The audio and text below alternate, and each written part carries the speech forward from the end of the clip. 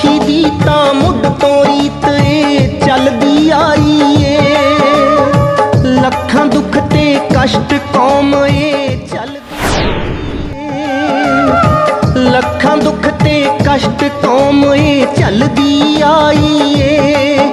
ਸਿੰਘ ਮੁਖ ਚੋਂ ਸੀ ਨਹੀਂ ਕਹਿੰਦੇ, ਲੱਖ ਜ਼ਾਲਮ ਜ਼ੁਲਮ ਕਮਾਵੇ।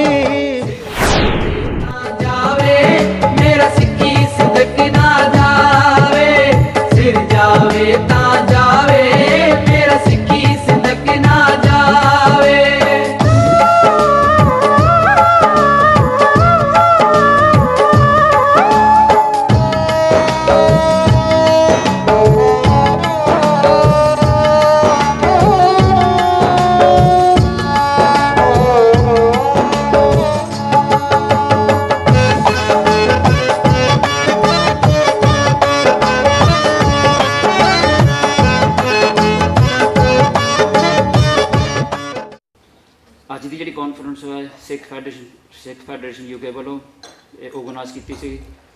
ਇਹ ਹੈ ਕਾਨਫਰੰਸ ਹੈ human rights abuses and the death penalty in India.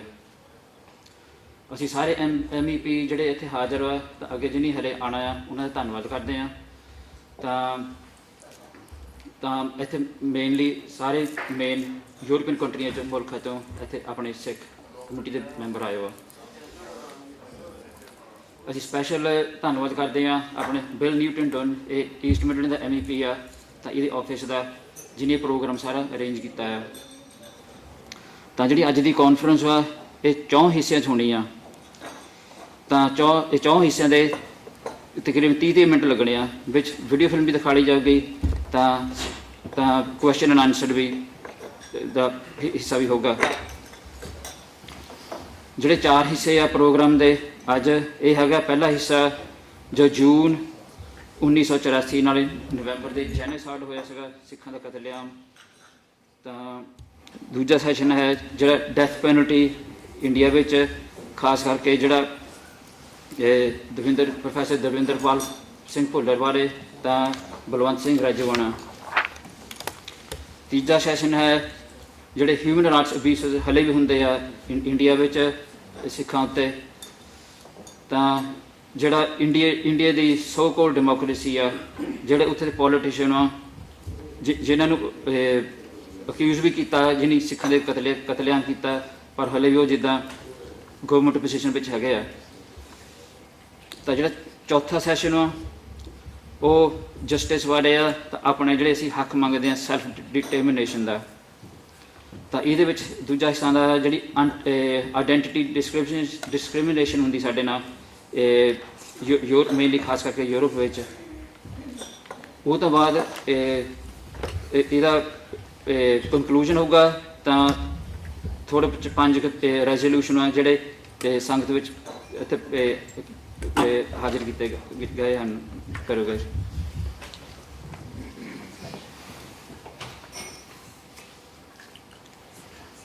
On behalf of the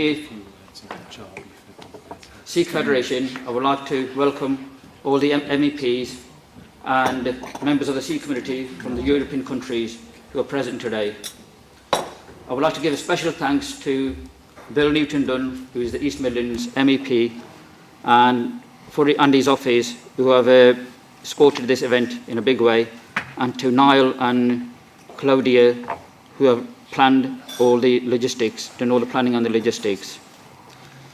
Today's conference is in 4 preliminary sessions. Each session will be for approximately 30 minutes and covered by various speakers. Each session will have video clips, and each session will have will have time for questions and answers. There will be final questions and answers for MEPs who join the conference later during the day. The 4 preliminary sessions are as follows. This will include an interactive open floor to MEPs as they wish to speak. The 4 sessions are as follows.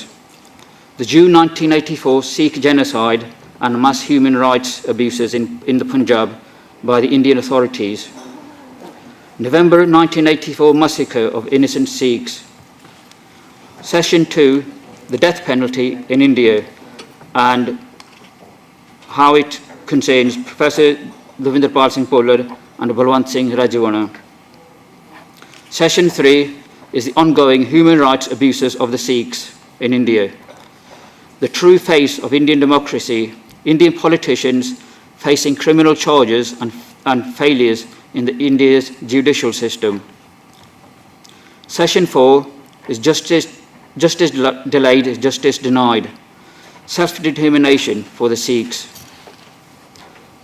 And the other topic in this session is the identity discrimination and denial of human rights in different European countries. After the 4 sessions, there will be further questions and answers for MPs who arrive late, and there will be some resolutions put towards to the congregation for their passing. And I would like to ask Bill Newton Dunn to say a few words on this conference. Thank you very much. I won't say very much at all, just to say a big welcome, because I'm certain that all of you have made a long journey to come here today, and I know he got up very early this morning, and probably all of you did, coming from different places. So thank you very much, and a big welcome to the European Parliament.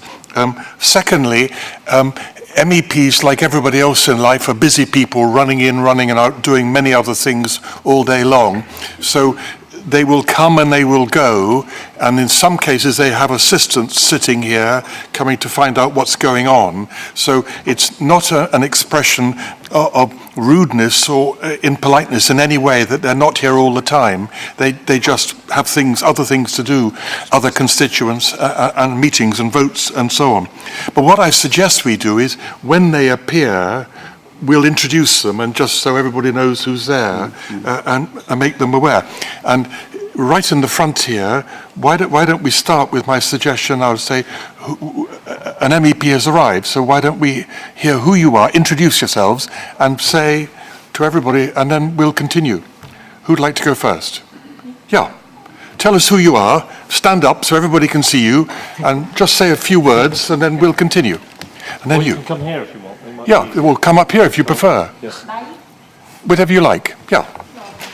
My English is very, very bad. So I am very, very short. I will be very short. I apologize, but I am like you said. I am MEPs who runs meeting and meeting, a lot of meeting today in this parliament. So I arrive only now. My name is Patrizia Toia. I am Italian from Lombardia, north of Italy, and I am very happy to be here. Above all, to listen, to understand, to learn something more than I know. So I am here to listen. Okay, thank you. Thank you. Marina, I know who you are, but maybe not everybody does, so tell us. Shall I stand up? Do you want me to use my microphone, or you can hear me? Yes? Okay. My name is Marina Yanakadakis. I'm an MEP for London. I've been following the situation with the various problems you have. I've asked questions in the Commission, but it's something that I would like to be more active about. I'm extremely concerned with the death penalty, and it's something that I would like to work with you to try and stop. So that's where I'm coming from. And I'll stay as long as possible. Have I missed any other MEPs that hiding secretly at the back? I don't think so. Okay, well, as soon as I see one come in, I'll let you know. The other thing I just want to say is that I think it's wonderful that you're all here, because, after all, the EU has made itself a zone of peace. And a peaceful way of life. We've given up fighting each other. It's a miracle, but we've done it, and we're all very proud that that's what we've achieved. And of course, human rights are a basis of the rule and the principle of the EU, and of course one of those is we are against the death penalty. It's one of the principles of the EU. So it's extremely good that you're here and we're going to talk about that and be able to listen to you. So the only other thing I would say on a personal basis, I have a privilege that I'm on the delegation to the Indian Parliament, which goes from this Parliament regularly, and so when I was asked just now very politely, have I ever been to India? Yes, I have, and many times, and it's a fantastic, beautiful, fascinating, enormous country, and there are still many parts that I haven't been to yet, and hope I get a chance to go. So why don't we continue with the conference, and if other MEPs come in, I will tell you, and we can introduce them. Okay.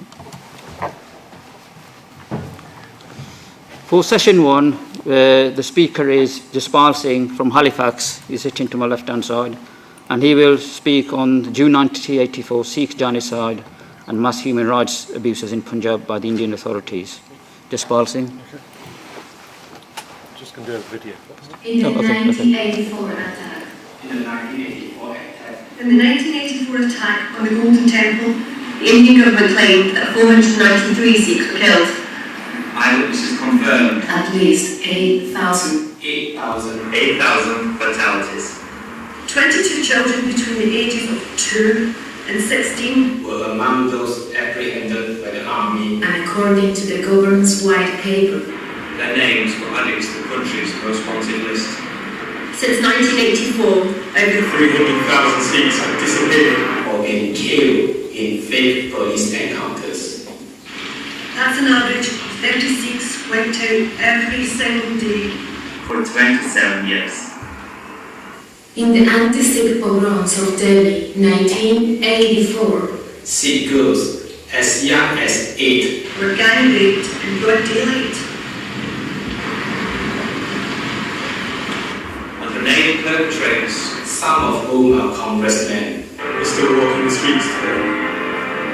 Collectively, the genocide of June and November 1984 So more than 15,000 Sikhs murdered during an 11-day rampage.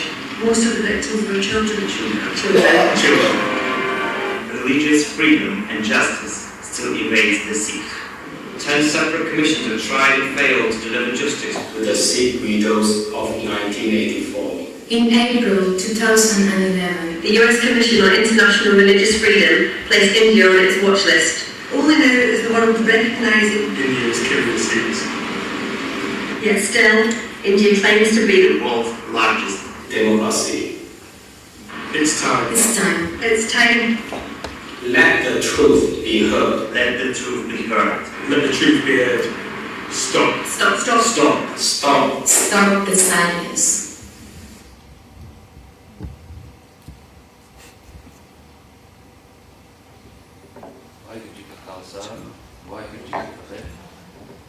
I'm going to try and tell you a little bit about what happened in June 1984 and concentrate on the events leading up to 84. The plight of the Sikhs is complicated and deeply rooted in pre-independence India, when the majority offered disingenuous freedom and autonomy. From the very first days of independence in 1947, the Sikhs experienced discrimination, manipulation, humiliation, violence, loss of life, and no justice in the courts. Despite the immediate oppression, the Sikhs did not give up hope, and it was about some 30 years later, in 1978, before there was formal and mass organised opposition by all the main Sikh organisations and the Sikh Student Federation. The demands were very simple and basic. They amounted to being able to practice their faith and prosper through their own labours, but India refused to negotiate. Instead, it chose to continue its plans to destroy the Sikh people and then assimilate the remnants. Education was non-existent, and healthcare came at a cost. The Sikh language was undermined, and our religious organisations and institutions were infiltrated, and Brahmanic rituals and practices were introduced. The religious scholars and practicing Sikhs were alarmed at how rapidly our principles were being eroded, and responded by organising groups to educate and propagate the true ideals of our faith. One of the most successful preachers was Jarnail Singh Punjab, and the vast majority of Indian Sikhs loved and respected his teachings. Thus far, since independence, the Indian plans to eradicate the Sikhs had progressed unabated. But suddenly, in 1980, the tide began to turn, and the state was furious. They had to eliminate Jarnail Singh.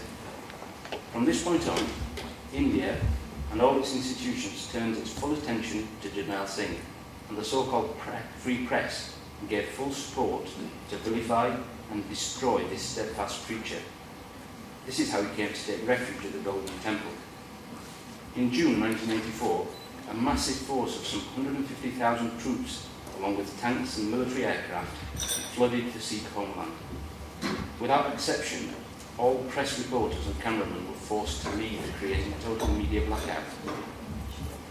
The date of attack was also carefully chosen. Not a date when the complex would be relatively quiet, as you might expect, but a date when the complex would be completely flooded on one of the largest festivals. Some 10,000 Sikhs were inside the temple complex. Thousands lost their lives in the crossfire, including babies, women and elders. At the end of the attack, many survivors were bound and then shot dead by the army.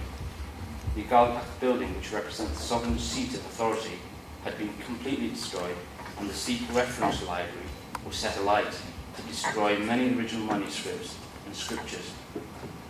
This is what the Christian Monitor reported on the 8th of June. For 5 days, Punjab has been cut off from the rest of the world. There is a 24-hour curfew. All telephone and telex lines are cut. No foreigners are permitted entry, and on Tuesday, all Indian journalists were expelled. There are no newspapers, no trains, no buses, not even a bullock cart can move. Orders to shoot on sight were widely carried out. The whole of Punjab, with its 5,000 villages and 50 major cities, was turned into a concentration camp. The rules were what the Indian Army and its political decision-makers decided. The UK Guardian of 13th of June stated as follows: "It was a virtual massacre. A large number of women, children and pilgrims were gunned down."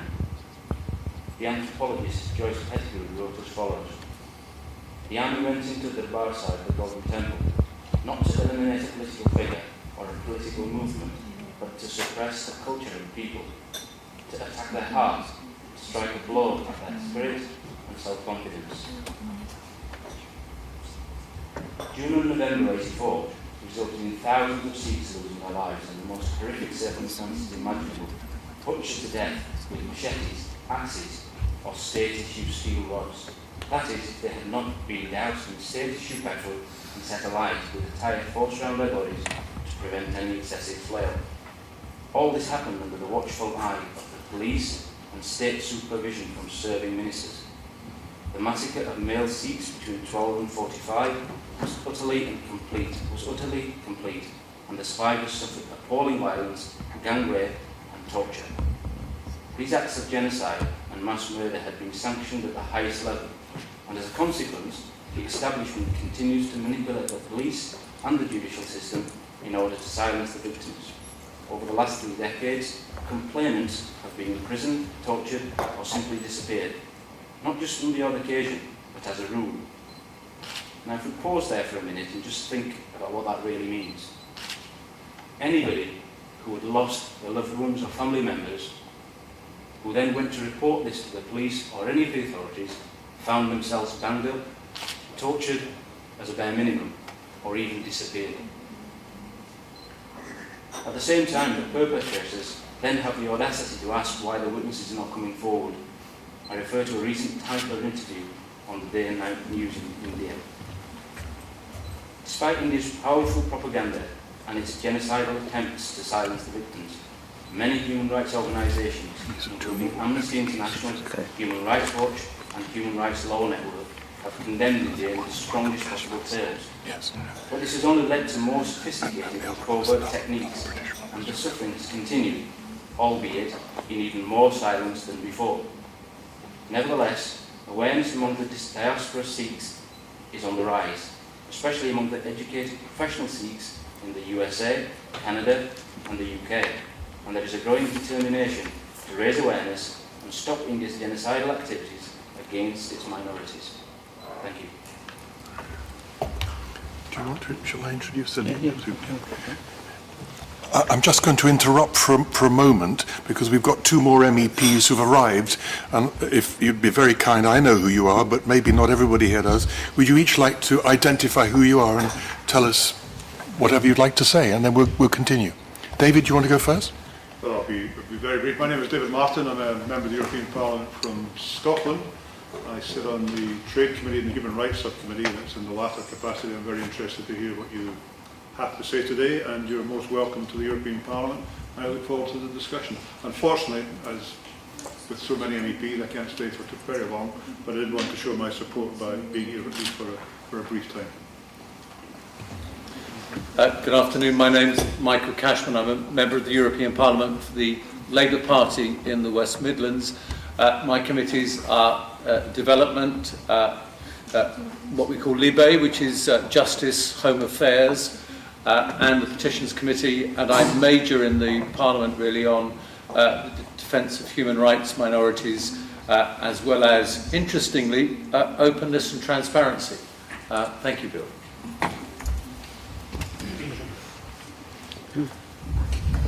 I would like to thank David and Michael for joining us in the conference, and we have just virtually started the conference, and the first topic session was on the June 1984 attack on the Golden Temple and the Sikh massacres, genocide that took place in November 1984. And I would just like to highlight to the congregation that the Punjab is a small state in northern India, and in June 1984 the Indian Army, which is supposed to defend the country, was used on its own people. It attacked the Sikhs in the Punjab, and this in a way represented that Sikhs and the Punjab are not part of India. And in the 1984 Sikh genocide, it was the Indian authorities that instigated the massacres, and it wasn't a Hindu-Sikh clash, but it was organised by the Indian government at that time. And the second topic in session one is the November 1984 massacre of innocent Sikhs, and this will be covered by Jaswinder Singh.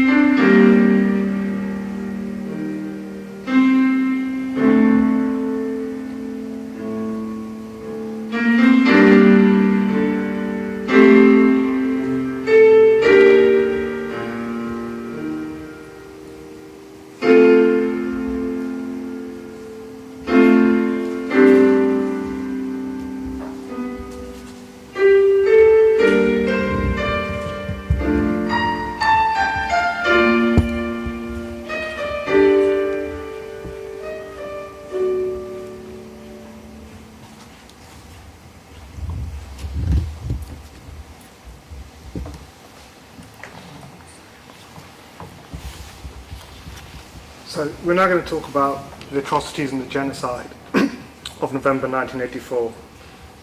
It all started on the morning of the 31st of October 1984, when Prime Minister Indira Gandhi was shot by two of her personal bodyguards in the gardens of her official residence. Beant Singh and Satwan Singh had planned the assassination together, allegedly with a third man, Gher Singh, both seeking justice for the attack on Harmandir Sahib, the Golden Temple. Following the shooting, both men laid down their arms on the ground and did not attempt to flee the scene. However, a short time later, it is reported that Beant Singh had been killed by gunfire, while Satwan Singh was injured from the same. Indira Gandhi was pronounced dead a short time later, and by 11 a.m., All India Radio had announced her death, attributing blame to two Sikh bodyguards. Beant Singh's wife later revealed that her husband had been gravely concerned about Indira Gandhi's plan to eliminate Sikhs, allegedly Operation Shanti, and that this concern was a major factor in his decision to assassinate the Prime Minister. Since the summer of 1984, rumours had surfaced that Gandhi and her council had been planning a nationwide genocide of the Sikhs that would far surpass Operation Blue Star, the attack on the Golden Temple in June that year, and also Operation Woodrose, which followed. Her ultimate death, untimely death, meant that such an atrocity was not executed.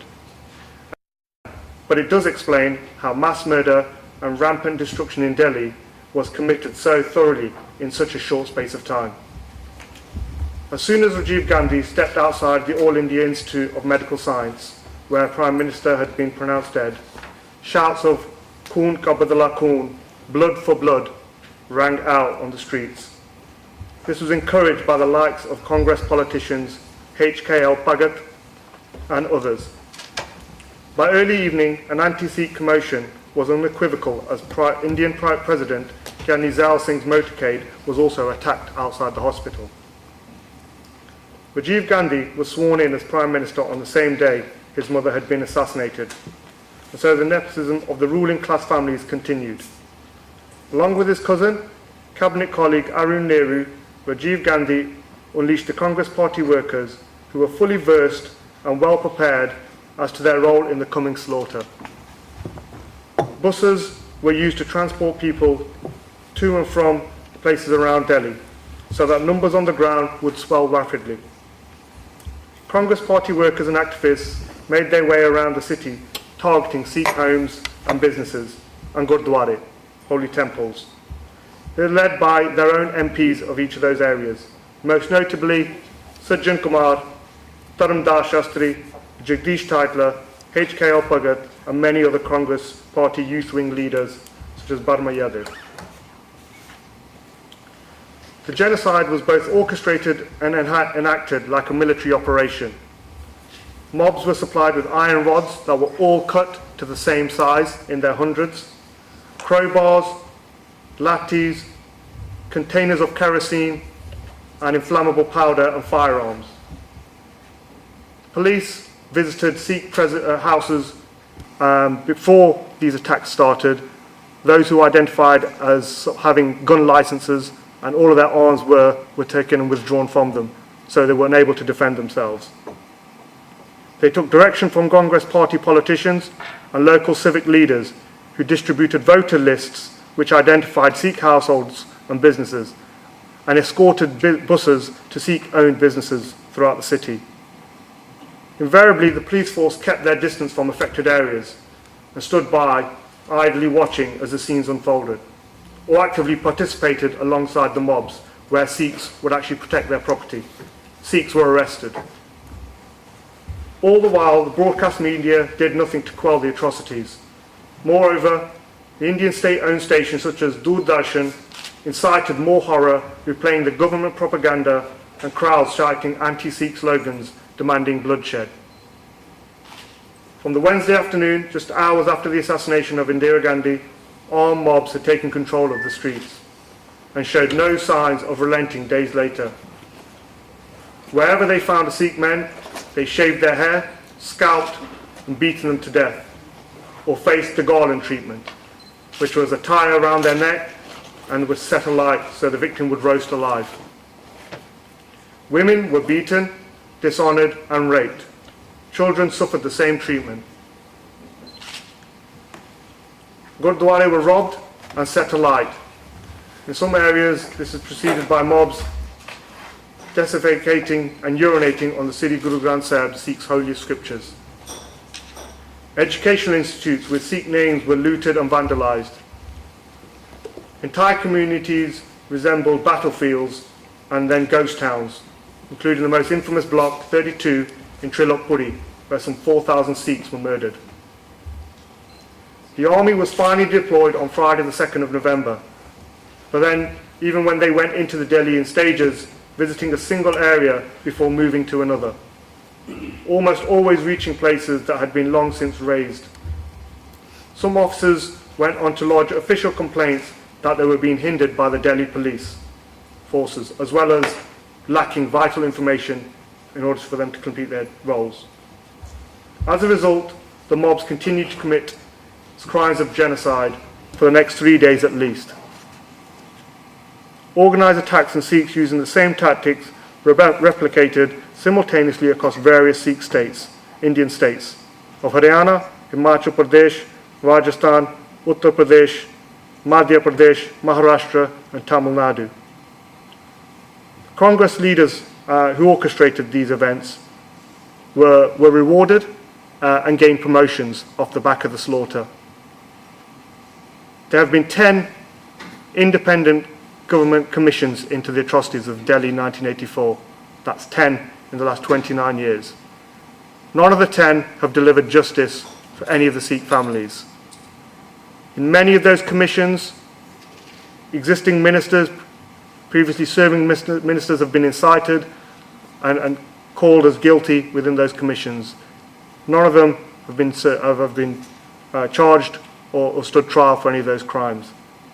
Many, including the 3 on the pictures on the bottom of the slide, are still serving as ministers today. This is the justice that Sikhs face within India, and this is the reality that the Sikhs went through, and not 50, 60, 70 years ago. It was 29 years ago.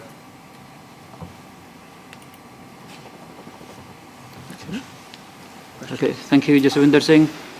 And we have got some MEPs here. If they want to share their views or thoughts on these tragedies, you're most welcome. Or anybody else from the congregation. I'm a student in Germany, and the worst thing is those things that happened, what we saw, they're really cruel, but even more worse is what I think that most of the people here in Europe, they even don't know about it. It's just like 27 years ago, 28, sorry, and most of the people don't know it. I myself, I'm studying Asian studies, so we had a section also about Indian history and history of modern India and the development of modern India. And I had to give a talk about this section. And what I did, I showed pictures of the genocide in Delhi, and I asked my fellow students, there were like 45, 50 people, and I asked them, what do you think, where and when this happened? What you see in the pictures? And nobody of them knew it. And nobody had an idea. Some didn't say anything, but most of them, they compared it and they thought it's pictures of what happened in Germany or in Europe to the Jews in 1938 and 1940. And that's what I think what we can compare. But just we Sikhs, we didn't get justice.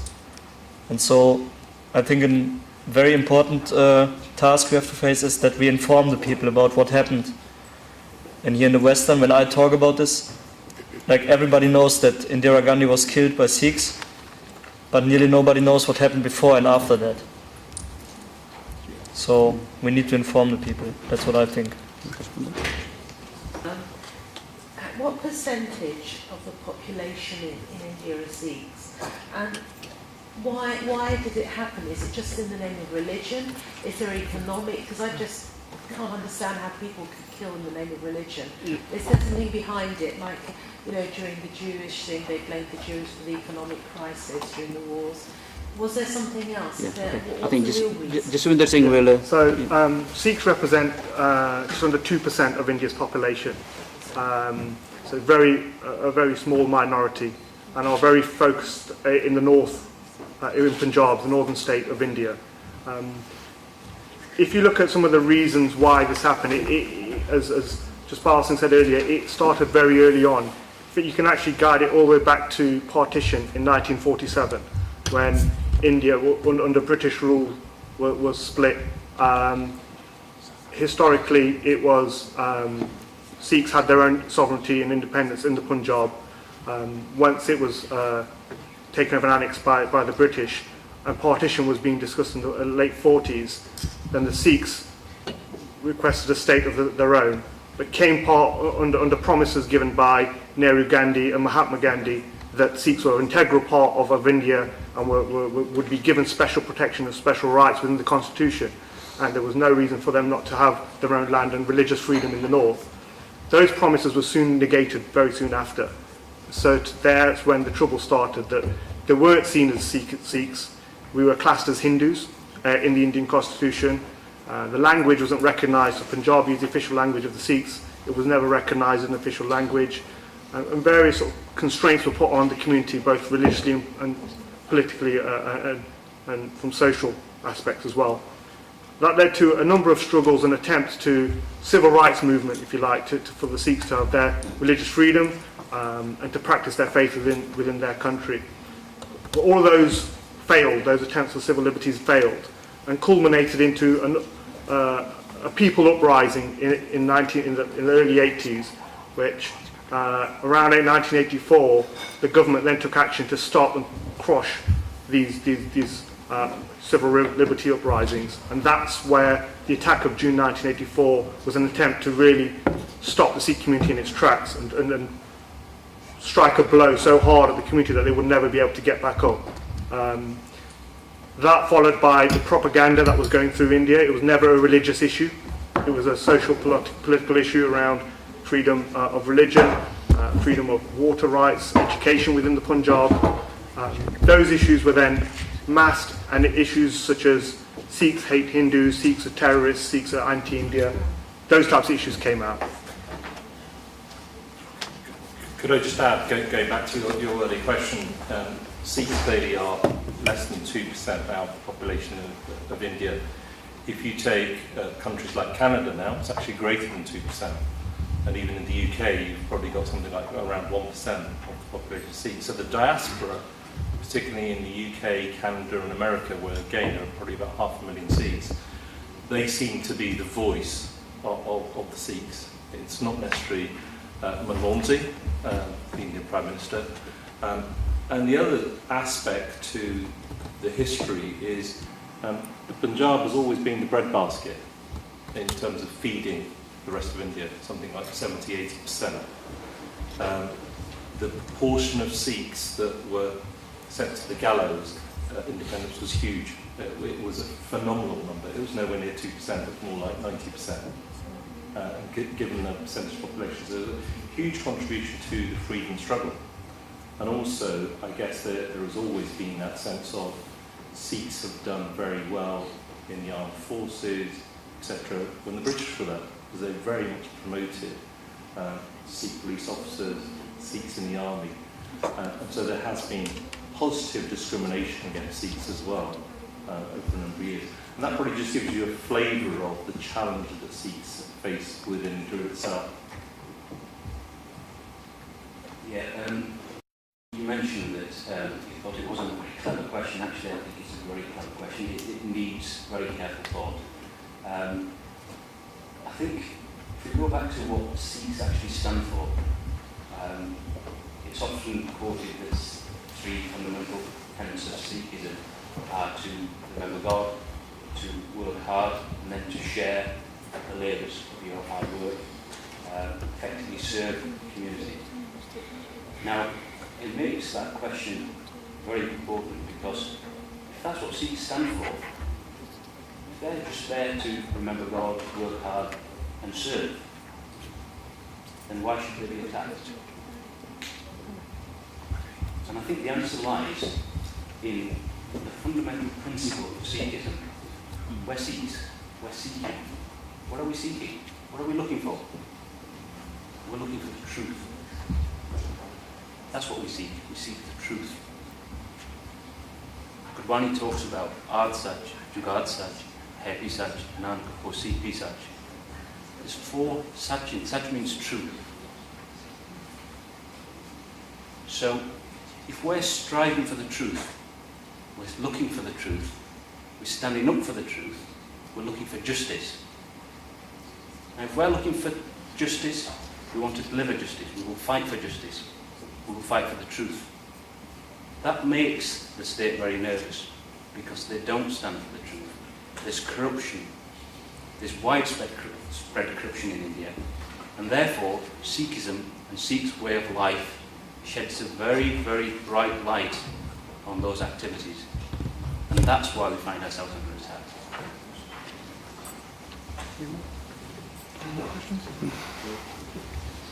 Michael Cashman wants to ask a question. Michael? Thank you. Michael Cashman, following on from that, I've been particularly interested to learn, apart from awareness raising, which is vitally important, what you want to achieve by being here today, what you are looking to get from members of the European Parliament. And one of my job titles, which is a very long title, but it's a very good one, which is the chair of the Conference of Delegation Chairs. That means I'm the chair of all of the chairs who lead the delegations to what we call third countries. Have you, or do you intend to raise this with the European Parliament's delegation for relations with India? Because it could be a good opportunity for you to meet the chair of that delegation, to raise your concerns, and to ask the chair to raise it with their opposite number at the next meeting. Because it seems to me, after 29 years, it's vitally important that the momentum is increased. And speaking of a member of a minority more sinned against than sinning, I would say all democracies are judged not by how they treat the majority, but how they treat the minorities that make up that majority.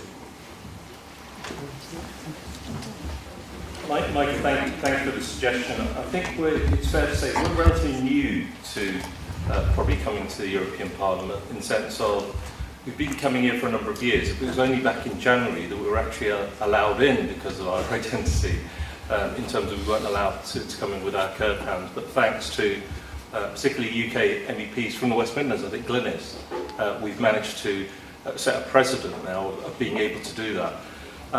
Last time we were here, we met with Baroness Catherine Ashton's staff to discuss the death penalty and human rights. And we started to learn a bit more about the various delegations, the Human Rights Subcommittee. So in a sense, what we're asking, not just the Sikhs from the UK, but the Sikhs from different countries, particularly, say, Germany, because of the chair of the Subcommittee for Human Rights, is to start engaging more with politicians, to raise that awareness. And one of the things we're doing at the end of this conference is we do have 5 resolutions from this particular conference. And our objective is to take those 5 resolutions to MEPs after this event, because they've been written in a language which is similar to the resolutions the European Parliament often passes. And it's touching upon the various issues that we're going to cover in the conference. But thank you for the suggestion. Can I say? Yes, sure. I'm actually a member of that delegation, so it's great you raise it. And Sir Graham Watson, who is the chair, isn't able to come today, but I will pass on the comments. Just one general thought. Next April and May, it's European elections right across the 28 member states, because Croatia joins next week. We're going to be 28. And people who are standing for election are very, very vulnerable. Because that's the time when they're looking for votes. And what I would think you might want to think about, I'm getting a bad look from Rana here, she knows what I'm going to suggest, is very vulnerable, is you might want to consider all over Europe is as a questionnaire to the candidates who are standing in every member state for every party and say, okay, we're thinking about how to vote. What's your position on this? And it's a little bit of work for you because it's better to send the questionnaire in their own language. So if you're writing to Czechs, in the Czech language and so on. But if you can prepare that and you've got time to do it, then you would alert a lot of members, those who are going to be elected and those who are not. And it's a very useful exercise for you. So I would suggest that for future work. Can I just add on to that? Because to reassure you, I'm not up for re-election. But I insist, make it as simple as possible. Almost like, do you commit to support raising this issue during your 5 years within the European Parliament? If you make it much more complicated, because we're party members, we will then have to discuss with the party, but I think the simpler, based on the whole, the human rights, the defence of fundamental freedoms issue, you're more likely to have people readily sign up to it rather than go into a huge consultation process with the party machinery. Okay, thank you, Michael and Jaswinder. We've got Harjinder Singh over there who wanted to say a few words on this session. I have just one remark to make in answer to your question, additional. During the emergency that we are done in most states, the resistance against that was only by, let's say, the intellectual elite. But in Punjab, it was a mass movement.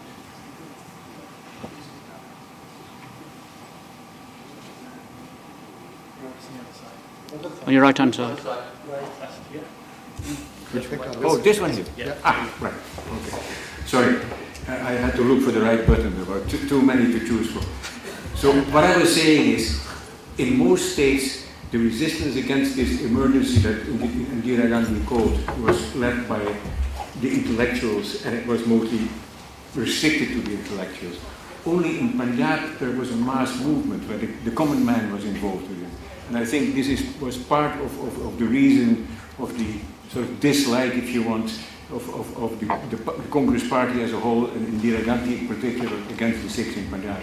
They stood up against, authoritarian government. They stood up for democracy. Okay, thank you, Harjinder. Now we'll move on to session 2, which is the death penalty in India. And this includes the cases of Professor Devinder Pal Singh Polar and Balwant Singh Rajwana. And to address this issue, Sukhvinder Singh is on my right hand side.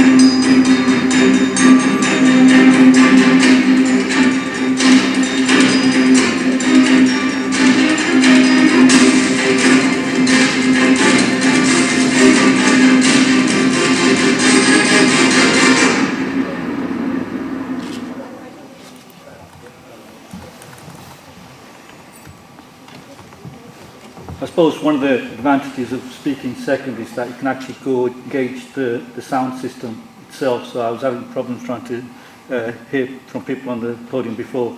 I hope everybody can hear what I'm saying now, those that haven't got the microphones.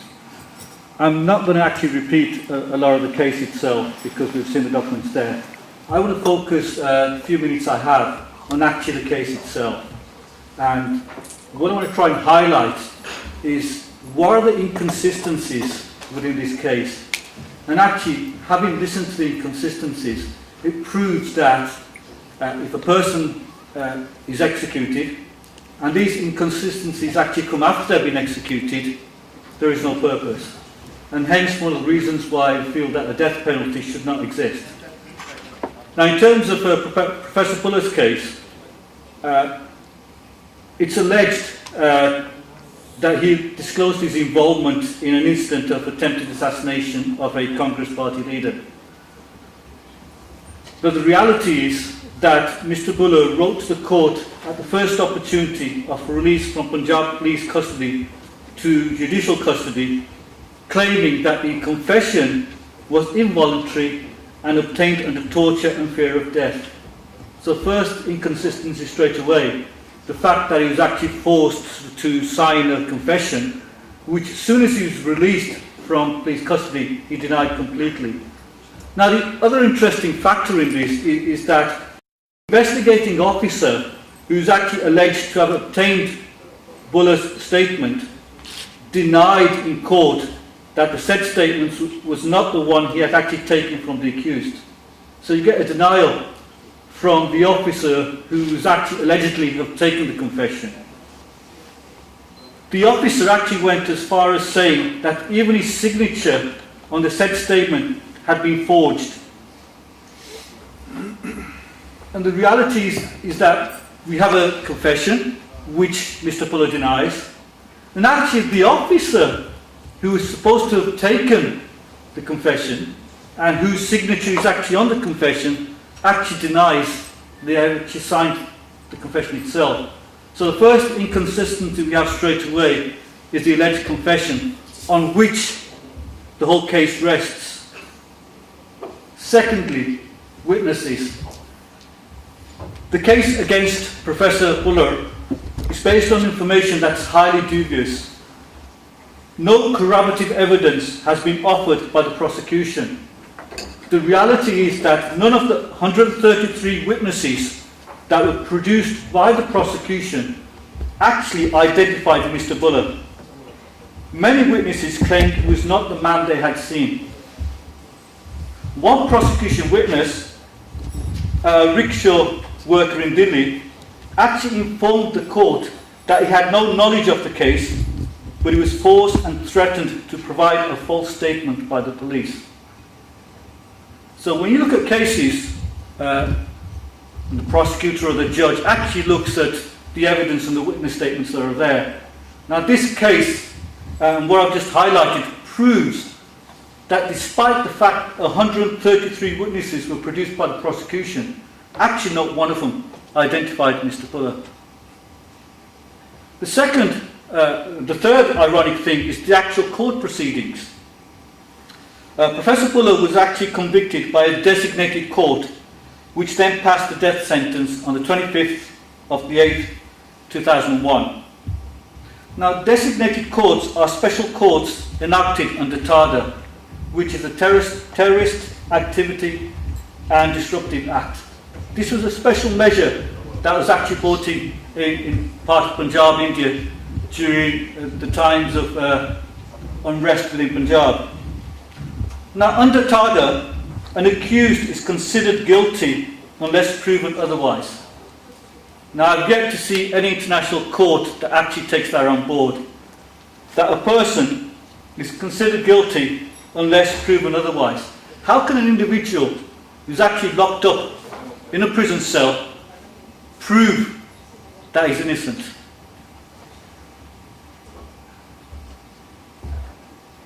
However, under TADA, the sole evidence produced is unsound according to normal Indian judicial procedure. So again, another anomaly. The fact that the court proceedings themselves were actually not in line with international court.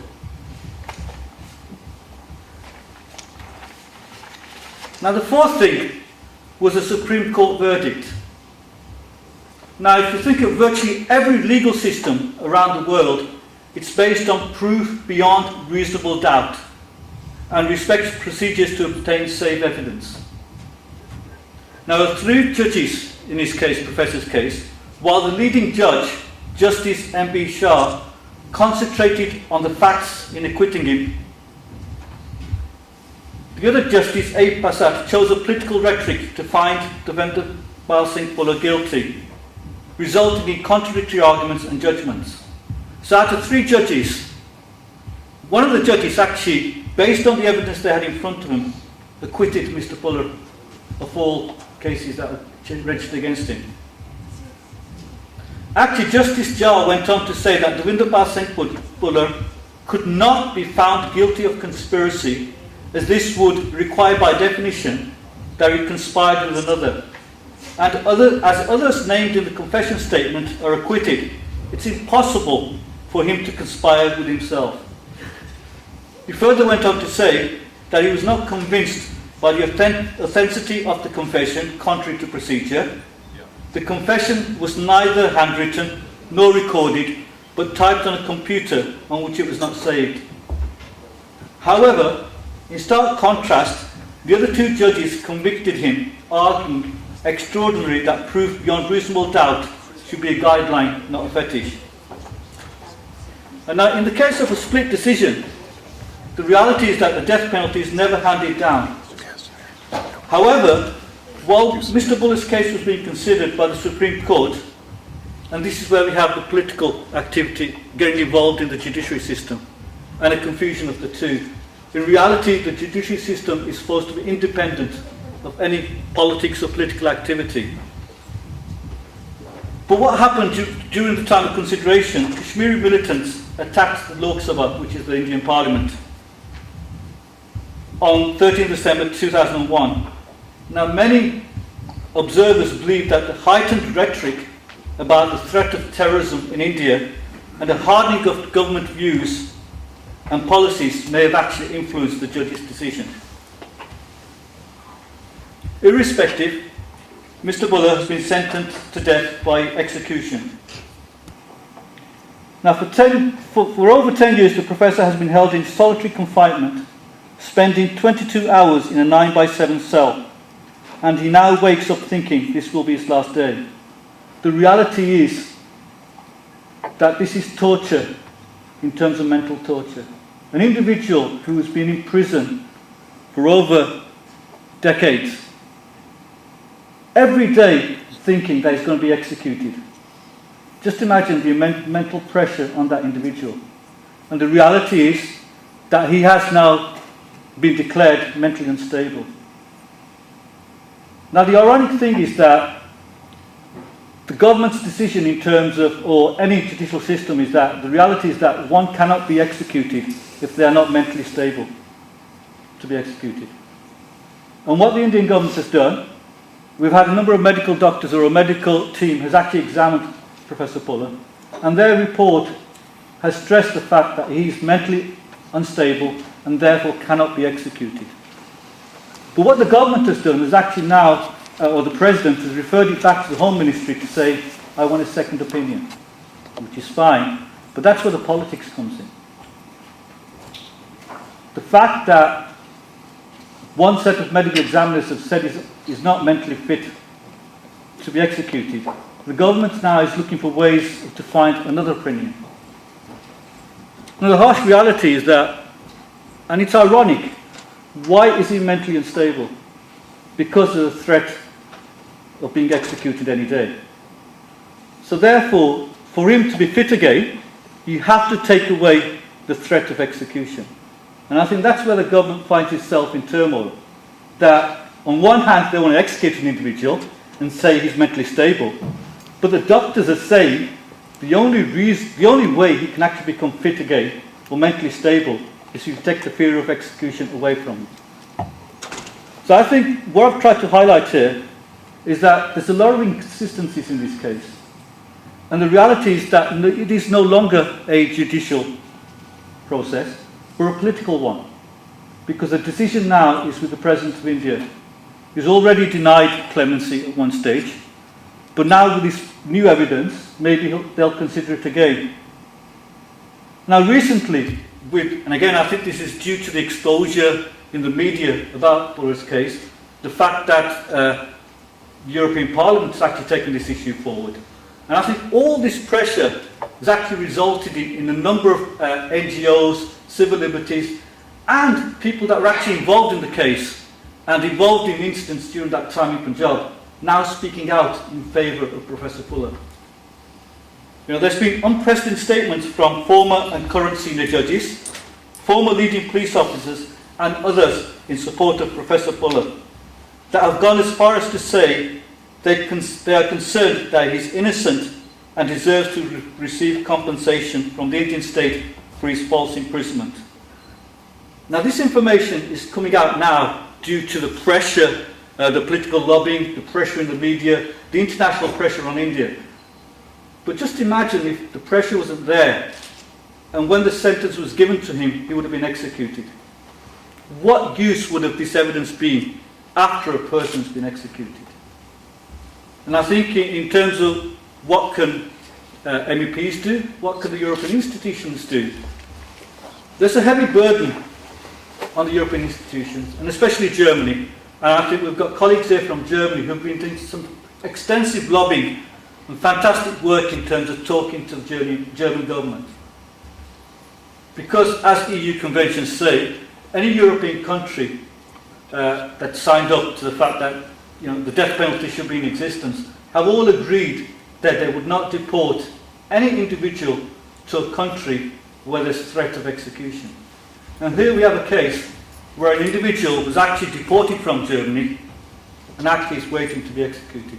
So I think not only is the onus on Germany, but I think all the European countries, and through your good selves, the MEPs, the European institutions, actually need to highlight some of the issues I've identified and put pressure on the Indian government to say there are so many inconsistencies in this case that actually the reality is that individual is innocent.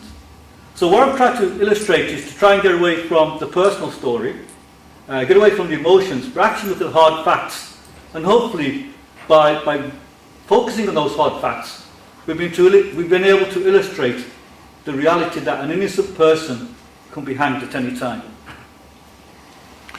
Shall I introduce? Okay.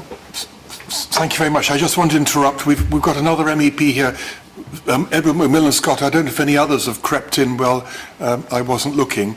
Edward is particularly significant. He's here because he's a Vice President of Parliament, and perhaps you can explain Edward better than I can. I think responsible for human rights and democracy, and so quite a big portfolio. Do you want to stand up and say a few words or tell us? Thank you, Bill, very much indeed. And can I thank our guests for the initiative they've taken in holding the second hearing, and especially focusing on the death penalty in India. And as Bill rightly says, I'm Vice President responsible for human rights and democracy. That is not in the EU, but externally around the world. And I do a lot of work in China, for example, in Tibet, in other countries where there is no democracy, and especially those where human rights are abused regularly. And I have to say that it would astonish most people in the United Kingdom to know that in India today the Buller case continues without resolution, despite a lot of pressure from NGOs, as you say, but also from the European Parliament, and we intend to continue that pressure. Not just in this particular case, but on the general principle that the death penalty does not work. Statistics from around the world show that in states where the death penalty is abolished, the crime rate goes down. Indeed, in the United States itself, where those states that still have the death penalty, it is demonstrably unequal, one between the other. So it is our mission to seek the abolition of the death penalty wherever it occurs. Many countries may still have the death penalty on their constitution, but don't use it. Even that is unsatisfactory. satisfactory, because it still remains a possibility. So you have our assurance of concern, and I've met colleagues from my own region of Yorkshire and Humber previously in the European Parliament, and I just hope that you accept that many of us who may not be present here today, or who can't stay very long like myself, are grateful indeed to Bill for organising this meeting, and our door is open. So please communicate with us, preferably by email, it's easier, and we'll maintain contact with you. So thank you all for coming. Have any other MEPs come in who I haven't introduced? No, okay, then we're up to date. Just one question I hope you'll answer sometime during this conference. Isn't the Prime Minister of India a Sikh? And isn't he able to help in some way? What's he doing while he's in office about this whole question? But you don't have to answer now. It just occurred to me I'd like to know the answer to that. David, yeah. Thanks, Earl. I've got to go in a minute, but I wanted to add a couple of things. Firstly, of course, what Edward has said is absolutely right, that this Parliament as an institution has a firm view against the death penalty. It does not accept the death penalty under any circumstances, and through Edward's work and through Parliament's work in general, we promote that policy abroad. So even though we don't know about the specifics of some cases, in a matter of principle, we oppose the death penalty. I wanted to raise a related issue which might have been more appropriate later, but I've got to go. I mentioned earlier on the International Trade Committee. We are negotiating a free trade agreement with India, which I welcome, and if signed, it would be a free trade agreement that covered 2/5 of the world population, so it would be extremely significant. But part of that trade agreement includes a human rights clause, which I regard as equally important. And it would enable the European Union, if we sign up for a free trade agreement with India, to suspend it if we felt India was in breach of human rights. India is resisting very strongly the idea of the inclusion of a human rights clause, and I don't think perhaps that's unrelated to some of the issues that we're discussing this afternoon. So I wanted to suggest to you that you should, in this idea that Bill had about sending a questionnaire around, also put in a question about would members of the European Parliament insist that we have a human rights clause in any free trade agreement with India. I think that would be a very important point of pressure. And I think it's also something that you should talk about more widely within your own community and promote with contacts in India as well, because it's very much the Indian side that's resisting this. And we have free trade agreements across the globe, and some surprising countries are prepared to sign up for human rights clauses, but India, which we still regard as the biggest democracy in the world, has so far refused. So I think this is a point where India can be embarrassed, and because there's also economic benefit for India from signing up for such an agreement, I think we should make this a strong point of pressure with them. Can I just quickly respond to that? I think it's important. I think you raise a very important thing. I think the powerful lever that you have is free trade and trade. But I think the onus and the responsibility is also on the EU states themselves. Quite clearly, you have a state here that has gone against the conventions and principles of the EU institutions in the European countries. Convention that an individual should not be deported from any European country and then be told that they're going to be executed. I think the powerful lever is one in terms of trade and death penalty. And in addition to that, you've actually got something very forceful and strong, which is evidence. The reality that is an individual here who's been deported from an EU country, Germany, on the basis that actually that individual, to wherever he's deported, would not be liable to the death penalty. But actually has been.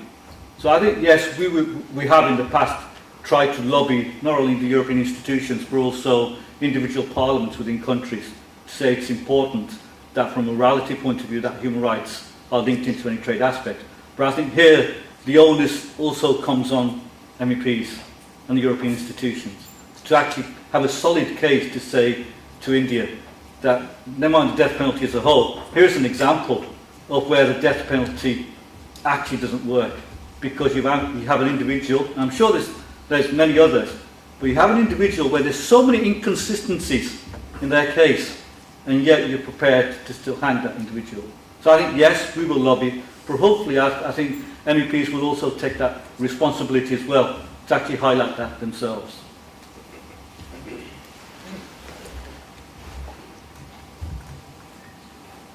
So I think we've got another video. Yeah.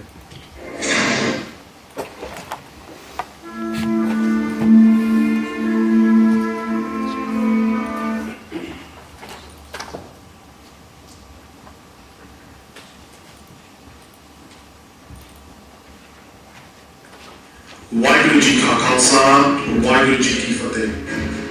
Since the announcement of the hanging of Bible Mansingh Rana, scheduled for the 31st of March 2012, many viewers have queried the circumstances that led to his arrest, court case, and subsequent death sentence. Bible Mansingh was sentenced to death for his part in the assassination of Punjab Chief Minister Bian Singh. The history is very deep and painful. However, we can only begin to discuss the subject by summarising the socio-political situation in Punjab during the 1980s and early 1990s. In the aftermath of the Vaisakhi massacre of 1978 and Operation Blue Star in June 1984, the political and security situation in Punjab was in a turmoil of magnitude proportions. Bian Singh was the Congress Party president in the state of Punjab.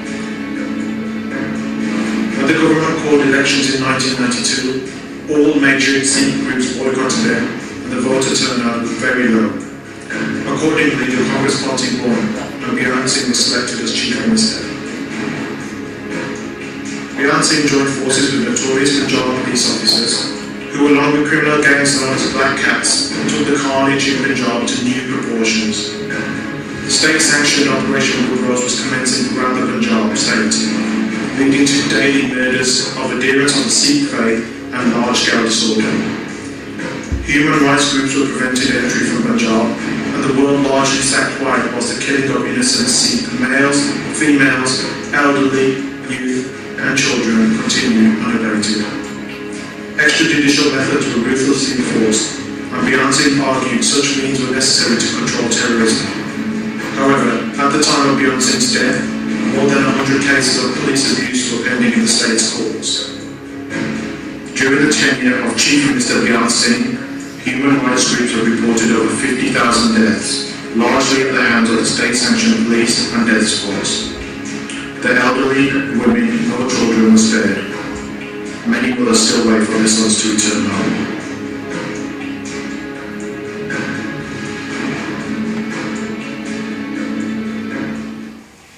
ਮੈਨੂੰ ਤੇ ਮੁਰਕੇ ਵੀ ਇਹਨਾਂ ਨੇ ਖੜ ਕੇ ਸਾਨੂੰ ਕਹੇ ਜਦੋਂ ਕਹੇ ਮੈਨੂੰ ਫੜ ਕੇ ਰਹੇ ਤੇ ਇਹਨਾਂ ਨੇ ਬੜਾ ਤਸ਼ੱਦਦ ਕੀਤਾ ਮੈਨੂੰ ਫੋਟੋ ਮਾਰੀ ਜਿਹੜਾ ਫੋਟੋ ਮੇਰਾ ਇੱਕ ਅੱਖ ਤੇ ਵੱਜ ਗਿਆ ਜੀ ਉਹ ਆ ਵੇਖੋ ਆ ਹਾਲਤ ਕਰ ਦਿੱਤੀ ਜਦ ਹਾਲ ਇਹਨਾਂ ਨੇ ਕੋਟ ਮਾਰ ਕੇ ਸੈੱਟ ਕੇ ਤੇ ਇਹਨਾਂ ਨੂੰ ਟਾਂਗ ਦੇਣਾ ਫਿਰ ਲੱਤਾਂ ਨੂੰ ਜੂੜ ਪਾ ਕੇ ਉੱਤੇ ਖੜੇ ਹੋ ਜਾਣਾ ਖਿੱਚ ਦੇਣਾ ਇਹਨਾਂ ਦਾ ਸਰੀਰ ਜਦ ਵਾਸੀ ਬਣਾਣੀ ਤੇ ਇੱਥੇ ਟੁੱਟਾ ਠਾਟਾ ਮਾਰਨਾ ਨਾ ਇਹਨਾਂ ਨੂੰ ਦੂਰ ਹੋਣਾ ਤੇ ਫਿਰ ਇਹਨਾਂ ਨੂੰ ਲਾ ਕੇ ਸੈੱਟ ਦੇਣਾ On the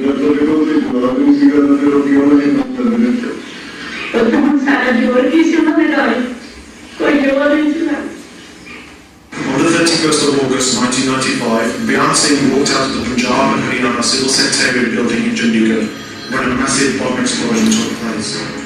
The blast killed the Chief Minister and 17 others, including suspected bomber by Dalal Hussain, the special police officer with the Punjab police.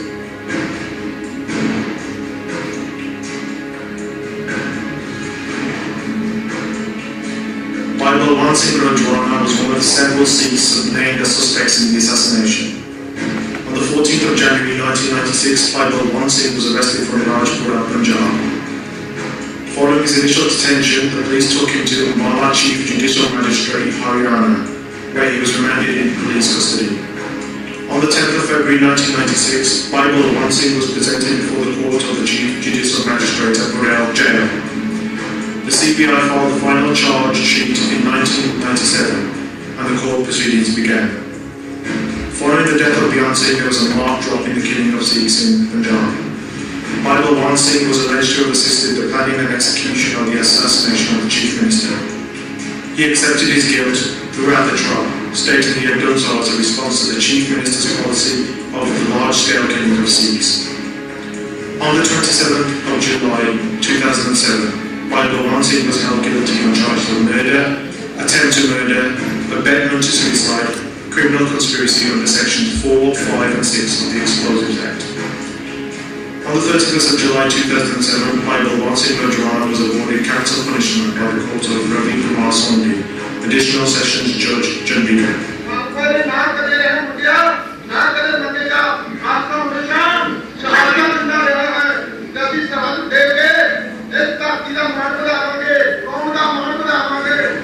For this act, Balwant Singh Rana is due to be hanged. Waheguru Ji Ka Khalsa, Waheguru Ji Ki Fateh. What I want to try and do in this session now is to try and actually identify the injustices that occur in India. You know, and what I want to do is do a comparator. We've all seen the case of Balwant Singh Rana and what he was charged with and the reason why he was awarded the death penalty. I suppose in a nutshell it's very much in terms of saying his act or what he did was in revenge for the human rights violations and atrocities that were being committed on Sikhs. In December 1997, it said Balwant Singh openly confessed his involvement and strongly expressed no faith in the Indian judiciary. He refused to defend himself and refused to take a lawyer. He accused the Indian courts of applying dual standards of law and the Indian judicial system of shielding the culprits of the genocide of Sikhs in November 1984. Balwant Singh was sentenced to death by a special CBI court on 5th of March 2012, ordered his execution on 31st of March 2012 in Patiala. But India's Home Ministry stayed the execution on 20th of March due to worldwide protests by Sikhs that the execution was unfair and amounted to human rights violations, and following a clemency appeal filed by the Shromani Gurdwara Committee. I'm sure many of you will be aware that, and many of the people here sitting today, were actually outside the European Parliament demonstrating in favour of Professor Fuller. And I think those demonstrations worldwide had an impact on the Indian government. But actually what I want to highlight is something totally different. We've heard the case of Balwant Singh, and the reality is that the actions he took were in part due to the revenge, the killing of an individual who was actually involved for gross human rights violations. And as a result of that act, he was sentenced to death, to execution. Okay, there's a stay. But that was his sentence. On the other hand, and we've seen what happened earlier on in terms of November 1984, and where we had the genocide of Sikhs. And if you look at the reaction in terms of why did that happen, if you ask the ordinary people that are involved in the genocide of Sikhs, they will say that they were reacting to the assassination of Indira Gandhi. So, very similar to Balwant Singh, they will say that this was a revenge attack on Sikhs. But interestingly, and we've talked about the fact that there were ministers involved and politicians and no one's been sentenced, and I'll put all that to one side. But we have a case of an individual called Kishore Lal, an ordinary butcher in the streets of, living in Delhi. Now, Kishore Lal was a multiple murderer convict. He was convicted for multiple counts of murders in a case related to 1984 genocide violence against Sikhs in Delhi. Now, Kishore Lal was a former butcher who stayed in East Delhi's Trilokpuri area and had been accused of killing victims in the neighbourhood. Now, this is the interesting bit. He had been sentenced to death 7 times by the law courts. So not one death sentence, but several death sentences for the atrocities that he committed. But guess what? The Supreme Court later commuted them to life terms. So on one hand, we have a Sikh who's responsible for, some would say, a revenge attack, actually being sentenced to death. The Supreme Court upholding that verdict and saying that death sentence stays. But on the other hand, we have an individual who's been prosecuted, found guilty of several murders of Sikhs, been sentenced in the lower courts to several death sentences, But the Supreme Court decides to commute his death sentence to life imprisonment. Dare I say any more? Where is the justice for Sikhs? Now, to add salt to the wounds of Sikhs, in February 2012, the reality was that, acting on the recommendations of the State Sentence Review Board, the Lieutenant Governor of Delhi, Tatinder Khanna, actually recently commuted the sentence of Kishore Lal and 14 other life convicts to give them a chance, this is interesting to me, to reform and rehabilitate themselves. The jail authorities had recommended that Kishore Lal, because of his excellent conduct as an inmate and the fact that at 40 years of age he stands a chance to rehabilitate himself, said the source. Now, the reality was that Sikhs throughout the world, civil liberties organisations and NGOs, especially in India, actually highlighted this inconsistency to say, how can you free this individual? So he wasn't released. But the important factor which I want to bring back in terms of injustice is that we have two cases, comparators. We have a Sikh who, yes, okay, it was a revenge attack, actually sentenced to death. Supreme Court upholds that verdict, so he's waiting to be executed. But on the other hand, and it could be any religion, but it's from the majority. So you have a minority on one side and you have a majority on the other side who's had several death penalties against him. But the Supreme Court decides, well, actually, do you know what? We're going to commute the death penalty to life imprisonment. Now, just imagine the consistent approach there, but more importantly, that individual had been executed. Where is the justice in that at all? And I think that's where I just wanted to highlight, and hopefully we have highlighted, by factual facts, that you have the inconsistency and the injustices that Sikhs are facing in India and Punjab. Thank you. We've got another MEP, shall we? Yeah, sure. Sorry to interrupt again, but I'm delighted to say another MEP is here. Saj, would you like to say a few words, introduce yourself?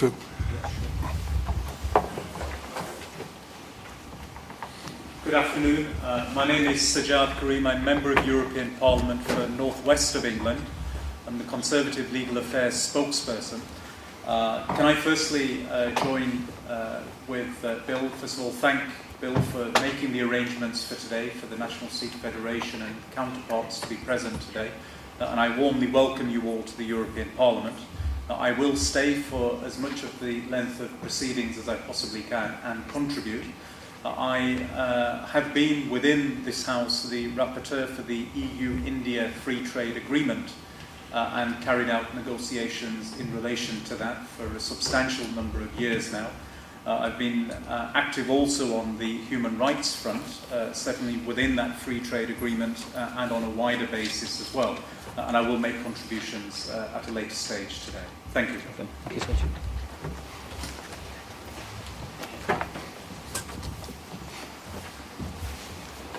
That was session 2 on the death penalty in India by Sukhvinder Singh. And if there's any questions from the congregation, all the MEPs, we'll gladly try to answer them.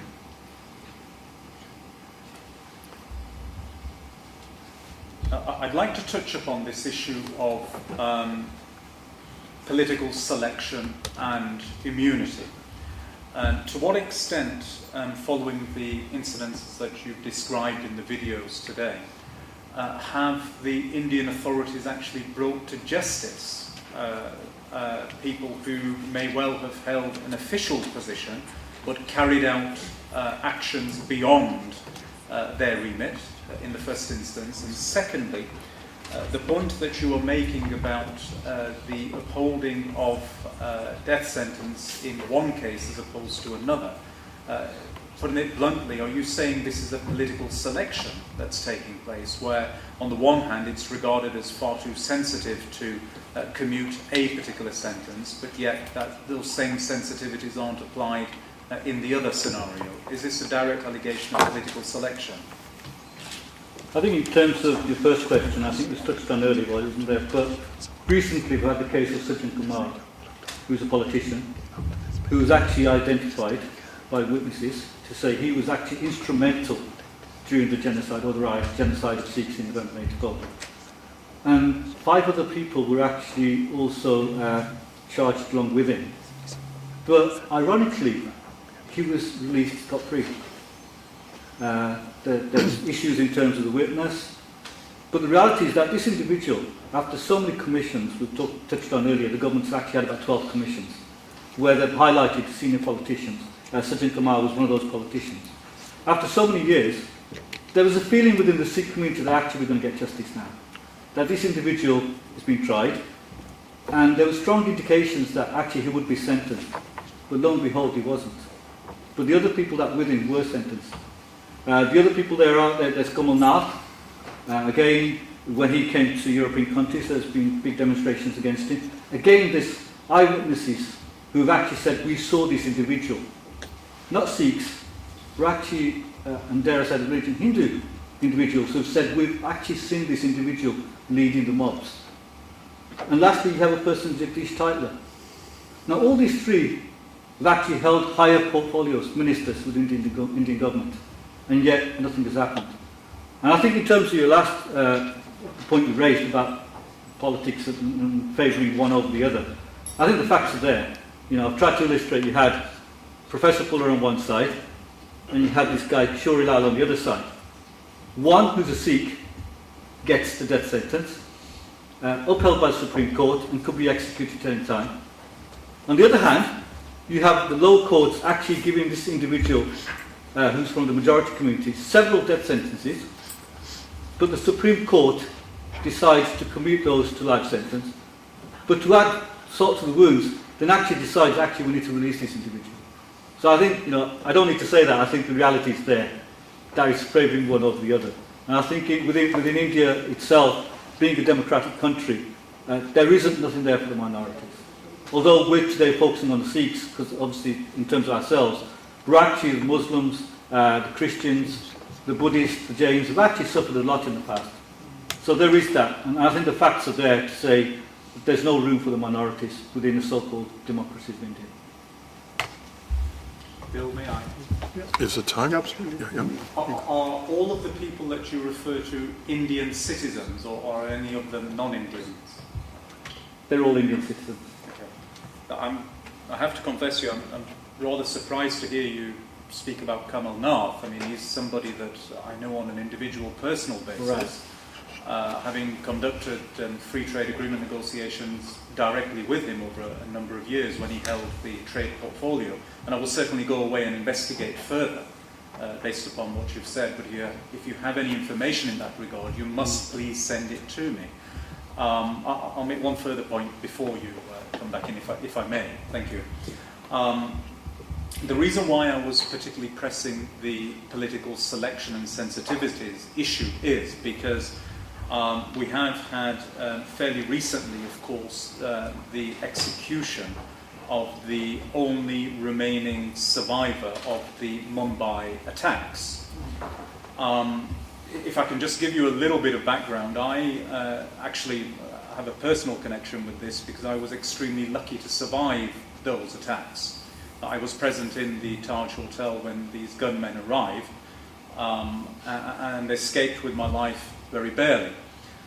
Despite that, certainly this House and I led the calls for the death penalty not to be applied in his particular case because of our standing on the death penalty per se. However, what I did see in that case is that there was a very speedy move to a secretive execution that took place.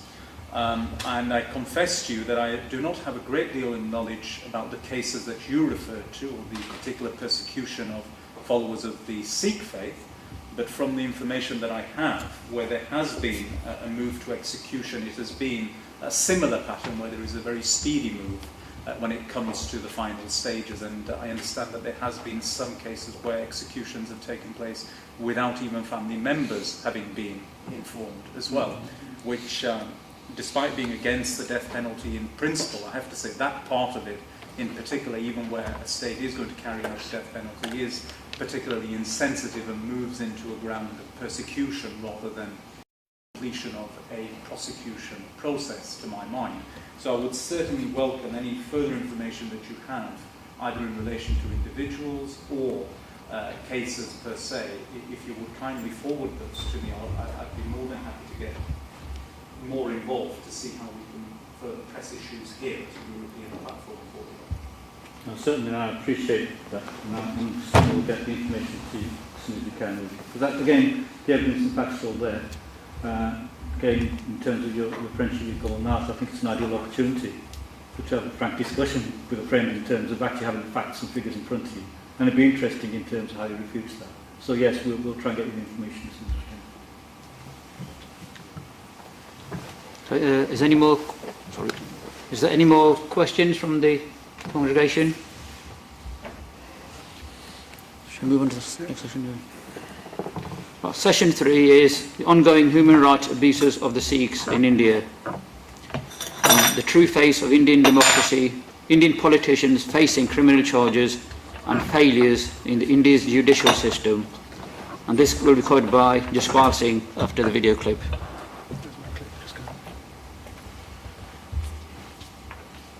As you've heard from the colleagues, a few cases, high-profile cases, which have been brought to attention.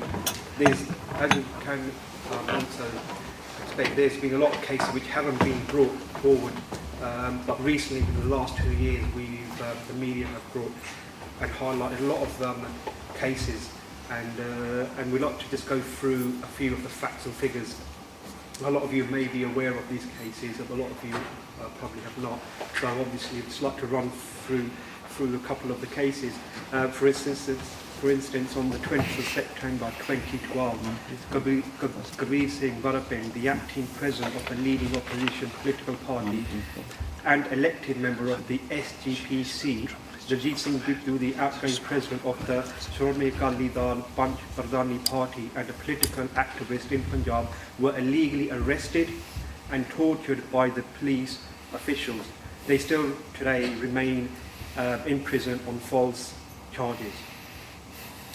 Another story, another killing, 29th of March 2012, 18-year-old Jaspal Singh was killed by police bullets in an unprovoked firing on a peaceful protest. A lot of you can actually see that protest on YouTube, where youngsters had gathered in the Amritsar district, and where the police gave no warning to the peaceful crowd who were actually sitting on the ground meditating at the time.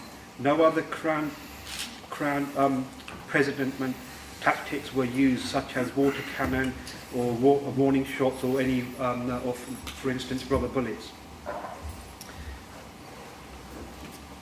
Another incident, 18th of January 2011, 24-year-old Shaminder Singh Shira was illegally detained by police and was subjected to severe torture for 18 days. High Court cleared him of all terrorism-related charges and ordered action against the police officers was attacked by a gang of masked men who beat him to death, leaving the investigation and action against the police at a standstill. Another incident, another killing, 14th of February 2012. Galwant Singh, an inmate at Central Amritsar Jail, passed away after sustaining severe burns caused by a suspicious fire in his jail cell. He was admitted to Guru Nanak Dev Ji Hospital in critical condition after surviving 50% burns injuries and major damage to his vital organs. Another case on the 19th of January 2012, this year, again a 17-year-old Veer Singh was picked up from his home by police on 8th of January and his body was dropped off at the hospital the next morning. His family alleged he was picked up, tortured, killed by police, although the statement was refused to further investigation in the case. Again, another incident, 7th of March 2011, Sonjit Singh was arrested for alleged terrorist activities. A week later, various news outlets reported his death under mysterious circumstances. The police officer tried calming Sonjit Singh, hung himself with a small turban from an 8-foot ceiling cell. this against was this again was stated that was killed by result of the police torture.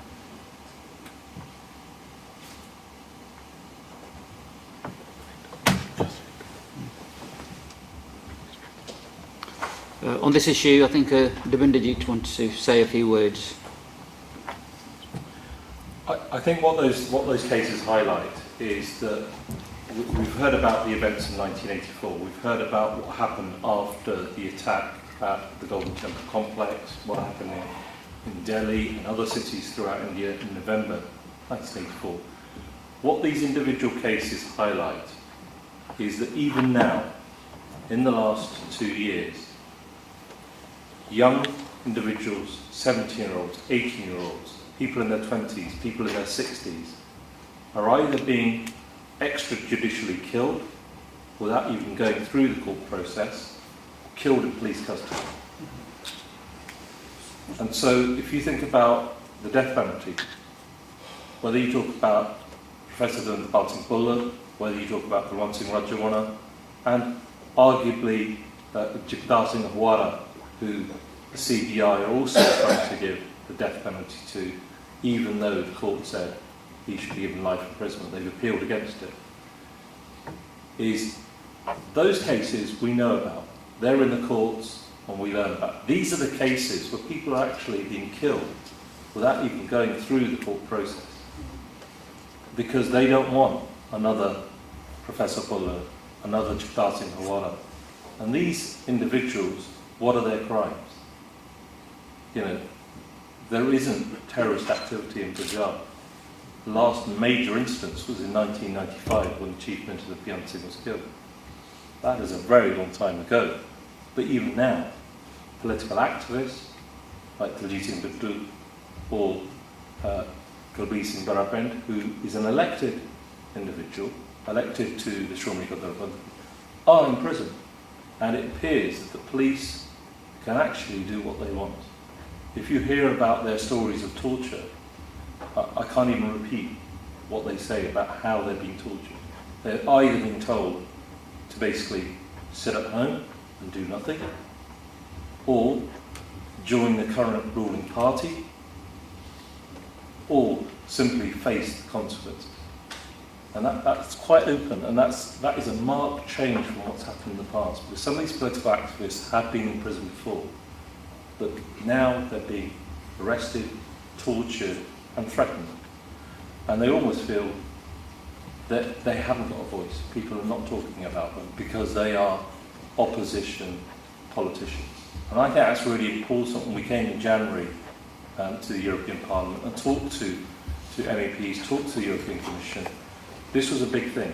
If there are people who are actively engaging in politics in Punjab, this is the way they can be treated. What hope is there for those 17, 18-year-olds, those people that are in their 60s? There are numerous other cases. This is just an example of a handful of cases. There was a 95-year-old who, in an infamous bank robbery case of Ludhiana many years ago, that 95-year-old was sentenced to 10 years imprisonment. And this was literally around 6 or 7 months ago. And a number of other people were also sentenced to 10 years imprisonment, some in the 70s, some in the 60s. And Dr. Asar Singh, from People Saw Him, last week he was attacked in prison. And this was played out in our media. So we have the Sikh channel here. Sikh channel interviewed Dr. Asar Singh. And I think that is the big thing that a lot of politicians across Europe need to know. In the 1980s, we heard about these things. Now you have social media, you have YouTube, you have these channels. They're bringing these cases into people's homes. And more ordinary Sikhs, perhaps people like me that were born in England, are actually saying, this is still going on now. So I think these cases are very powerful in their own right and highlight that they're not as high profile as Professor Bhullar or Balwant Singh Rajawala or Jagtar Singh Ahwara, but these are individuals that are no longer with us because the police and the courts are just turn a blind eye.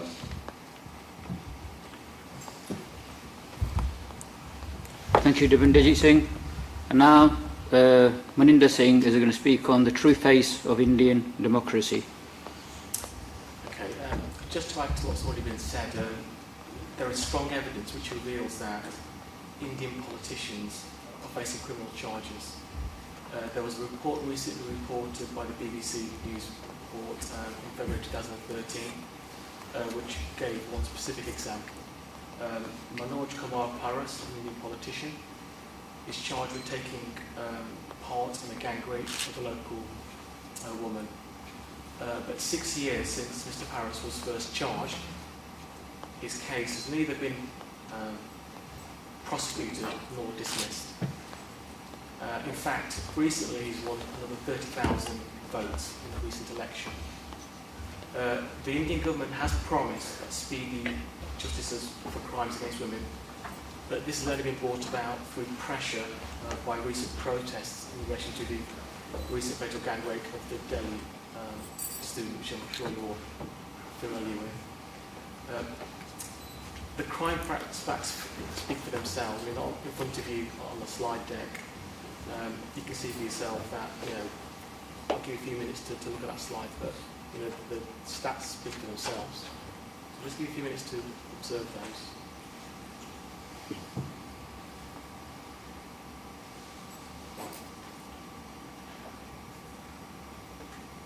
Okay, so one major issue we have in India is that however serious the charge is, as long as a politician is not convicted, he or she can stay in office under the Indian law. They are helped by the overlocated justice system, where even minor cases can drag on for years. According to the Association for Democratic Reforms, a Delhi-based campaign group, they say politicians can actually use their position to delay their cases, not just for years, but for decades and decades. Today you've heard numerous examples of how India's judicial system has actually failed. The Indian judicial system is dysfunctional, in my view. There's a massive backlog of cases. For instance, the Delhi High Court has revealed a backlog of 466 years. So almost 500 years, cases of backlog. That's how slow the system is. A country-wide study recently conducted by the Centre for Media Studies found that a very high 70% of respondents believe that the Indian judiciary system is actually corrupt. So 77% of people are saying that the system is corrupt.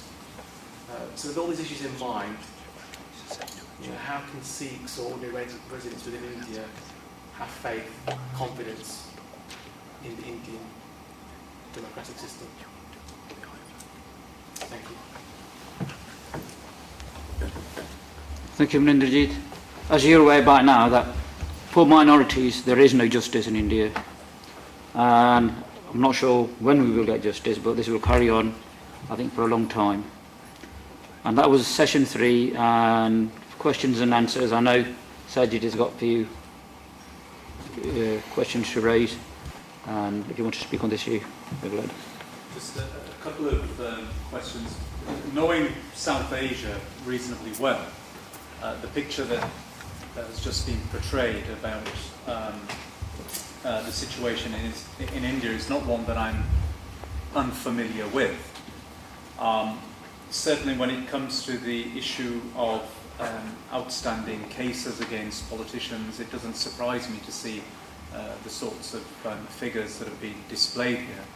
I think it goes without saying, really, that anybody who knows how politics is conducted in that part of the world knows all about the basis upon which a lot of charges can be brought against many people, a lot of the times without any real substantial basis. And it's quite often the case that politicians find themselves facing cases when they are out of office, but when they come back into office, of course, those cases remain in play, so to speak. Incredibly inefficient judicial systems without a shadow of a doubt, and indeed corruption exists as well. But then to take that as a broad sweep to try and make an argument that any of these South Asian states in themselves based upon these particular findings is unfunctional or not democratic. It is quite a large leap to make. There's certainly huge room for improvement, but I think one should always maintain a sense of balance when it comes to portraying the situation in this way. We've got another MEP. Just to interrupt, Saj was drawing breath. We've got another MEP has arrived, and as you see, they're busy, and they come and they go. So would you like, I know who you are, but not everybody does, would you like to just introduce yourself and say whatever you'd like to say? Thank you very much, Mr. Chairman. I'm sorry I can't be here for very long with you today. My name is Anthea McIntyre. I'm an MEP from the West Midlands. I've had many communications from the Sikh community, and one of the particular issues that I have been concerned with has been the death penalty and our opposition to it, particularly the feeling of the Parliament has always been opposed to it. I'm a member of the European Parliament's delegation for relations with India, and I was on the delegation this year which visited both Delhi and Kolkata. And I did take the opportunity of meetings with government ministers in Delhi, particularly to raise this question and to say how much we deplored the fact that the moratorium seems to have been broken in recent months. The government position, as I understand it, was that there has never been a moratorium. It just happens that they haven't executed it. So we said, well, hang on a minute, there's been a de facto moratorium, and we think it's a great shame and deplorable that you have broken that. So I just really wanted to assure all of you that we do raise it. I also, and I think I'm not alone, other members of the delegation have written to the ambassador. It took a while to elicit a response, and it wasn't particularly helpful. But nevertheless, it is an issue that we continue to raise, and will continue to do so. I have to say, we had a very interesting visit, as always. I'm sure this was my first visit to India, and I appreciated the variety of meetings that we held.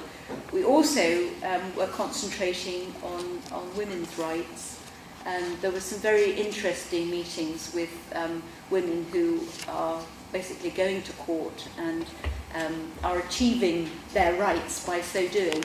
And the programs that they are following are backed by the European Union.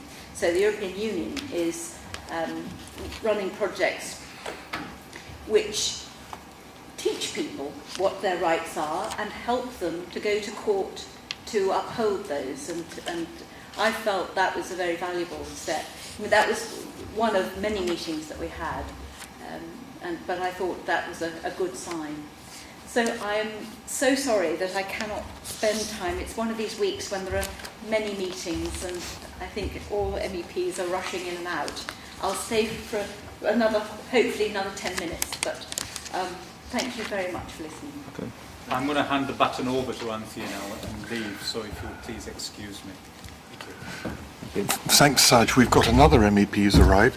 So far, you've had Labour, Conservative, Liberal. Now we've got the Greens are here. So, Jean, I know you, but would you like to tell everybody who you are?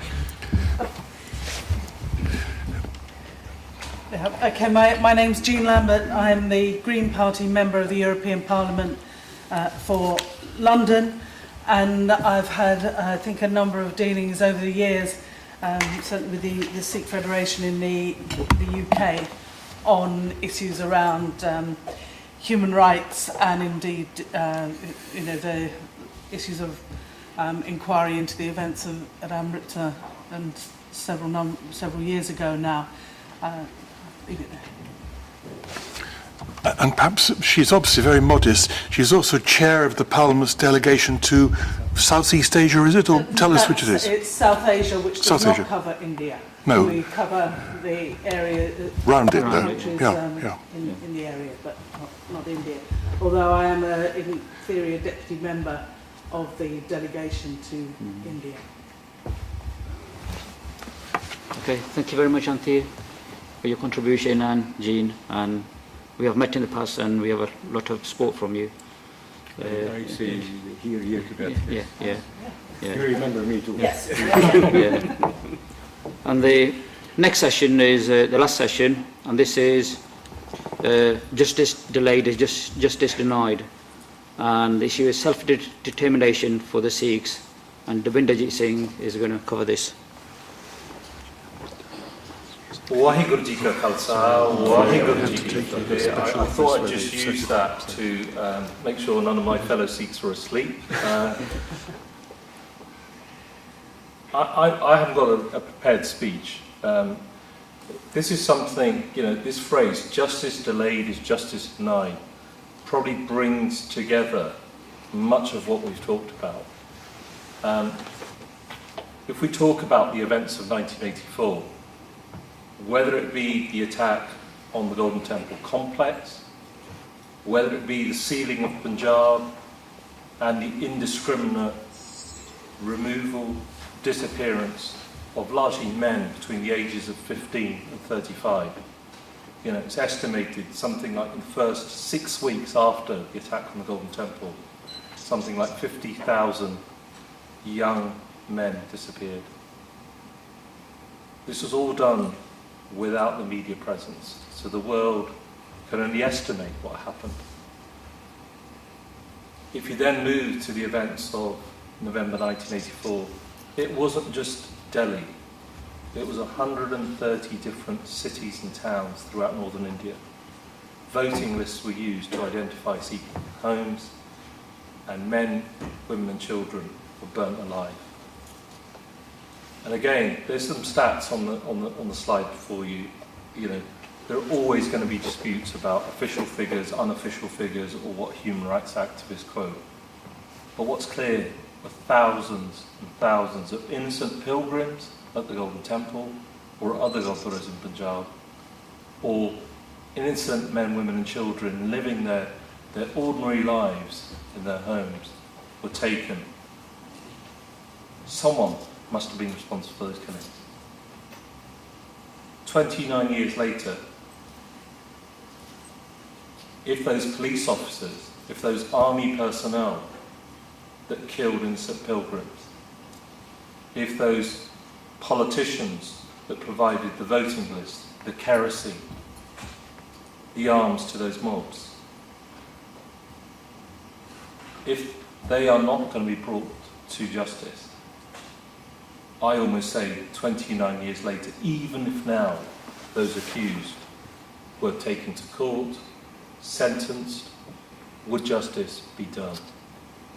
So if you're going to go with that phrase, justice delayed is justice denied, something we said on the 29th anniversary in London, where there were tens of thousands of Sikhs gathered as we gather every year.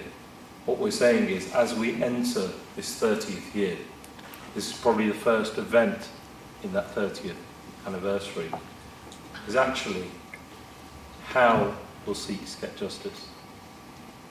30 years is a very long time for those widows, for those that have lost loved ones. I won't try and contradict what Saj said about politicians or the judicial system in India, but what's clear is if India wants to call itself the largest democracy, it's actually going backwards, whether it be the death penalty that you referred to. India has 1 in 6 of the entire population of the earth.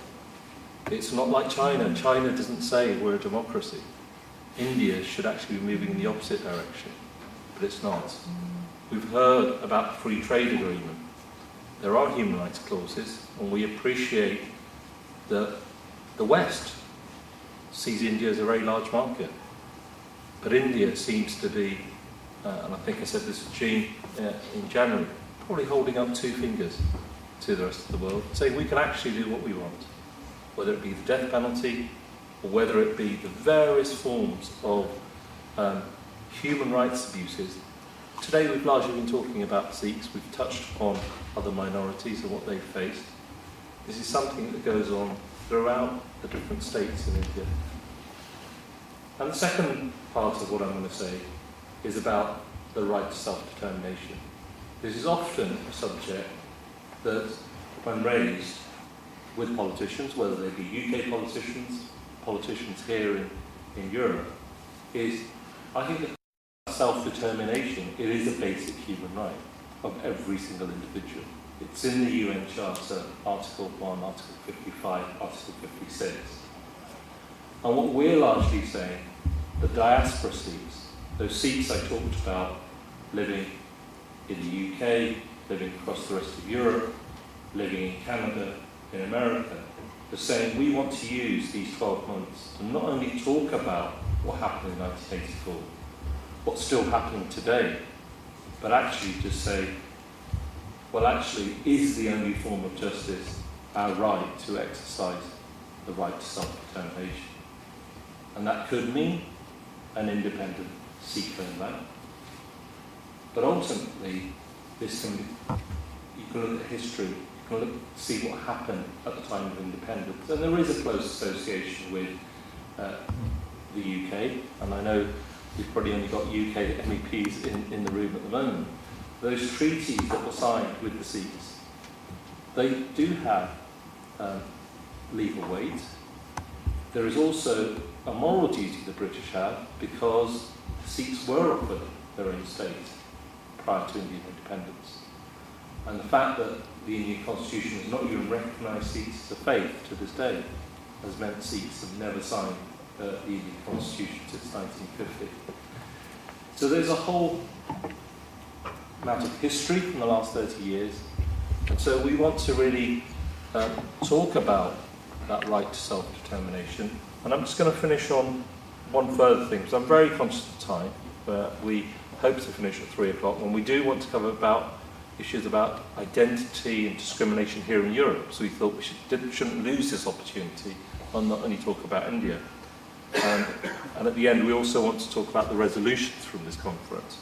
But the one thing I was going to say is, if you look back at the history of self-determination in the UN, in 1966, when the International Covenant was ratified, signed, India put down a reservation. It put down a limitation.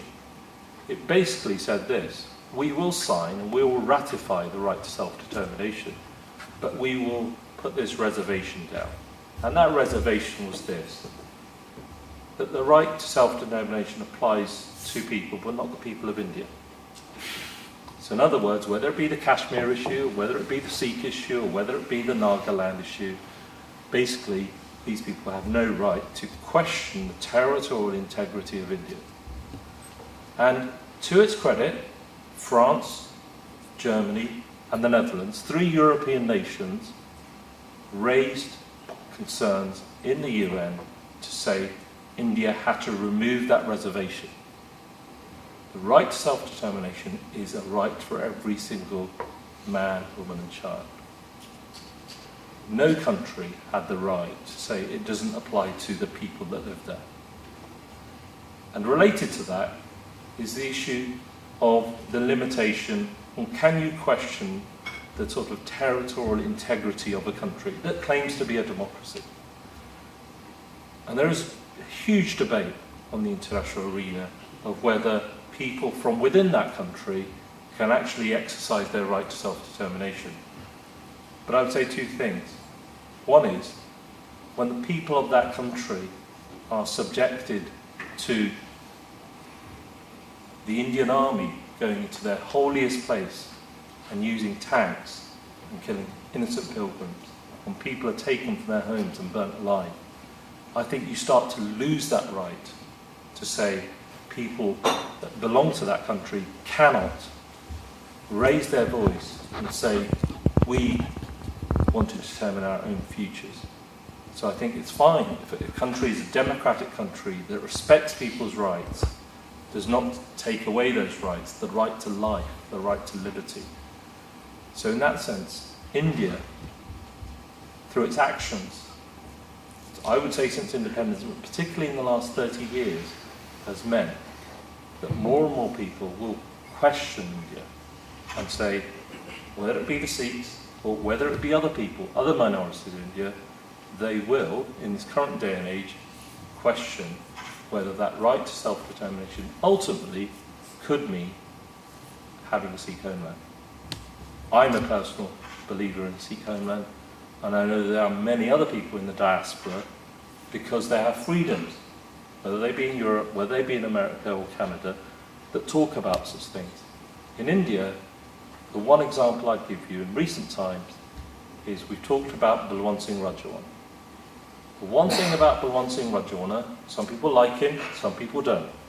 Some people say what he did was wrong, others say what he did was absolutely right. Because the one thing he did do is when he stood up and said, I don't believe in the judicial system of India, I did what I did, hang me. Ordinary people, particularly young people, took to the streets in Punjab. And they took that orange flag and they put it outside their homes. And anyone that went from the UK, and I know politicians from the UK went, people commented on it. I remember in a recent debate in the House of Parliament that one of the MPs from Birmingham said, the same thing, who was a member of the House of Lords who's passed away, he came back from Punjab and said something's changed. Ordinary people were saying here was an individual that stood up to the state. Then we had the events of Delhi and that vicious gang rape and killing. That again showed that India was quite fragile, that there is so much that's wrong in India about how women are treated, how minorities are treated, how the poor are treated, that India is not as stable as we think.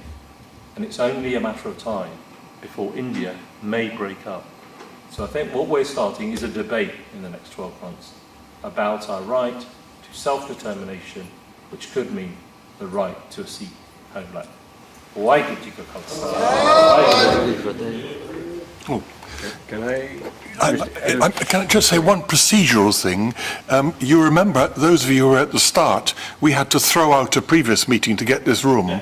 It's quite likely at 3 o'clock they will come and do that to us. So you mentioned a long agenda. I think you should work towards finishing it by 3 because we may suddenly be thrown out. I have both my official remark that I have to make and next. I have to keep short, and I have a short remark now.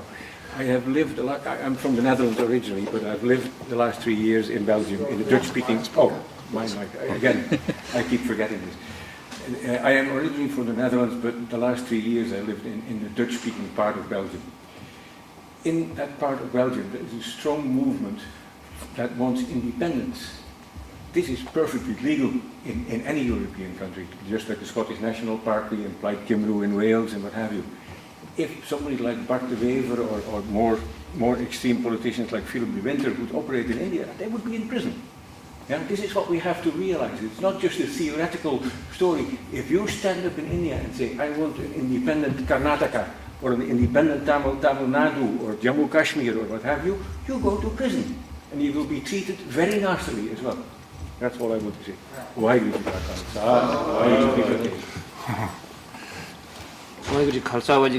I would just like to go back to what Dabinderji stated.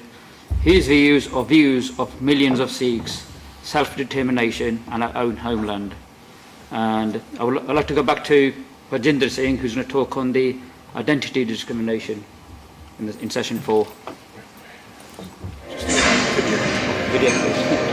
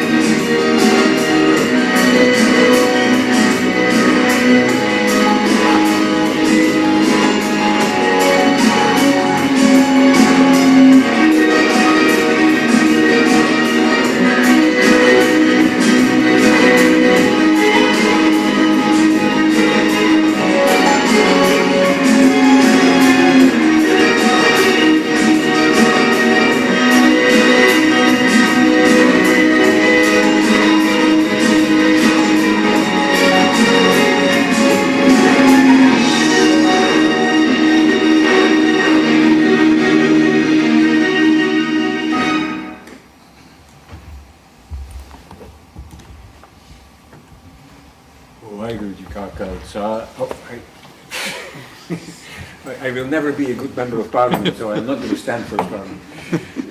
Oh, come on. You can do it. Every time I see that picture of the guy walking with the Gurgan Sahib on his head in front of the battalion, I get tears in my eyes. You know, I think that is such a beautiful picture. But that's not the subject that I want to speak to you about.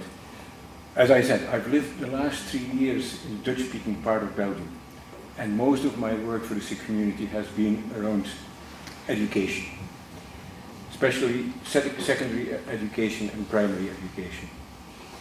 I'm not going to talk about the Walloon area or the Brussels area or the German-speaking area exclusively about what goes on in the Dutch-speaking area. In the Dutch-speaking area, you have, broadly speaking, two types of schools. One are the community schools, the government, if you want, and the other one are the free schools, which are mostly Roman Catholic schools.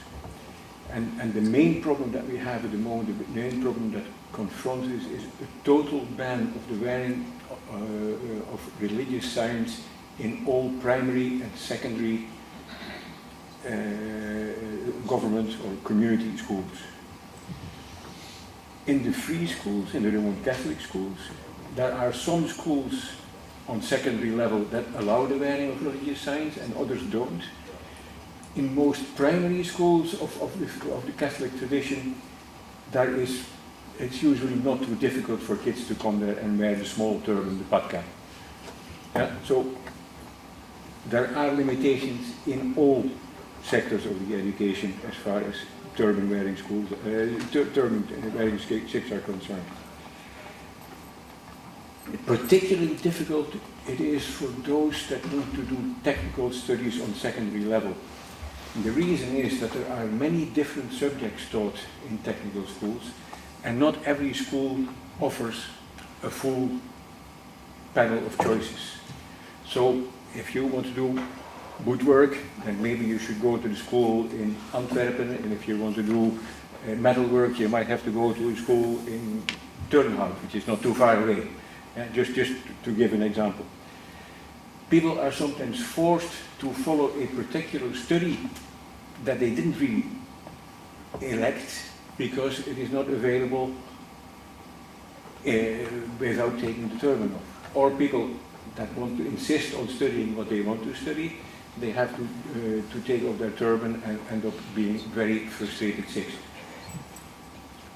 We have now brought an appeal with a coalition of groups, about 15 groups, including Muslims and various general organizations and also backed by a human rights organization, against the ban in the community schools with the Conseil d'État, or the Raad van State, which is like the administrative Supreme Court of this country.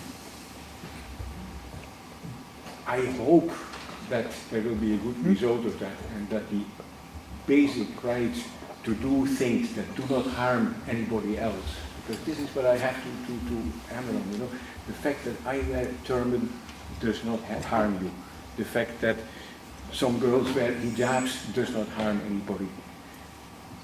It should be in a liberal country, and I don't mean liberal in the political sense of the word. I'm also a member of the same party as you. That's okay. But I mean in a general sense of the word, in a liberal democracy, it should be allowed to do those things that do not harm others. If somebody can prove to me that my turban harms other people, then I will immediately take it off, but they can't. There is also discrimination in the field of employment, but as time is short, I will leave it to this quick summary about the situation in education, which is really very frustrating for the Sikh community here. A lot of people know these days about the situation in France and discrimination on the grounds of wearing religious signs in France. The case of Belgium is not as widely known, and it is at least as bad as in France. Why do you think why do you think that? Why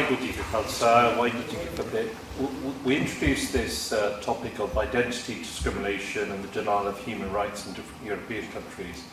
I think what Jiten Singh's done is highlighted a particular problem in Belgium that is often not talked about. But clearly the issue of the turban in France remains an issue. And I know the Sikh channel are here, and I know this programme will get broadcast across Europe. And I will say to my French brothers and sisters, they should be here now, but they're not. But it's our duty, as every Sikh's duty, to raise these issues, whether it be about France, whether it be about Belgium. Speaking to the Austrians, they were saying that Sikh children now born in Austria are not allowed to use the names of Singh and Kaur after their names. This, I think, might have been a problem in Germany, and people have found ways around that. You know, this is just, I would say, a basic right. You know, male Sikhs use the name Singh, female Sikhs use the name Kaur. To actually denied that right just seems ludicrous. We could talk about Italy. Sikhs here from Italy. You see an image there of the turban going through security. The fact that it wasn't so long ago, and it may still be happening, despite the change to the EU regulation on airport security, that still some airports are forcing Sikhs to remove their turban, or they're not being allowed to travel. So an element is education, an element of it is to change those regulations, which they have. So this is an issue that won't go away. And you may say, we've badged up this fourth session, one about justice delayed is justice denied and our right to self-determination in the homeland, and the second issue of identity discrimination. And what I say, and I have been saying for many years, particularly since 9/11, whether you're Sikhs in America, Canada, throughout Europe, even in the UK, increased identity discrimination did happen after 9/11. And unfortunately, people that are Indian nationals, and there are many Indian nationals in Europe, particularly mainland Europe, often can only turn to the Indian embassies and the consulates. And our bitter experience has been they are the last people you want to contact, because they don't always support Sikhs in their right to express their identity and have that freedom. In fact, I remember the very first time we came to the European Parliament, I remember meeting Nina Gill the night before our first large event here in the European Parliament. And she said, you'll be allowed to wear your kirpan coming into Parliament, but it would be really helpful to have the names of those people coming. So we overnight got the names ready, sent them through. We got a phone call in the morning, and he said, unfortunately, somebody had been in contact with various people in the European Parliament to say Sikhs shouldn't be allowed to wear the kirpan, and there were UK MEPs that made it very clear that came from the Indian government and from the Indian ambassador here. Well, we were here to talk about what's happening in France. And we were being denied the right to enter Parliament, you know, at the courtesy of the Indian ambassador here. So what we say is that right to self-determination, the right to have our homeland, is actually intertwined with our very identity. Because if we did have our own embassies, I can assure you that those Sikh embassies would be talking to different governments. And therefore the diaspora Sikhs can actually see even benefits to themselves, wherever they live in the world. That if we had a Sikh homeland, we would have a choice. I'm going to stop there, because I know we will finish before 3 o'clock, and we need to get through the resolutions. Okay, thank you, Devinderji. Now I'll pass you back to Devinderji, and he's going to follow up with the conclusion and the conference resolutions.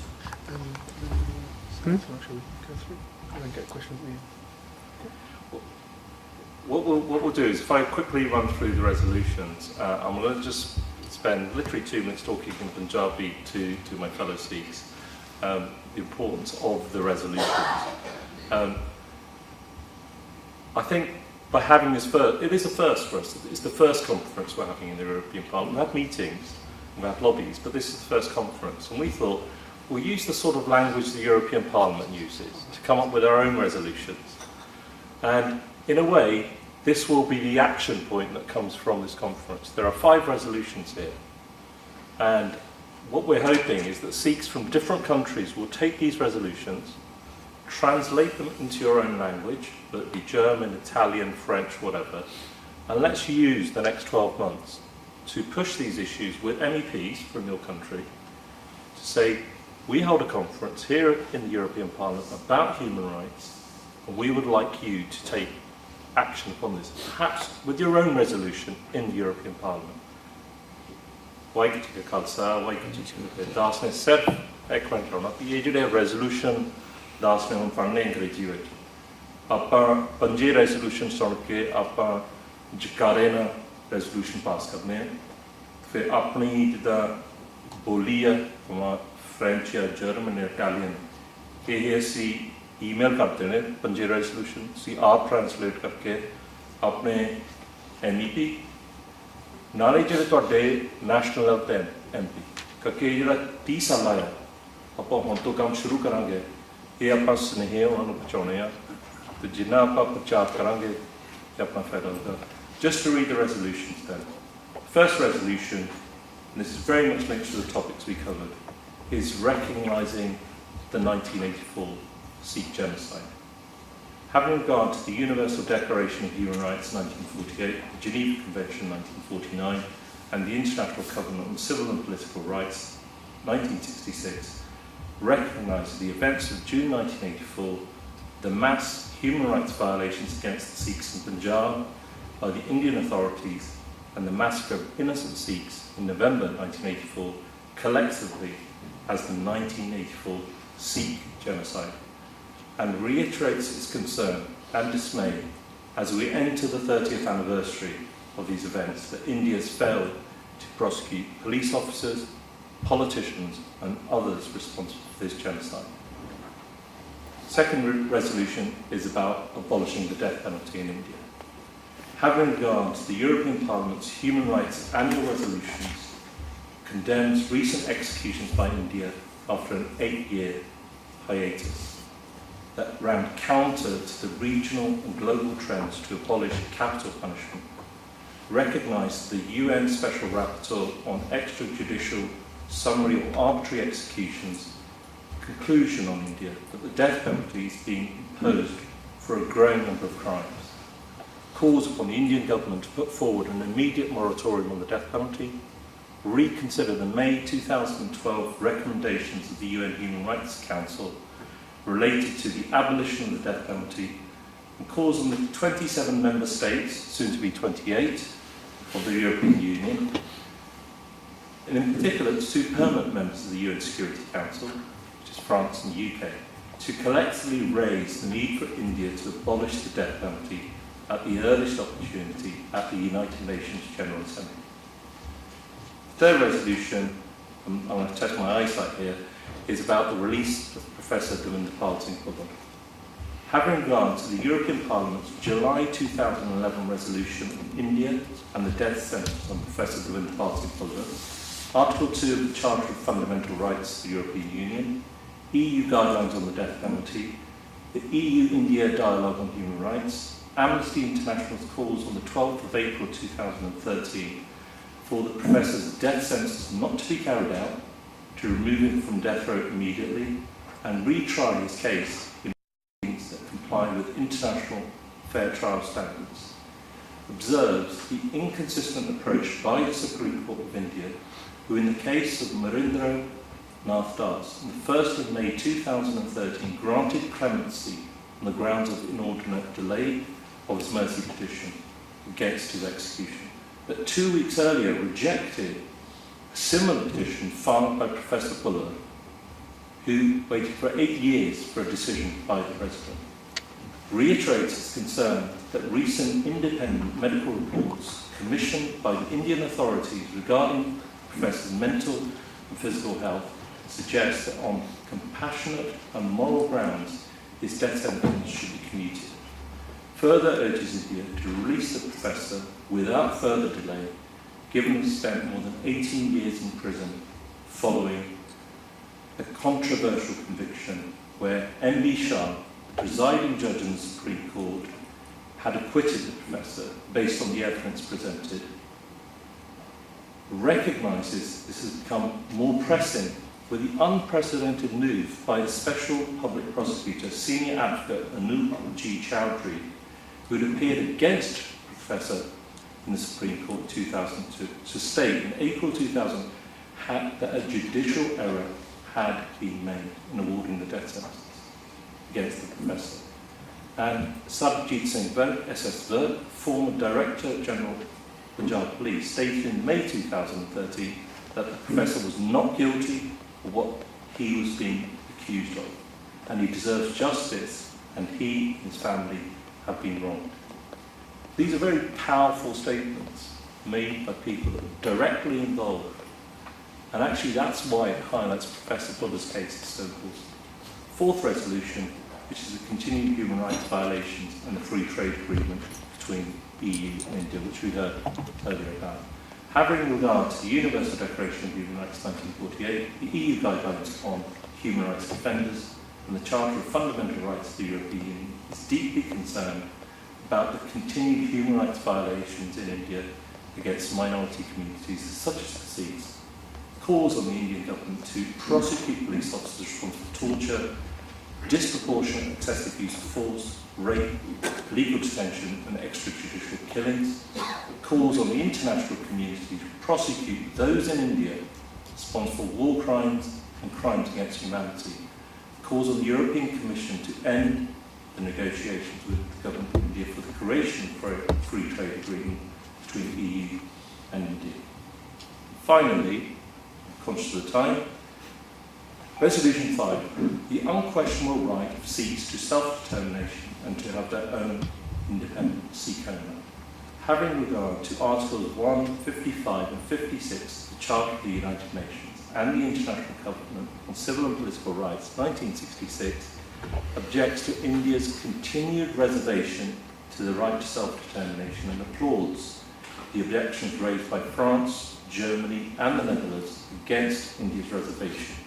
To reiterate, self-determination applies to all people.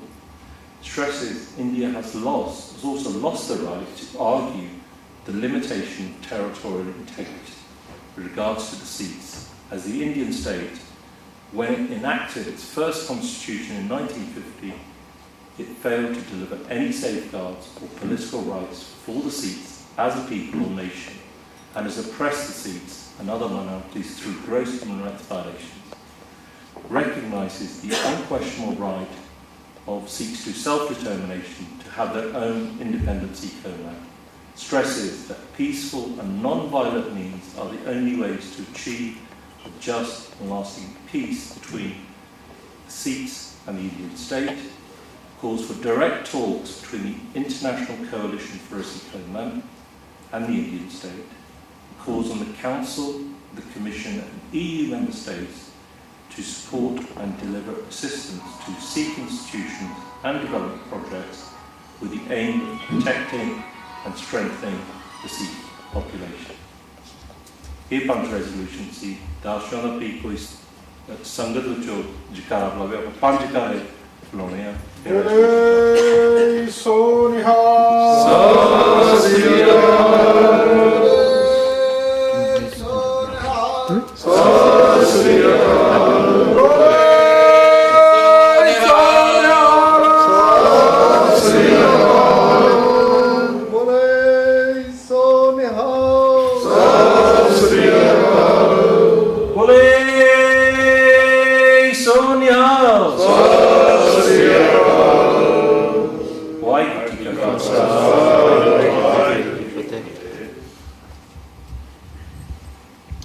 Thank you, Dubinderjit, for the resolutions. And we are coming to the last few minutes of the conference. And I would just like to say a few words to finalise it. Many MEPs have come and gone and spoke to us regarding the issues, but Bill has kindly stayed with us for the whole session. And I would like to, on behalf of the Sikh Federation and the Sikh community here, I would like to thank him for his contribution to the event. Bole Sonia! And I'd just like to hand over. Also, I would just like to say a big thank you to the Sikh channel who have come here to cover the conference, and I'm sure it will be shown in the very near future on channel 840 on Sky Digital. And I would just like to hand over to Sukhwinder Singh to say a few words. Waheguru Ji Ka Khalsa, Waheguru Ji Ki Fateh. Waheguru ji ਕਾ ਖਾਲਸਾ ਵਾਹਿਗੁਰੂ ਜੀ ਕੀ ਫਤਿਹ। ਰਾਸ਼ਟਰ ਤੋਂ ਸਾਰੇ ਮੇਰੇ ਵੀਰਾਂ ਦਾ ਜਿਹੜੇ ਸਾਰੇ European ਮੁਲਕਾਂ ਤੋਂ ਆਏ ਉਹਨਾਂ ਦਾ ਧੰਨਵਾਦ ਕਰਦੇ ਹਾਂ। ਜਿਹੜਾ ਆਪਣਾ ਮਸਲਾ ਕੌਮ ਦਾ ਪੰਥ ਦਾ ਇਸ਼ੂਜ਼ ਹੈਗੇ ਆ, ਕੋਈ ਇੱਕ ਜਥੇਬੰਦੀ ਬਿਲਕੁਲ ਨਹੀਂ ਕਰ ਸਕਦੀ। ਇਹ ਜਿਹੜੇ ਮਸਲੇ ਹੈਗੇ ਆਪਣੇ ਰਲ ਮਿਲ ਕੇ ਹੁੰਦੇ ਆ। ਆਪਾਂ ਨੂੰ ਇਹ ਨਹੀਂ ਮਨ ਸੋਚਣਾ ਚਾਹੀਦਾ ਵੀ ਕਿਹੜੀ ਜਥੇਬੰਦੀ ਜਾਂ ਕੌਣ ਕੀ ਕੰਮ ਕਰਦਾ, ਪਰ ਆਪਣੀ ਫੋਕਸ ਹੈ ਵੀ ਕਿਹੜਾ ਕੰਮ ਹੁੰਦਾ। ਜੇ ਆਪਾਂ ਸਾਰੀ ਆਪਣੀ ਜਿਹੜੀ ਐਨਰਜੀ ਆ ਫੋਕਸ ਆ ਇਹ 'ਤੇ ਦੇਖੀ ਵੀ ਜਿਹੜੀ ਮਾਝੀ ਜਥੇਬੰਦੀ ਜਿਹੜੀ ਮਾਝੀ ਸੰਸਥਾ ਜਿਹੜੀ ਕੌਮ ਦਾ ਕੰਮ ਕਰਦੀ ਆ, ਆਪਣੇ ਸਾਰਿਆਂ ਦਾ ਫਰਜ਼ ਬਣਦਾ ਆਪਾਂ ਉਹਦੀ ਸਪੋਰਟ ਕਰੀਏ, ਮਦਦ ਕਰੀਏ। ਪੁਰਾਤਨ ਸਮੇਂ ਵਿੱਚ ਆਪਾਂ ਨੂੰ ਇਹ ਹੁੰਦਾ ਸੀ ਵੀ ਜੇ ਫਲਾਣੀ ਜਥੇਬੰਦੀ ਕਰਦੀ ਜਾਂ ਉਹ ਕਰਦੀ ਅਸੀਂ ਨਹੀਂ ਆਉਣਾ, ਪਰ ਗੁਰੂ ਦੀ ਕਿਰਪਾ ਦੇ ਨਾਲ ਜਿੰਨਾ ਆਪਣਾ ਪਿਆਰ ਮੁਹੱਬਤ ਯੂਰਪ ਦੇ ਵਿੱਚ ਆ ਸਾਰੀ ਜਥੇਬੰਦੀ ਦੀਆਂ ਸਾਰੇ ਗੁਰੂ ਘਰਾਂ ਦਾ, ਸਤਿਗੁਰੂ ਮੋਰੇ ਇਹ ਅਰਦਾਸ ਆ ਵੀ ਇਸ ਤਰ੍ਹਾਂ ਸਾਡਾ ਪਿਆਰ ਮੁਹੱਬਤ ਰੱਖੇ। ਇਹ ਆਪਾਂ ਫੋਕਸ ਕਰੀਏ। ਜਿਹੜੀ ਮਾਝੀ ਜਥੇਬੰਦੀ ਜਿਹੜੀ ਮਾਝੀ ਇੰਸਟੀਟਿਊਸ਼ਨ ਜੇ ਕੌਮ ਦਾ ਕੰਮ ਕਰਦੇ ਆ, ਆਪਣੇ ਸਾਰਿਆਂ ਦਾ ਫਰਜ਼ ਬਣਦਾ ਰਲ ਮਿਲ ਕੇ ਉਹਨਾਂ ਦੀ ਸਪੋਰਟ ਕਰੀਏ।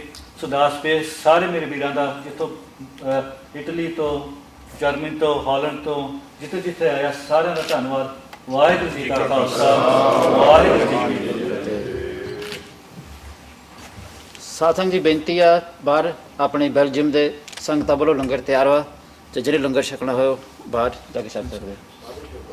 ਸੋ ਜਿੱਦਾਂ ਹੋ ਗਿਆ ਬੇਨਤੀ ਇਹ ਹੈਗੀ ਵੀ ਜਿੱਦਾਂ ਤਕਰੀਬਨ ਆਪਣੇ ਜਿੰਨੀਆਂ ਵੱਖ-ਵੱਖ ਜਥੇਬੰਦੀਆਂ ਗੁਰੂ ਘਰ ਸਿੰਘ ਆਏ ਆ ਵੀ ਆਪਾਂ ਜਿਹੜਾ ਬਿਆਨ ਵੀ ਕੋਈ ਦੇਣਾ ਵਾ ਆਪਾਂ ਮਗਰੋਂ ਬਹਿ ਕੇ ਸਾਰੇ ਇਕੱਠੇ ਕਰਕੇ ਇੱਕ ਪੱਕਾ ਇਕੱਠਾ ਬਿਆਨ ਦੇਈਏ ਵੀ ਅੱਜ ਦਾ ਜਿਹੜੇ ਮਤੇ ਪਾਸ ਕੀਤੇ ਸੀਗੇ ਸਮੁੱਚੇ ਯੂਰਪ ਦੇ ਸਿੱਖ ਇਹਦੀ ਇੱਕ ਜਥੇਬੰਦੀ ਠੀਕ ਆ ਜਥੇਬੰਦੀ ਨੇ ਕੰਮ ਕੀਤਾ, ਪਰ ਜਿਹੜਾ ਰੈਜ਼ੋਲੂਸ਼ਨ ਵਧੇ ਆ ਇਹ ਸਮੁੱਚੀ ਕੌਮ ਦੇ ਆਪਣੇ ਪੰਥ ਦੇ ਆ।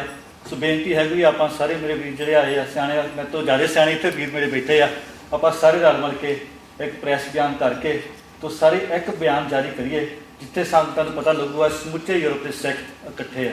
ਵਾਹਿਗੁਰੂ ਜੀ ਕਾ ਖਾਲਸਾ ਵਾਹਿਗੁਰੂ ਜੀ ਕੀ ਫਤਿਹ। Phil, do you want to say a few words? No. I'm asked if I want to say anything. I'm sure you've been sitting there on hard seats for a long time and would like to stand up. So I just want to say thank you all for coming. I think this was fascinating. It's why I wanted to say and listen to everything. And personally, I wish you a very safe journey back home.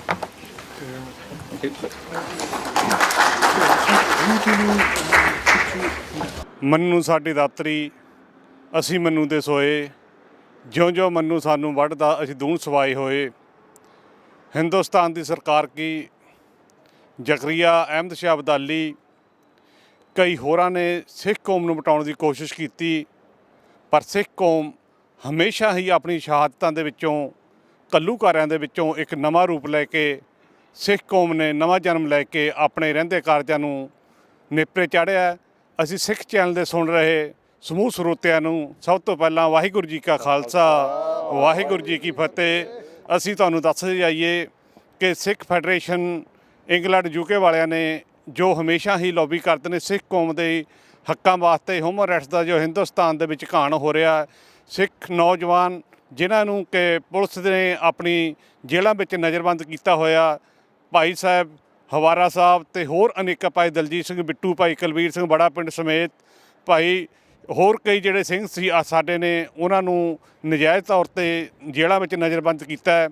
ਉਸ ਸਾਰੀ ਕਾਰਵਾਈ ਲਈ ਸਿੱਖ federation ਦੇ ਜੋ UK ਦੇ ਭਾਈ ਦਵਿੰਦਰਜੀਤ ਸਿੰਘ ਜੀ ਜੋ ਬੜੀ ਲੰਬੇ ਸਮੇਂ ਤੋਂ ਜੱਦੋਜਹਿਦ ਕਰਕੇ ਆਪਣੇ ਸਾਥੀਆਂ ਸਮੇਤ ਹਮੇਸ਼ਾ ਹੀ 2, 3 ਜਾਂ 4 ਇਹ ਤੋਂ ਵੱਧ ਵੀ ਲੌਬੀਆਂ ਉਹ ਯੂਰਪ ਦੀ ਪਾਰਲੀਮੈਂਟ ਵਿੱਚ ਕਰਦੇ ਨੇ।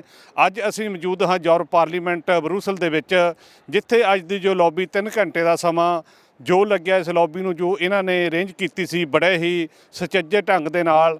ਵਿਦੇਸ਼ਾਂ ਦੇ ਵਿੱਚੋਂ Italy, German, France, Holland, Belgium ਦੂਰ ਦੂਰ ਤੋਂ ਸੰਗਤਾਂ ਦੇ ਨੁਮਾਇੰਦੇ, ਸਿੱਖ ਕੌਮ ਦੇ ਨੁਮਾਇੰਦੇ, ਇੰਗਲੈਂਡ ਤੋਂ ਵੀ ਤਕਰੀਬਨ 12-13 ਸਿੰਘ ਜੋ ਇਸ ਲੌਬੀ ਵਿੱਚ ਮੌਜੂਦ ਸਨ। ਪਹੁੰਚੇ ਨੇ। ਸਾਰਿਆਂ ਦਾ ਜਿੱਥੇ ਅਸੀਂ ਚੱਲਿਆ ਇੱਕ ਕਦਮ ਸਾਡੇ ਸਿਰ ਮੱਥੇ ਹੈ, ਉੱਥੇ ਉਚੇਚੇ ਤੌਰ 'ਤੇ ਅਸੀਂ ਧੰਨਵਾਦ ਕਰਦੇ ਹਾਂ ਭਾਈ ਦਵਿੰਦਰਜੀਤ ਸਿੰਘ ਉਹਨਾਂ ਦਾ, ਜਿਹੜੇ ਕਿ ਸਿੱਖ ਕੌਮ ਦੇ ਮਸਲੇ ਨੂੰ ਬੜੀ ਸੰਜੀਦਗੀ ਅਤੇ ਸਹਿਰਦਤਾ ਦੇ ਨਾਲ ਉਹ ਸਾਰਿਆਂ ਨੂੰ ਲੈ ਕੇ ਸਿੱਖ ਕੌਮ ਦੇ ਮਸਲਿਆਂ ਨੂੰ ਵਿਦੇਸ਼ਾਂ ਵਿੱਚ ਬੈਠ ਕੇ ਹਿੰਦੁਸਤਾਨ ਦੀ ਉਹ ਅੰਨੀ ਕਾਣੀ ਬੋਲੀ ਸਰਕਾਰ ਜਿਹੜੀ ਹੈ ਉਹਦੇ ਕੰਨਾਂ ਤੱਕ ਆਵਾਜ਼ ਪਹੁੰਚਾਉਂਦੇ ਹਨ। ਉਹਨਾਂ ਦਾ ਅਸੀਂ ਤਹਿ ਦਿਲੋਂ ਧੰਨਵਾਦੀ ਹਾਂ, ਸਮੁੱਚੀ ਟੀਮ ਦਾ। ਅੱਜ ਅਸੀਂ ਗੱਲ ਕਰਨੀ ਚਾਹਾਂਗੇ ਕਿ ਥੋੜ੍ਹੇ ਸਮੇਂ ਦੇ ਵਿੱਚ ਜੋ ਅੱਜ ਯੂਰਪ ਪਾਰਲੀਮੈਂਟ ਦੇ ਵਿੱਚ ਕਿਹੜੇ MP ਆਏ, ਕੀ ਹੋਇਆ। ਸਭ ਤੋਂ ਪਹਿਲਾਂ ਅਸੀਂ ਫਤਿਹ ਬੁਲਾਉਂਦੇ ਹਾਂ ਭਾਈ ਦਵਿੰਦਰਜੀਤ ਸਿੰਘ ਨੂੰ। ਭਾਜੀ ਵਾਹਿਗੁਰੂ ਜੀ ਕਾ ਖਾਲਸਾ, ਵਾਹਿਗੁਰੂ ਜੀ ਕੀ ਫਤਿਹ। ਜੋ ਅੱਜ ਲੌਬੀ ਸਿੱਖ ਫੈਡਰੇਸ਼ਨ ਵੱਲੋਂ ਕੀਤੀ ਗਈ ਹੈ, ਸਮੁੱਚੀਆਂ ਸਿੱਖ ਸੰਗਤਾਂ, ਪੰਥਕ ਜਥੇਬੰਦੀਆਂ ਅਤੇ ਗੁਰਦੁਆਰਾ ਸਹਿਯੋਗ ਦੇ ਨਾਲ, ਅਤੇ ਉਹ ਅੱਜ ਦੀ ਸਾਨੂੰ ਸੰਗਤਾਂ ਨੂੰ ਇਹ ਦੱਸੋ ਵੀ ਕਿੰਨੇ ਕੁ MP ਜਿਹੜੇ ਇੱਥੇ ਪਹੁੰਚੇ ਨੇ, ਕਿਹੜੇ ਕੰਟਰੀਆਂ ਦੇ ਪਹੁੰਚੇ ਨੇ, ਕਿਹੜੇ ਵਿਸ਼ਿਆਂ ਤੁਸੀਂ ਗੱਲ ਕੀਤੀ ਹੈ, ਕਿਹੜੇ ਆਪਾਂ ਨੂੰ ਉੱਥੋਂ ਕੋਈ ਅਸਾਰ ਮਿਲੇ ਨੇ, ਕੋਈ ਆਸ ਮਿਲੀ ਆ, ਅਗਲਾ ਤੁਹਾਡਾ ਪ੍ਰੋਗਰਾਮ ਕੀ ਆ, ਸਾਰਾ ਕੁਝ ਤੁਸੀਂ ਵਿਸ਼ੇਸ਼ ਇਸ ਸਮਾਗਮ ਦੇ ਵਿੱਚ ਜੋ ਅੱਜ ਆਪਾਂ ਕਰ ਰਹੇ ਹਾਂ ਉਹਦੇ ਵਿੱਚ ਚਾਨਣਾ ਪਾਓ ਜੀ। ਭਾਈ ਜਿਹੜਾ ਅੱਜ ਇੱਥੇ ਕਾਨਫਰੰਸ ਹੋਈ ਹੈ, ਪਹਿਲੀ ਵਾਰ ਯੂਰਪੀਅਨ ਪਾਰਲੀਮੈਂਟ ਵਿੱਚ ਸਿੱਖਾਂ ਵੱਲੋਂ ਕਾਨਫਰੰਸ ਕੀਤੀ ਗਈ। ਜਿਹੜਾ ਸਿੱਖ ਫੈਡਰੇਸ਼ਨ UK ਦਾ ਰੋਲ ਸੀ ਉਹ ਸਿਰਫ ਆਰਗੇਨਾਈਜ਼ ਕਰਨ ਦਾ ਸੀ ਜੀ, ਕਰਕੇ ਸਿੱਖ ਫੈਡਰੇਸ਼ਨ UK ਹਰ ਦੇਸ਼ ਵਿੱਚ ਬੈਠੀ ਨਹੀਂ ਗਈ। ਉੱਥੇ ਸਾਨੂੰ ਸੰਯੋਗ ਚਾਹੀਦਾ ਹਰ ਜਥੇਬੰਦੀ ਦਾ, ਹਰ ਗੁਰੂ ਘਰ ਦਾ, ਹਰ ਸਿੱਖ ਦਾ ਜੀ, ਕਿਉਂਕਿ ਸਾਂਝੇ ਮਸਲੇ ਆ। ਅਤੇ ਜਿਹੜੇ ਆਪਾਂ ਇਹ ਕਾਨਫਰੰਸ ਦਾ ਕਹਿ ਲਓ ਮਨੁੱਖੀ ਅਧਿਕਾਰਾਂ ਦਾ ਅਤੇ ਜਿਹੜਾ ਇੰਡੀਆ ਦੀ ਡੈਥ ਪੈਨਲਟੀ ਦੀ ਗੱਲ ਦੀ, ਉਹ ਆਪਾਂ ਚੇਚੇ ਤੌਰ 'ਤੇ ਕਰਨੀ ਸੀ ਜੀ। ਅਤੇ ਇਹ ਜਿਹੜਾ 3 ਘੰਟਿਆਂ ਦਾ ਆਪਣਾ ਸਮਾਂ ਸੀ, ਤੁਸੀਂ ਆਪ ਹੀ ਸਿੱਖ ਚੈਨਲ ਵਿੱਚ ਦੇਖ ਲਓਗੇ ਵੀ ਕਿਹੜੇ ਉੱਥੇ ਪੋਲੀਟੀਸ਼ਨ ਆਏ ਸੀ। ਤਕਰੀਬਨ 10-12 MEP ਬੋਲ ਕੇ ਗਏ ਆ, ਜਿਹੜੇ ਬਾਹਲੇ UK ਤੋਂ ਸੀ। ਪਰ ਖੁਸ਼ੀ ਦੀ ਗੱਲ ਆ ਵੀ ਪਹਿਲੀ ਵਾਰ ਮੈਨੂੰ ਇਟਲੀ ਤੋਂ ਵੀ 2 MEP ਜਿਨ੍ਹਾਂ ਕੋ ਥੋੜ੍ਹਾ ਅੰਗਰੇਜ਼ੀ ਬੋਲਦੇ ਸੀ, ਪਰ ਫਿਰ ਵੀ ਇੱਥੇ ਦੇ ਇਟਲੀ ਦੇ ਸਿੰਘਾਂ ਨਾਲ ਉਹ ਸੰਪਰਕ ਕਰਕੇ ਗਏ ਆ। ਇੱਦਾਂ ਹੀ ਹੋ ਸਕਦਾ ਵੀ ਹਰ MEP ਹਰ ਦੇਸ਼ ਵਿੱਚੋਂ ਉਹਨਾਂ ਨੂੰ ਇਸ ਕਾਨਫਰੰਸ ਬਾਰੇ ਪਤਾ ਜ਼ਰੂਰ ਸੀ, ਕਿਉਂਕਿ ਉਹਨਾਂ ਨੂੰ ਜਾਣਕਾਰੀ ਭੇਜੀ ਗਈ ਸੀ। ਅਤੇ ਜਿਹੜੇ ਉੱਥੇ ਆਪਾਂ 4 ਸੈਸ਼ਨ ਕੀਤੇ ਸੀ। ਪਹਿਲਾ ਸੈਸ਼ਨ ਸੀ ਵੀ ਜੋ ਕੁਛ ਸਿੱਖਾਂ ਨਾਲ ਜੂਨ 1984 ਅਤੇ ਨਵੰਬਰ 1984 ਵਿੱਚ ਹੋਇਆ ਸੀ, ਆਪਣਾ ਫਰਜ਼ ਬਣਦਾ ਸੀ ਵੀ ਹੁਣ ਆਪਾਂ 30 ਸਾਲਾਂ ਵਿੱਚ ਸ਼ੁਰੂ ਹੋ ਗਿਆ ਵੀ ਆਪਾਂ ਸਾਂਝੇ ਤੌਰ 'ਤੇ ਸਿੱਖ ਜਿੱਥੇ ਵੀ ਬੈਠੇ ਆ, ਭਾਵੇਂ ਯੂਰਪ 'ਚ ਬੈਠੇ ਆ, ਬਾਹਰਲੇ ਦੇਸ਼ਾਂ 'ਚ ਜਿੱਥੇ ਵੀ ਬੈਠੇ ਆ, ਵੀ ਆਪਾਂ ਇੱਕ ਸਾਲ ਲੋਕਾਂ ਨੂੰ ਦੱਸੀਏ, ਨੌਨ ਸਿੱਖਾਂ ਨੂੰ ਦੱਸੀਏ ਵੀ ਸਾਡੇ ਨਾਲ 30 ਸਾਲ ਬਾਅਦ ਆਪਾਂ ਕਿੱਥੇ ਖੜ੍ਹੇ ਆ। ਜਿਹੜਾ ਦੂਸਰਾ ਮਸਲਾ ਸੀ ਉਹ ਸੀਗਾ ਡੈਥ ਪੈਨਲਟੀ ਦਾ, ਖਾਸ ਤੌਰ 'ਤੇ ਜਿਹੜਾ ਪ੍ਰੋਫੈਸਰ ਦਵਿੰਦਰਪਾਲ ਸਿੰਘ ਭੁੱਲਰ ਦਾ ਕੇਸ ਆ, ਕਿਉਂਕਿ ਉਹ ਮੈਨੂੰ ਇਹ ਘਰ ਜਿਹੜੇ ਦਰਸ਼ਕ ਸਿੱਖ ਚੈਨਲ ਨੂੰ ਦੇਖਦੇ ਉਹਨਾਂ ਨੂੰ ਪਤਾ ਪ੍ਰੋਫੈਸਰ ਦਵਿੰਦਰਪਾਲ ਸਿੰਘ ਭੁੱਲਰ ਬਾਰੇ, ਪਰ ਸਿਰਫ ਸਿੱਖਾਂ ਨੂੰ ਨਹੀਂ ਪਤਾ। ਅਸੀਂ ਕਹਿੰਦੇ ਵੀ ਯੂਰਪ ਦੇ ਪਾਰਲੀਮੈਂਟ ਵਿੱਚ ਨਹੀਂ ਤਾਂ ਆਪਣੀਆਂ ਪਾਰਲੀਮੈਂਟ ਭਾਵੇਂ ਜਰਮਨ ਹੋਏ, ਭਾਵੇਂ UK, ਉੱਥੇ ਵੀ ਪੋਲੀਟੀਸ਼ਨਾਂ ਨੂੰ ਪਤਾ, ਕਿਉਂਕਿ ਪ੍ਰੋਫੈਸਰ ਭੁੱਲਰ ਇੱਥੋਂ ਯੂਰਪ ਤੋਂ ਵਾਪਸ 95 ਵਿੱਚ ਕੀਤਾ ਸੀ। ਤਾਂ ਉਹ ਵੀ ਐਮਨੈਸਟੀ ਇੰਟਰਨੈਸ਼ਨਲ, ਹੋਰ ਜਿਹੜੀਆਂ ਸੰਸਥਾ ਉਹਨਾਂ ਦੀਆਂ ਰਿਪੋਰਟਾਂ ਪੜ੍ਹਦੇ ਅਤੇ ਉਹ ਵੀ ਖਬਰਾਂ ਦੇਖਦੇ ਜੀ। ਉਹਦੇ ਬਾਰੇ ਵੀ ਕਾਫੀ MEP ਬੋਲ ਕੇ ਗਏ ਆ ਵੀ ਅਸੀਂ ਡੈਥ ਪੈਨਲਟੀ ਦੇ ਖਿਲਾਫ ਹਾਂ, ਕਿਉਂਕਿ 27 ਦੇ 27 ਮੁਲਕ ਡੈਥ ਪੈਨਲਟੀ ਦੇ ਖਿਲਾਫ ਆ ਜੀ। ਤੀਸਰਾ ਮਸਲਾ ਇਹ ਸੀ ਵੀ ਅਸੀਂ ਜੂਨ 1984 ਦੀ ਗੱਲ ਕਰੀਏ, ਨਹੀਂ ਤਾਂ ਉਹ ਸਿੰਘਾਂ ਦੀ ਗੱਲ ਕਰੀਏ, ਪ੍ਰੋਫੈਸਰ ਭੁੱਲਰ ਦੀ, ਬਲਵੰਤ ਸਿੰਘ ਰਾਜੋਆਣੇ ਦੀ, ਜਗਤਾਰ ਸਿੰਘ ਹਵਾਰੇ ਨੂੰ ਵੀ ਫਾਂਸੀ ਦੀ ਸਜ਼ਾ ਹੋ ਸਕਦੀ ਆ ਜੀ। ਪਰ ਜਿਹੜੀਆਂ ਸਿੱਖਾਂ ਨਾਲ ਪਿਛਲੇ 2 ਸਾਲਾਂ ਤੋਂ ਜਿਹੜੇ ਸਿੱਖਾਂ ਨੂੰ ਉੱਦਾਂ ਹੀ ਸ਼ਹੀਦ ਕੀਤਾ ਗਿਆ, ਆਪਾਂ ਜਸਪਾਲ ਸਿੰਘ ਦੀ ਗੱਲ ਲੈ ਲਓ, ਗੋਲੀ ਚਲਾ ਕੇ ਮਾਰਤਾ ਸੀ। ਸੋਹਣਜੀਤ ਸਿੰਘ ਦੀ ਗੱਲ ਕਰਦੇ ਵੀ ਉਹਨੂੰ ਜੇਲ੍ਹ ਵਿੱਚ ਉੱਦਾਂ ਹੀ ਝੂਠਾ ਕੇਸ ਬਣਾਤਾ ਵੀ ਉਹਨੂੰ ਫਾਂਸੀ ਉਹਨੂੰ ਉੱਥੇ ਦੇ ਦਿੱਤੀ, ਸੁਇਸਾਈਡ ਕਮਿਟ ਕਰਤਾ। ਵੀਰ ਸਿੰਘ ਦੀ ਗੱਲ ਕਰਦੇ ਹੈ, ਉਹ ਜਿਹੜੇ 5-6 ਕੇਸ ਸੀ ਉਹਦੇ ਵਿੱਚ ਸਿਰਫ ਇੱਥੇ ਦੇ ਪੋਲੀਟੀਸ਼ੀਅਨ ਨੇ ਦੱਸਣੇ, ਇਹ ਕਹਿੰਦੇ ਤੁਸੀਂ ਪੁਰਾਣੀਆਂ ਗੱਲਾਂ ਕਰਦੇ ਜੀ, ਪੁਰਾਣੀਆਂ ਗੱਲਾਂ ਅਸੀਂ ਹੁਣ ਦੀਆਂ ਗੱਲਾਂ ਕਰਦੇ ਹਾਂ। ਤਾਂ ਹੁਣ ਉਹ ਕਹਿੰਦੇ ਵੀ ਅਸੀਂ ਸਿੰਘਾਂ ਨੂੰ ਜੇਲ੍ਹ ਵਿੱਚ ਵੀ ਨਹੀਂ ਜਾਣਾ, ਤੇ ਜੇਲ੍ਹ ਵਿੱਚ ਵੀ ਲਗਾਇਆ ਸੀ ਉੱਥੇ ਹੀ ਖਤਮ ਕਰ ਦੇਣਾ। ਇਹ ਵੀ ਬਹੁਤ ਜ਼ਰੂਰੀ ਸੀ। ਅਤੇ ਨਾਲ ਜਿਹੜੀ ਅਖੀਰ ਵਿੱਚ ਭਾਈ ਜਿਹੜੀ ਬਹੁਤ ਜ਼ਰੂਰੀ ਗੱਲ ਸੀ ਉਹ ਸੀ ਵੀ 29 ਸਾਲ ਹੋ ਗਏ ਸਾਨੂੰ ਇਨਸਾਫ ਅੱਜ ਤੱਕ ਮਿਲਿਆ ਨਹੀਂ ਤੇ ਨਾ ਹੀ ਮਿਲਣਾ ਜੀ। ਸਿਰਫ ਤੇ ਸਿਰਫ ਸਾਨੂੰ ਤਾਂ ਜਸਟਿਸ ਮਿਲੂ ਜੇ ਸਿੱਖਾਂ ਦਾ ਵੱਖਰਾ ਘਰ ਹੋ। ਤਾਂ ਉਹਦੇ ਵਿੱਚ ਜਿਹੜੀ ਕਾਨਫਰੰਸ ਦੇ ਐਂਡ ਵਿੱਚ ਆਪਾਂ 5 ਰੈਜ਼ੋਲੂਸ਼ਨ ਰੱਖੇ ਸੀ ਜੀ। ਜਦੋਂ ਤੁਸੀਂ ਸਿੱਖ ਚੈਨਲ ਦਾ ਪ੍ਰੋਗਰਾਮ ਦੇਖੋਗੇ ਉਹ 5 ਰੈਜ਼ੋਲੂਸ਼ਨ ਅੰਗਰੇਜ਼ੀ ਵਿੱਚ ਪੜ੍ਹ ਕੇ ਸੁਣਾਏ ਗਏ ਸੀ। ਪਰ ਉਹ ਜਿਹੜੇ ਰੈਜ਼ੋਲੂਸ਼ਨ ਆ ਵੀ ਜਿੰਨੇ ਵੀ ਸਿੱਖ ਇੱਥੇ ਆਏ ਸੀ, ਨਹੀਂ ਤਾਂ ਸਿੱਖ ਯੂਰਪ, ਜਿੰਨੇ ਵੀ ਦਰਸ਼ਕ ਸਿੱਖ ਚੈਨਲ ਨੂੰ ਦੇਖਦੇ ਹੋਊਗੇ ਜੀ, ਅਸੀਂ ਕਹਿੰਦੇ ਜਿਹੜੀ ਮਰਜ਼ੀ ਮੁਲਕ ਵਿੱਚ ਬੈਠੇ ਹੋਣਗੇ, ਯੂਰਪ ਵਿੱਚ 27 ਮੁਲਕ ਆ, ਉਹਨਾਂ ਨੂੰ ਉਹ ਰੈਜ਼ੋਲੂਸ਼ਨ 5 ਰੈਜ਼ੋਲੂਸ਼ਨ ਲੈ ਕੇ ਆਪਣੀ ਬੋਲੀ ਵਿੱਚ ਟਰਾਂਸਲੇਟ ਕਰਕੇ ਆਪਣੇ ਸਰਕਾਰ ਦੇ ਪੋਲੀਟੀਸ਼ਨਾਂ ਨੂੰ ਅਤੇ ਇੱਥੇ ਜਿਹੜੇ ਉਹਨਾਂ ਦੇ MEP ਆ ਉਹਨਾਂ ਨੂੰ ਪਹੁੰਚਾਈਏ ਵੀ ਅਸੀਂ ਕਾਨਫਰੰਸ ਪਾਰਲੀਮੈਂਟ ਵਿੱਚ ਆਣ ਕੇ ਸਾਂਝੇ ਤੌਰ ਤੇ ਇਹ ਰੈਜ਼ੋਲੂਸ਼ਨ ਪਾਸ ਕੀਤੇ ਸੀ, ਜਕਾਰਿਆਂ ਨਾਲ ਉਹ ਪਾਸ ਕੀਤੇ ਗਏ।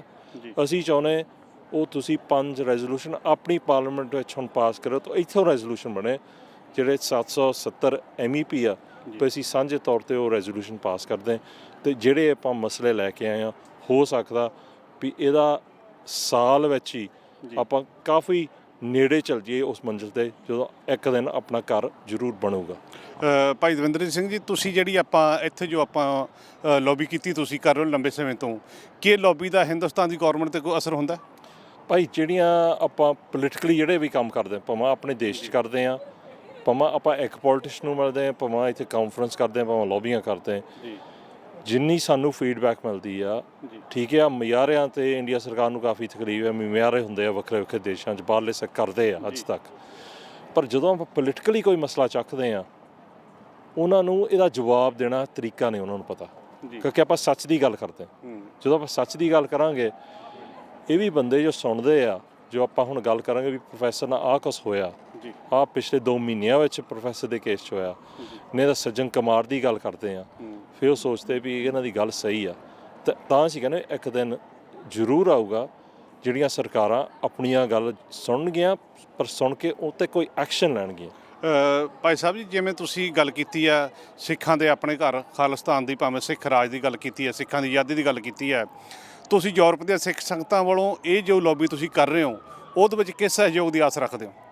ਭਾਈ ਦੇਖੋ, ਇੱਕ ਗੱਲ ਜਿਹੜਾ ਮਸਲਾ ਆਪਾਂ ਰੱਖਿਆ ਸੀ ਵੀ ਜਿੱਥੇ ਆਪਾਂ ਯੂਰਪ ਵਿੱਚ ਰਹਿੰਦੇ ਆਪਾਂ ਨੂੰ ਬਹੁਤ ਮੁਸ਼ਕਲਾਂ ਆਉਂਦੀਆਂ ਜੀ, ਆਪਣੀ ਦਸਤਾਰ ਦੀ ਮਸਲੇ ਆਉਂਦੀ, ਆਪਣੇ ਕਕਾਰਾਂ ਦੀ ਮਸਲਾ ਦੇ, ਹਰ ਦੇਸ਼ ਵਿੱਚ ਮੈਂ ਕਿਹਾ ਕਈ ਮੁਲਕਾਂ 'ਚ ਥੋੜ੍ਹੀ ਹੁੰਦੀ ਹੈ, ਜਿੱਦਾਂ UK 'ਚ ਕਈਆਂ 'ਚ ਜ਼ਿਆਦਾ ਆਉਂਦੀ।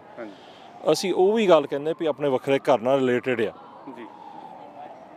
ਅਸੀਂ ਕਹਿੰਦੇ ਜਿਹੜਾ ਵੀ ਸਿੱਖ ਬੈਠਾ ਜੇ ਉਹ ਸੋਚਦਾ ਵੀ ਵੱਖਰਾ ਘਰ ਦਾ ਕੋਈ ਫਾਇਦਾ ਨਹੀਂ, ਅਸੀਂ ਸਮਝਦੇ ਉਹ ਗਲਤ ਆ।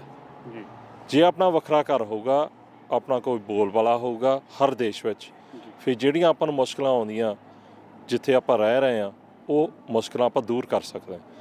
ਹਰ ਸਿੱਖ ਦਾ ਫਰਜ਼ ਬਣਦਾ, ਹਰ ਜਥੇਬੰਦੀ ਦਾ ਫਰਜ਼ ਬਣਦਾ, ਹਰ ਗੁਰੂ ਘਰ ਦਾ ਫਰਜ਼ ਬਣਦਾ ਵੀ ਜਿਹੜੇ ਆਪਾਂ ਕੰਮ ਇਹ ਲਿਖਦੇ ਹਾਂ ਇਹ ਸਾਂਝੇ ਕੰਮ ਆ। ਇਹ ਸਿੱਖ ਫੈਡਰੇਸ਼ਨ UK ਦੇ ਨੇਗੇ, ਇਹ ਹੋਰ ਇੱਕ ਕੋਈ ਜਥੇਬੰਦੀ ਨੇ, ਇੱਕ ਗੁਰੂ ਘਰ ਦੇ ਨੇ, ਇਹ ਸਾਂਝੇ ਸਿੱਖਾਂ ਦੇ ਮਸਲੇ ਆ ਵੀ ਇਹ ਜੇ ਆਪਾਂ ਮਨੁੱਖੀ ਅਧਿਕਾਰਾਂ ਦੀ ਗੱਲ, ਉਹ ਸਿੰਘਾਂ ਦੀ ਜਿਹੜੇ ਜੇਲ੍ਹਾਂ ਵਿੱਚ ਬੈਠੇ ਆ, ਜਿਹੜੇ ਸਿੰਘ ਸ਼ਹੀਦ ਹੋ ਗਏ, ਆਪਾਂ ਘੱਟੋ ਘੱਟ ਸਮਾਂ ਕੱਢਿਆ ਕਰੀਏ ਅਤੇ ਜਿਹੜੇ ਵੀ ਹਿਸਾਬ ਨਾਲ ਆਪਾਂ ਮਦਦ ਕਰ ਸਕਦੇ। ਮਾਇਕ ਤੌਰ 'ਤੇ ਅਸੀਂ ਕਹਿੰਦੇ ਜਥੇਬੰਦੀਆਂ, ਗੁਰੂ ਘਰ ਜਿਹੜੀਆਂ ਇਹ ਕੰਮ ਕਰ ਰਹੀਆਂ ਜਿੱਥੇ ਵੀ ਬੈਠੇ ਆ, ਉਹਨਾਂ ਨੂੰ ਤੁਸੀਂ ਸਪੋਰਟ ਕਰੋ। ਘਰ ਬੈਠੇ ਆਪਾਂ ਸਿੱਖ ਚੈਨਲ ਦਾ ਵੀ ਧੰਨਵਾਦ ਕਰਦੇ ਹਾਂ ਵੀ ਇਹ ਦਰਸ਼ਕਾਂ ਕੋਲ ਇਹ ਸੁਨੇਹਾ ਲਿਜਾਂਦੇ ਆ, ਤਾਂ ਨਾਲ ਜਿਹੜੀ ਨੌਜਵਾਨ ਪੀੜ੍ਹੀ ਆ ਯੂਰਪ ਵਿੱਚ, ਜਿਹੜੇ ਇੱਥੇ ਦੇ ਜੰਪ ਵਾਲੇ ਆ ਪੜ੍ਹੇ ਲਿਖੇ, ਉਹਨਾਂ ਦੀ ਬਹੁਤ ਲੋੜ ਆ। ਭਾਈ ਸਾਹਿਬ ਜੀ, ਤੁਸੀਂ ਕੀ ਇਸ ਤਰ੍ਹਾਂ ਕੋਈ ਆਰਗੇਨਾਈਜ਼ ਹੈ ਆਪਣੀ ਜਿਹੜੀ ਜੋ ਇਹ ਲੌਬੀ ਹੋ ਰਹੀ ਹੈ ਯੂਰਪ ਦੇ ਵਿੱਚ, ਕਿ ਯੂਰਪ ਪੱਧਰ 'ਤੇ ਕੋਈ ਇਸ ਤਰ੍ਹਾਂ ਦੇ ਤੁਹਾਡੇ ਸੰਪਰਕ, ਕੋਈ ਜਥੇਬੰਦੀ, ਕੋਈ ਸੰਗਠਨ, ਕੋਈ ਇਸ ਤਰ੍ਹਾਂ ਦਾ ਹੈ, ਜਾਂ ਕੋਈ ਬਣਾਉਣ ਦੇ ਕੋਈ ਤੁਹਾਡੇ ਦਿਮਾਗ ਦੇ ਵਿੱਚ ਇਸ ਤਰ੍ਹਾਂ ਦਾ ਆਈਡੀਆ ਹੈ ਵੀ ਇੱਕ ਜਥੇਬੰਦੀ ਜਾਂ ਕੋਈ ਇੱਕ ਸੰਗਠਨ ਇਸ ਤਰ੍ਹਾਂ ਦਾ ਬਣਾਇਆ ਜਾਵੇ ਜਿਹੜਾ ਇਸ ਸਾਰੇ ਇੱਕ ਲੜੀ ਵਿੱਚ ਪਰੋਇਆ ਜਾਵੇ?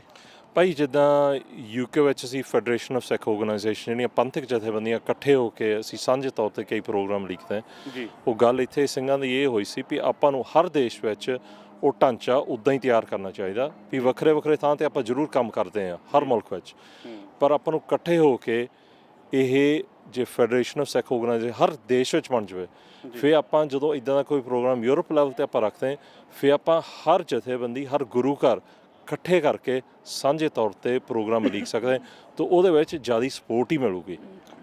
ਅਖੀਰ ਵਿੱਚ ਤੁਸੀਂ ਸਿੱਖ ਸੰਗਤਾਂ ਨੂੰ, ਯੂਰਪ ਦੀਆਂ ਨੂੰ, ਇੰਗਲੈਂਡ ਦੀਆਂ ਸਿੱਖ ਸੰਗਤਾਂ ਨੂੰ ਕੀ ਸੁਨੇਹਾ ਦੇਣਾ ਚਾਹੁੰਦੇ ਹੋ? ਭਾਈ ਜਿੰਨੇ ਵੀ ਦਰਸ਼ਕ ਸਿੱਖ ਚੈਨਲ ਨੂੰ ਦੇਖਦੇ ਹੋਗੇ, ਨਹੀਂ ਤਾਂ ਜਿੰਨੇ ਵੀ ਸਿੰਘ ਇੱਥੇ ਪਹੁੰਚੇ ਆ, ਉਹਨਾਂ ਦਾ ਅਸੀਂ ਧੰਨਵਾਦ ਕਰਦੇ ਹਾਂ ਵੀ ਉਹ ਇੱਥੇ ਆਣ ਕੇ ਆਪਣੇ ਦੇਸ਼ ਨੂੰ ਰਿਪਰੈਜ਼ੈਂਟ ਕਰਕੇ ਗਏ। ਤਾਂ ਇਹਦੇ ਵਿੱਚ ਇਹ ਲੱਗਦਾ ਵੀ ਜਦੋਂ ਅਸੀਂ ਪਿਛਲੀ ਵਾਰੀ ਵੀ ਜਨਵਰੀ 'ਚ ਆਏ ਸੀ ਤਾਂ ਹੁਣ ਆਏ ਆ, ਇੱਕ ਤਾਂ ਜਿਹੜੀ ਸ੍ਰੀ ਸਾਹਿਬ ਦੀ ਪ੍ਰੋਬਲਮ ਆਪਾਂ ਹੁਣ ਦੂਰ ਕਰਤੀ, ਇਹ ਵੀ ਇੱਕ ਬਹੁਤ ਵੱਡੀ ਪ੍ਰਾਪਤੀ ਆ ਵੀ ਇੱਥੇ ਦੇ ਜਿਹੜੇ ਪੋਲੀਟੀਸ਼ਨ ਆ, ਇੱਥੇ ਦੀ ਜਿਹੜੀ ਆਰਗੇਨਾਈਜੇਸ਼ਨ ਹੈ ਇੱਥੇ ਯੂਰਪੀਅਨ, ਉਹਨਾਂ ਨੂੰ ਪਤਾ ਵੀ ਸਾਨੂੰ ਸਿੱਖਾਂ ਤੋਂ ਕੋਈ ਡਰ ਨਹੀਂ। ਪਰ ਨਾਲ ਨਾਲ ਇਹ ਵੀ ਆ ਵੀ ਜਿੱਥੇ ਦਰਸ਼ਕ ਦੇਖਦੇ ਆ, ਜਿਹੜੇ ਸਿੱਖ ਨਹੀਂ ਪਹੁੰਚੇ, ਜਿਹੜੇ ਦੇਸ਼ਾਂ ਤੋਂ ਸਿੱਖ ਨਹੀਂ ਪਹੁੰਚੇ, ਉਹਨਾਂ ਨੂੰ ਅਸੀਂ ਹੱਥ ਜੋੜ ਬੇਨਤੀ ਕਰਦੇ ਵੀ ਆਉਣ ਵਾਲੇ ਸਮੇਂ ਵਿੱਚ ਉਹ ਵੀ ਸਾਡੇ ਨਾਲ ਮੋਢਾ ਲਾ ਕੇ ਇਕੱਠੇ ਹੋ ਕੇ ਆਪਾਂ ਕੰਮ ਕਰੀਏ, ਤਾਂ ਫਿਰ ਜਿਹੜੀਆਂ ਇਹ ਆਪਾਂ ਪ੍ਰਾਪਤੀਆਂ ਦੀ ਗੱਲ ਕਰਦੇ ਉਹ ਪ੍ਰਾਪਤੀਆਂ ਨੇੜੇ ਜ਼ਰੂਰ ਆਉਣਗੀਆਂ। ਭਾਈ ਦਵਿੰਦਰ ਸਿੰਘ ਜੀ, ਆਪ ਜੀ ਦਾ ਤੇ ਆਪ ਦੀ ਪੂਰੀ ਸਮੁੱਚੀ ਟੀਮ ਜੋ ਇੰਗਲੈਂਡ ਤੋਂ ਚੱਲ ਕੇ ਆਏ ਆ, ਤੁਹਾਡਾ ਤਹਿ ਦਿਲੋਂ ਧੰਨਵਾਦ। ਤੇ ਅੱਗੇ ਤੋਂ ਵੀ ਇਹੀ ਆਸ ਰੱਖਦੇ ਹਾਂ, ਜਿੱਥੇ ਤੁਸੀਂ ਸਿੱਖ ਕੌਮ ਦੇ ਮਸਲਿਆਂ ਨੂੰ ਅੱਗੇ ਲੈ ਕੇ ਤੁਰਦੇ ਹੋ, ਅਸੀਂ ਇਹ ਤੁਹਾਡੇ ਕੋਲ ਵੱਡੀ ਆਸ ਰੱਖਦੇ ਹਾਂ। ਤੁਸੀਂ ਸਿੱਖ ਕੌਮ ਨੂੰ ਵੀ ਨਾਲ ਤੁਰ ਲੈ ਕੇ ਜਿਹੜੀ ਗੱਲ ਕੀਤੀ ਹੈ ਬੜੀ ਸ਼ਲਾਘਾਯੋਗ ਹੈ। ਗੁਰੂ ਕਿਰਪਾ ਕਰੇ ਆਪਾਂ ਇਸ ਦੇ ਉੱਪਰ ਪਹਿਰਾ ਦੇ ਕੇ ਇਸ ਨੂੰ ਅੱਗੇ ਕਾਰਜ ਨੂੰ ਤੋਰੀਏ। ਸਮੁੱਚੇ ਪ੍ਰੋਗਰਾਮ ਵਿੱਚ ਹੋਈਆਂ ਭੁੱਲਾਂ ਚੁੱਕਾਂ ਦੀ ਖਿਮਾ। ਭਾਈ ਸਾਹਿਬ ਜੀ, ਵਾਹਿਗੁਰੂ ਜੀ ਕਾ ਖਾਲਸਾ, ਵਾਹਿਗੁਰੂ ਜੀ ਕੀ ਫਤਿਹ। ਹਾਂਜੀ, ਹੋਰ ਕੁਝ ਸਾਨੂੰ ਛੁੱਟੀ ਦੇ ਦਿਓ ਬਸ। ਠੀਕ ਹੈ, ਤਾਂ ਹੀ ਮੈਂ ਤੁਹਾਡਾ 6 ਮਿੰਟ ਤੇ ਤੁਸੀਂ ਸਿੱਖ ਚੈਨਲ ਨੂੰ ਸੁਣ ਰਹੇ ਸਮੂਹ ਸਰੋਤਿਆਂ ਨੂੰ ਵਾਹਿਗੁਰੂ ਜੀ ਕਾ ਖਾਲਸਾ, ਵਾਹਿਗੁਰੂ ਜੀ ਕੀ ਫਤਿਹ। ਅੱਜ ਆਪਾਂ ਯੂਰਪ ਪਾਰਲੀਮੈਂਟ ਦੇ ਵਿੱਚ ਮੌਜੂਦ ਹਾਂ, ਜਿੱਥੇ ਕਿ ਸਿੱਖ ਫੈਡਰੇਸ਼ਨ ਵੱਲੋਂ ਜੋ ਲੌਬੀ ਕੀਤੀ ਗਈ ਹੈ ਉਹਦੇ ਵਿੱਚ ਦੇਸ਼ਾਂ ਵਿਦੇਸ਼ਾਂ ਵਿੱਚੋਂ ਪਹੁੰਚੇ ਪਤਵੰਤੇ ਸੱਜਣ ਆਪਣੇ ਨਾਲ ਨੇ, ਜਿਹੜਾ ਨੇ ਸਿੱਖ ਕੌਮ ਦੇ ਉਸ ਸੰਘਰਸ਼ ਨੂੰ, ਉਸ ਦਰਦ ਨੂੰ ਆਪਣੇ ਪਿੰਡੇ ਤੇ ਹੰਢਾਇਆ ਤੇ ਅੱਜ ਵੀ ਉਸ ਪ੍ਰਾਪਤੀ ਵਾਸਤੇ ਤਤਪਰ ਨੇ। ਅਸੀਂ ਗੱਲ ਕਰਦੇ ਹਾਂ ਸਾਡੇ ਕੋਲ ਇਟਲੀ ਤੋਂ ਪਹੁੰਚੇ ਸਤਿਕਾਰਯੋਗ ਵੀਰ ਭਾਈ ਸਾਹਿਬ ਜੀ, ਭਾਈ ਦਾਦੂਵਾਲਾ ਸਾਹਿਬ ਜੀ, ਵਾਹਿਗੁਰੂ ਜੀ ਕਾ ਖਾਲਸਾ, ਵਾਹਿਗੁਰੂ ਜੀ ਕੀ ਫਤਿਹ। ਭਾਈ ਸਾਹਿਬ ਜੀ, ਅੱਜ ਜੋ ਰੈਲੀ ਹੋਈ ਹੈ, ਜੋ ਰੈਲੀ ਨਹੀਂ, ਅੱਜ ਜੋ ਆਪਣੀ ਇੱਥੇ ਲੌਬੀ ਹੋਈ ਹੈ, ਉਹਦੇ ਵਿੱਚ ਤੁਸੀਂ ਕੀ ਘਾਟ ਜਾਂ ਤੁਸੀਂ ਕੀ ਮਹਿਸੂਸ ਕਰਦੇ ਹੋ, ਆਪਾਂ ਨੂੰ ਕਿੰਨੀਆਂ ਪ੍ਰਾਪਤੀਆਂ ਹੋਈਆਂ ਨੇ ਤੇ ਕੀ ਸੁਨੇਹਾ ਦੇਣਾ ਚਾਹੁੰਦੇ ਹੋ? ਦੇਖੋ ਭਾਈ ਸਾਹਿਬ ਜੀ, ਬੇਨਤੀ ਤਾਂ ਇਹੀ ਆ ਵੀ ਅੱਜ ਅਸੀਂ ਸ਼ੁਰੂ ਕੀਤੀ ਹੈ ਇਹ ਜਿਹੜੀ ਗੱਲ ਆ, ਮਨੁੱਖੀ ਅਧਿਕਾਰਾਂ ਦੀ ਉਲੰਘਣਾ ਜਿਹੜੀ ਹੋ ਰਹੀ ਇੰਡੀਆ ਦੇ ਵਿੱਚ। ਇੱਕ ਸੱਦਾ ਦਿੱਤਾ ਗਿਆ ਵਾ ਇਹਨਾਂ ਯੂਰਪੀਅਨ ਮੈਂਬਰ ਪਾਰਲੀਮੈਂਟ ਤਰਾਈ ਕਿ ਉਹ ਇੰਡੀਆ ਨੂੰ ਥੋੜ੍ਹਾ ਜਗਾਉਣਗੇ। ਭਾਈ ਜੋ ਸਿੱਖਾਂ ਨਾਲ ਇੰਨਾ ਅਤਿਆਚਾਰ 29 ਸਾਲ ਹੋ ਗਏ, ਜਿਹੜਾ ਕੋਈ ਉਹਨਾਂ ਨੂੰ ਕੋਈ ਉਹਨਾਂ ਦੇ ਹੱਕ ਵਿੱਚ ਫੈਸਲਾ ਨਹੀਂ, ਇੰਨੇ ਸਿੱਖ ਮਾਰੇ ਗਏ ਆ, ਕੋਈ ਉਹਨਾਂ ਦੀ ਸੁਣਵਾਈ ਨਹੀਂ ਹੋਈ। ਉਹਦੇ ਮਸਲੇ ਦੇ ਵਿੱਚ ਅੱਜ ਜਿਹੜੇ ਮਨੁੱਖੀ ਅਧਿਕਾਰਾਂ ਦੀ ਉਲੰਘਣਾ ਹੋ ਰਹੀ ਆ, ਉਹਦੇ ਬਾਰੇ ਅੱਜ ਇਕੱਠ ਕੀਤਾ ਗਿਆ ਸੀ। ਸੋ ਬੜਾ ਯੂਰਪ ਦੇ ਸਾਰੇ ਸਿੰਘ ਆਏ ਨੇ ਔਰ ਉੱਥੋਂ ਦੇ MP ਵੀ, ਜਿਵੇਂ ਇਟਲੀ ਤੋਂ ਵੀ 2 MP ਸਾਡੇ ਸੱਦੇ 'ਤੇ ਪਹੁੰਚੇ ਨੇ। ਸੋ ਬਹੁਤ ਸੋਹਣਾ ਉਹਨਾਂ ਨੇ ਵੀ ਰਿਸਪੌਂਸ ਦਿੱਤਾ ਕਿ ਅਸੀਂ ਇੰਡੀਆ ਗੌਰਮੈਂਟ ਨੂੰ ਹਿਲਾਉਣਾ ਦਾਂਗੇ। ਸੋ ਸਾਡੀ ਉਮੀਦ ਤਾਂ ਇਹੀ ਹੈ ਕਿ ਅੱਗੇ ਤੋਂ ਵੀ ਰਲ ਮਿਲ ਕੇ ਜੇ ਇੱਦਾਂ ਚੱਲਾਂਗੇ ਤਾਂ ਸਾਨੂੰ ਬਹੁਤ ਸੋਹਣਾ ਸਹਿਯੋਗ ਕਰਨ ਦੀ ਲੋੜ ਹੈ ਇੱਕ ਦੂਜੇ ਦੇ ਨਾਲ। ਆਸ ਵੀ ਕਰਦੇ ਹਾਂ ਕਿ ਜੇ ਰਲ ਕੇ ਚੱਲਾਂਗੇ ਤਾਂ ਬਹੁਤ ਕੁਝ ਪਾ ਸਕਦੇ ਹਾਂ। ਤੇ ਬਹੁਤ ਬਹੁਤ ਆਪ ਜੀ ਦਾ ਧੰਨਵਾਦ। ਵਾਹਿਗੁਰੂ ਖਾਲਸਾ, ਵਾਹਿਗੁਰੂ ਜੀ ਕੀ ਫਤਿਹ। ਆਪਣੇ ਨਾਲ ਮੌਜੂਦ ਨੇ ਭਾਈ ਸੋਹਣ ਸਿੰਘ ਜੀ ਕੰਗ, ਪ੍ਰਧਾਨ ਸ਼੍ਰੋਮਣੀ ਅਕਾਲੀ ਦਲ ਅੰਮ੍ਰਿਤਸਰ ਦੇ, ਜਰਮਨੀ ਦੇ। ਭਾਈ ਸਾਹਿਬ ਜੀ, ਵਾਹਿਗੁਰੂ ਜੀ ਕਾ ਖਾਲਸਾ, ਵਾਹਿਗੁਰੂ ਜੀ ਕੀ ਫਤਿਹ। ਵਾਹਿਗੁਰੂ ਜੀ ਕਾ ਖਾਲਸਾ, ਵਾਹਿਗੁਰੂ ਜੀ ਕੀ ਫਤਿਹ। ਭਾਈ ਸਾਹਿਬ ਜੀ, ਜਿਹੜੀ ਅੱਜ ਆਪਾਂ ਗੱਲ ਕੀਤੀ ਹੈ, ਜਿੱਥੇ ਹਿਊਮਨ ਰਾਈਟਸ ਦੀ ਗੱਲ ਕੀਤੀ ਹੈ, ਮਨੁੱਖੀ ਅਧਿਕਾਰਾਂ ਦੀ ਗੱਲ ਕੀਤੀ ਹੈ, ਫਾਂਸੀ ਦੀ ਸਜ਼ਾ ਰੱਦ ਕਰਾਉਣ ਦੀ ਗੱਲ ਕੀਤੀ ਹੈ, ਉੱਥੇ ਇੱਕ ਸਭ ਤੋਂ ਵੱਡੀ ਜਿਹੜੀ ਗੱਲ ਕੀਤੀ ਹੈ, ਸਿੱਖ ਕੌਮ ਦਾ ਆਪਣਾ ਘਰ ਖਾਲਿਸਤਾਨ ਦੀ ਗੱਲ ਕੀਤੀ ਹੈ। ਵੱਖਰਾ ਜਿੰਨੀ ਦੇਰ ਤੱਕ ਵੱਖਰਾ ਸਿੱਖ ਕੌਮ ਦਾ ਜਿਹੜਾ ਘਰ ਹੈ ਉਹ ਨਹੀਂ ਮਿਲਦਾ, ਇਹ ਸਾਰੀਆਂ ਗੱਲਾਂ ਜਿਹੜੀਆਂ ਨੇ ਉਨੀ ਦੇਰ ਤੱਕ ਹੁੰਦੀਆਂ ਰਹਿਣਗੀਆਂ। ਤੁਸੀਂ ਕੀ ਕਹਿਣਾ ਚਾਹੋਗੇ? ਸਭ ਤੋਂ ਪਹਿਲਾਂ ਮੈਂ ਸਿੱਖ ਚੈਨਲ ਦੇ ਸਰੋਤਿਆਂ ਨੂੰ ਆਖਦਾ ਵਾਹਿਗੁਰੂ ਜੀ ਕਾ ਖਾਲਸਾ, ਵਾਹਿਗੁਰੂ ਜੀ ਕੀ ਫਤਿਹ। ਜਿਸ ਤਰ੍ਹਾਂ ਇੱਥੇ ਅੱਜ ਸਿੱਖ ਫੈਡਰੇਸ਼ਨ UK ਵੱਲੋਂ ਹਿਊਮਨ ਰਾਈਟਸ ਦੇ ਤੌਰ 'ਤੇ ਲੌਬੀ ਕੀਤੀ ਗਈ ਹੈ, ਜਿਹਦੇ ਵਿੱਚ ਯੂਰਪ ਭਰ ਤੋਂ, ਖਾਸ ਕਰਕੇ ਜਰਮਨੀ ਤੋਂ ਸਾਰੀਆਂ ਪੰਥਕ ਜਥੇਬੰਦੀਆਂ ਨੇ ਵੀ ਪਾਰਟੀਸਪੇਟ ਕੀਤਾ ਹੈ।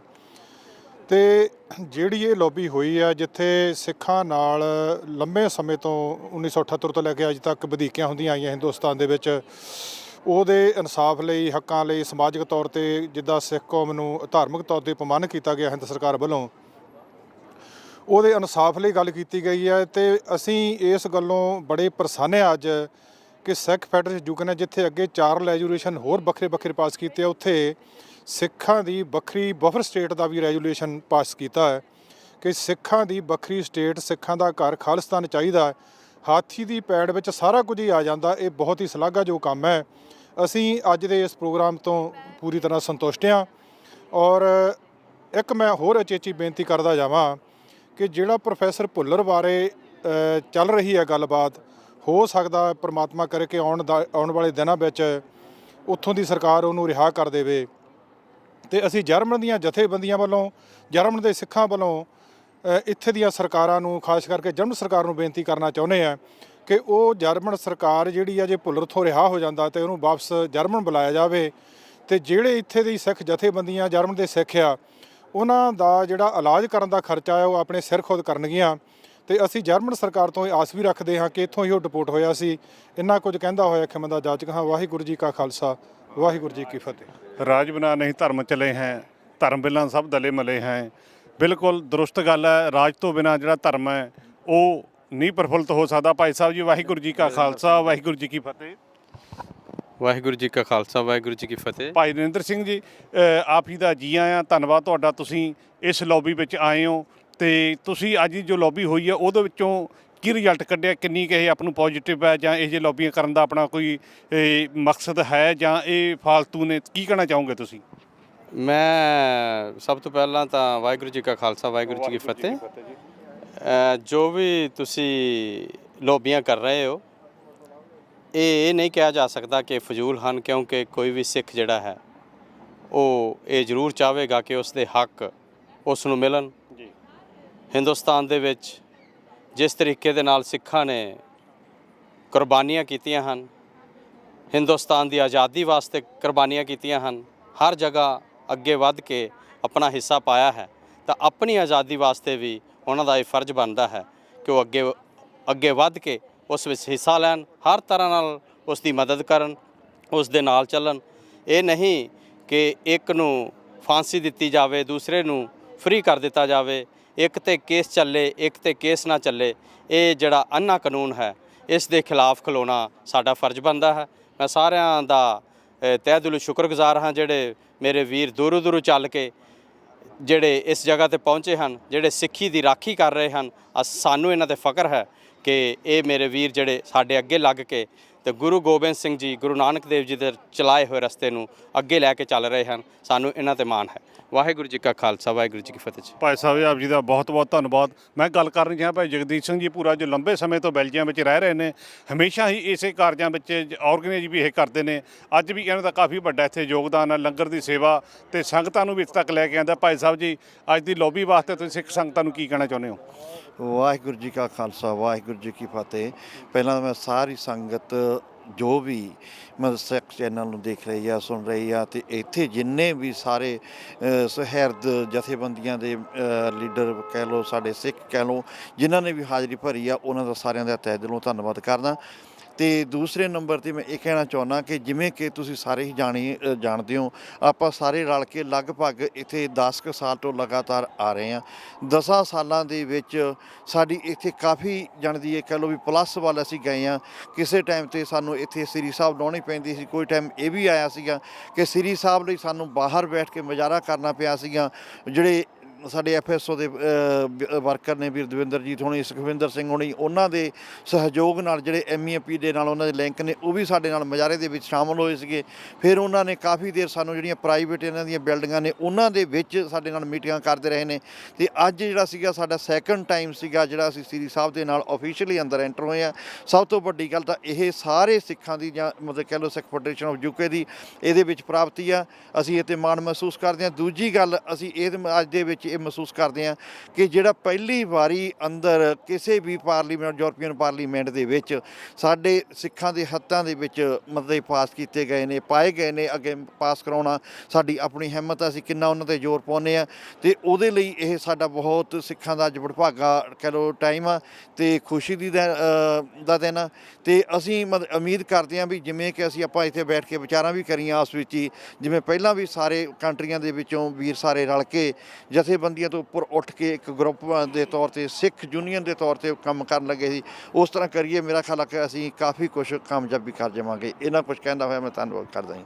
ਵਾਹਿਗੁਰੂ ਜੀ ਕਾ ਖਾਲਸਾ, ਵਾਹਿਗੁਰੂ ਜੀ ਕੀ ਫਤਿਹ। ਆਪ ਜੀ ਦਾ ਬਹੁਤ ਬਹੁਤ ਧੰਨਵਾਦ। ਏਕਤਾ ਹੀ ਹਰ ਮੰਜ਼ਿਲ ਦਾ ਜਿਹੜਾ ਰਸਤਾ ਤੈਅ ਕਰਨ ਵਾਸਤੇ ਏਕਤਾ ਹੀ ਜ਼ਰੂਰੀ। ਮੈਂ ਗੱਲ ਕਰਨੀ ਚਾਹਾਂਗਾ ਜਰਮਨੀ ਤੋਂ ਪਹੁੰਚੇ ਜਥੇਦਾਰ ਰੇਸ਼ਮ ਸਿੰਘ ਜੀ ਬੱਬਰ, ਪ੍ਰਧਾਨ ਜਥੇਦਾਰ ਬੱਬਰ ਖਾਲਸਾ ਜਰਮਨੀ ਦੇ। ਭਾਈ ਸਾਹਿਬ ਜੀ, ਵਾਹਿਗੁਰੂ ਜੀ ਕਾ ਖਾਲਸਾ, ਵਾਹਿਗੁਰੂ ਜੀ ਕੀ ਫਤਿਹ। ਭਾਈ ਸਾਹਿਬ ਜੀ, ਹੁਣ ਜਿਹੜੀ ਅੱਜ ਵੀ ਲੌਬੀ ਹੋਈ ਆ ਫਾਂਸੀ ਦੇ ਖਿਲਾਫ, ਪ੍ਰੋਫੈਸਰ ਭੁੱਲਰ ਦੀ ਜੋ ਫਾਂਸੀ ਆ ਉਸ ਦੇ ਖਿਲਾਫ, ਰਿਹਾਈ ਦੇ ਖਿਲਾਫ, ਪਿਛਲੇ ਦਿਨਾਂ ਵਿੱਚ ਅਖਬਾਰਾਂ ਵਿੱਚ ਆਪਾਂ ਪੜ੍ਹਿਆ ਕਿ ਉੱਥੋਂ ਦੀ ਹਿੰਦੁਸਤਾਨ ਦੀ ਜੋ ਮੈਡੀਕਲ ਰਿਪੋਰਟ ਆਈ ਹੈ, ਉੱਥੇ ਜੇਲ੍ਹਾਂ ਦੇ ਵਿੱਚੋਂ ਜੋਨ ਦੇ ਮੈਡੀਕਲ ਉਹਨਾਂ ਦੀ ਰਿਪੋਰਟ ਕੀਤੀ ਗਈ ਆ, ਉਹਦੇ ਵਿੱਚ ਵੀ ਗੱਲ ਕਹੀ ਗਈ ਆ ਪ੍ਰੋਫੈਸਰ ਭੁੱਲਰ ਜੋ ਦਿਮਾਗੀ ਤੌਰ 'ਤੇ ਠੀਕ ਨਹੀਂ ਹੈ, ਉਹਨਾਂ ਦੇ ਮਤਲਬ ਜੋ ਹਾਲਤ ਹੈ ਉਹ ਫਾਂਸੀ ਲਾਉਣ ਯੋਗ ਨਹੀਂ ਹੈਗੇ। ਜੇ ਹੁੰਦੇ ਤਾਂ ਲਾ ਵੀ ਦੇਣੀ ਸੀ ਉਹਨਾਂ ਨੇ। ਉਹ ਤਾਂ ਚਲੋ ਫਾਂਸੀ ਤਾਂ ਉਹਦੀ ਟਲ ਗਈ ਹੈ। ਉਹਦੀ ਫਾਂਸੀ ਟਲਣ ਤੋਂ ਬਾਅਦ ਉਹ ਸਾਰੀ ਉਮਰ ਉਸ ਜੇਲ੍ਹ ਵਿੱਚ ਹੀ ਰਹਿਣਗੇ, ਜਾਂ ਉਹਨਾਂ ਨੂੰ ਬਾਹਰ ਕੱਢਣ ਵਾਸਤੇ ਆਪਾਂ ਸਿੱਖ ਕੋਈ ਉਪਰਾਲੇ ਕਰ ਸਕਦੀ ਹੈ, ਜਾਂ ਜਰਮਨ ਦੀਆਂ ਜਿਹੜੇ ਸਿੱਖ ਸੰਗਤਾਂ, ਪੰਥਕ ਜਥੇਬੰਦੀਆਂ, ਗੁਰਦੁਆਰਾ ਪ੍ਰਬੰਧਕ ਕਮੇਟੀਆਂ ਨੇ, ਉਹਨਾਂ ਵੱਲੋਂ ਅਗਲੀ ਰਣਨੀਤੀ ਕੀ ਹੈ? ਕਿਸ ਤਰ੍ਹਾਂ ਪ੍ਰੋਫੈਸਰ ਭੁੱਲਰ ਨੂੰ ਵਿਦੇਸ਼ਾਂ ਵਿੱਚ ਜਾਂ ਉਹਨਾਂ ਨੂੰ ਉਸ ਜੇਲ੍ਹ ਵਿੱਚੋਂ ਰਿਹਾਈ ਕਰਾਉਣ ਵਿੱਚ ਕੋਈ ਆਪਾਂ ਨਵੀਂ ਪਾਲਿਸੀ ਦੇ ਤੁਸੀਂ ਕੁਝ ਕਰ ਰਹੇ ਹੋ? ਸਭ ਤੋਂ ਪਹਿਲਾਂ ਸਿੱਖ ਚੈਨਲ ਦਾ ਮੈਂ ਧੰਨਵਾਦੀ ਹਾਂ ਜਿਹੜੇ ਇਹ ਉਪਰਾਲਾ ਕਰ ਰਹੇ ਨੇ, ਅਤੇ ਆਪ ਜੀ ਦਾ ਗੁਰਮੀਤ ਸਿੰਘ ਖਨਿਆਣ ਹੋਣਾ ਦਾ।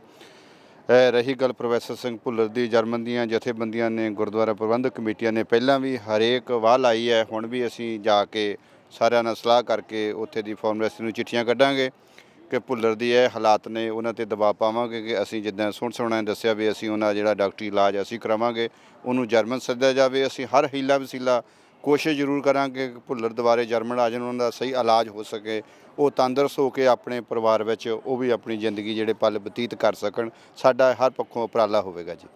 ਆਪ ਜੀ ਦਾ ਬਹੁਤ ਬਹੁਤ ਧੰਨਵਾਦ। ਅਸੀਂ ਗੱਲ ਕਰੀਏ ਭਾਈ ਸਤਨਾਮ ਸਿੰਘ ਜੀ ਬੱਬਰ, ਜੋ ਪ੍ਰਧਾਨ ਹਨ ਗੁਰਦੁਆਰਾ ਸ੍ਰੀ ਗੁਰੂ ਤੇਗ ਸਿੰਘ ਸਭਾ ਕਲੋਨ ਦੇ, ਜਿਹੜੇ ਉੱਥੋਂ ਚੱਲ ਕੇ ਆਏ ਨੇ, ਹਮੇਸ਼ਾ ਹੀ ਪੰਥਕ ਹਿੱਤਾਂ ਲਈ ਹਮੇਸ਼ਾ ਤਿਆਰ ਰਹਿੰਦੇ ਨੇ। ਭਾਈ ਸਾਹਿਬ ਜੀ, ਵਾਹਿਗੁਰੂ ਜੀ ਕਾ ਖਾਲਸਾ, ਵਾਹਿਗੁਰੂ ਜੀ ਕੀ ਫਤਿਹ।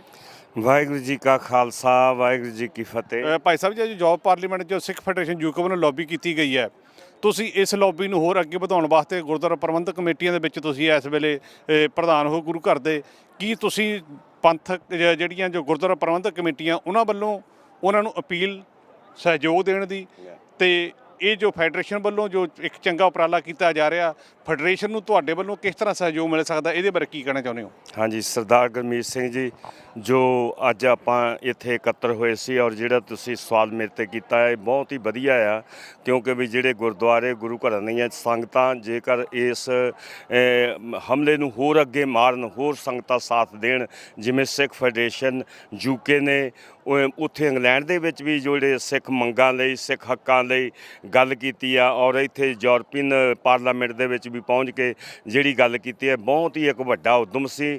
ਔਰ ਜਿਹਦੇ ਨਾਲ ਇਹ ਗੱਲਾਂ ਅੱਜ ਜੋ ਅਸੀਂ ਸ੍ਰੀ ਸਾਹਿਬਾਂ ਪਾ ਕੇ ਪਾਰਲੀਮੈਂਟ ਦੇ ਵਿੱਚ ਗਏ ਆ, ਇਹ ਵੀ ਇੱਕ ਸਾਡੀ ਬਹੁਤ ਵੱਡੀ ਪ੍ਰਾਪਤੀ ਆ, ਅਤੇ ਜਿਹਦੇ ਨਾਲ ਸਾਨੂੰ ਇਸ ਗੱਲ ਦਾ ਅੱਜ ਫਖਰ ਆ ਕਿ ਸਿੱਖਾਂ ਦੀਆਂ ਇਹ ਜਿਹੜੀਆਂ ਛੋਟੀਆਂ ਜਿਹੜੀਆਂ ਪ੍ਰੋਬਲਮਾਂ ਸੀਗੀਆਂ, ਉਹਨਾਂ ਨੂੰ ਹੱਲ ਕਰਾਉਣ ਲਈ ਇਹੋ ਹੀ ਇੱਕ ਵਧੀਆ ਢੰਗ ਸੀ ਕਿ ਇਹਨਾਂ ਦੇ ਨਾਲ ਅਸੀਂ ਰਾਬਤਾ ਬਣਾ ਕੇ ਆਪਣੀਆਂ ਮੰਗਾਂ ਨੂੰ ਇਹਨਾਂ ਦੇ ਸਾਹਮਣੇ ਰੱਖੀਏ।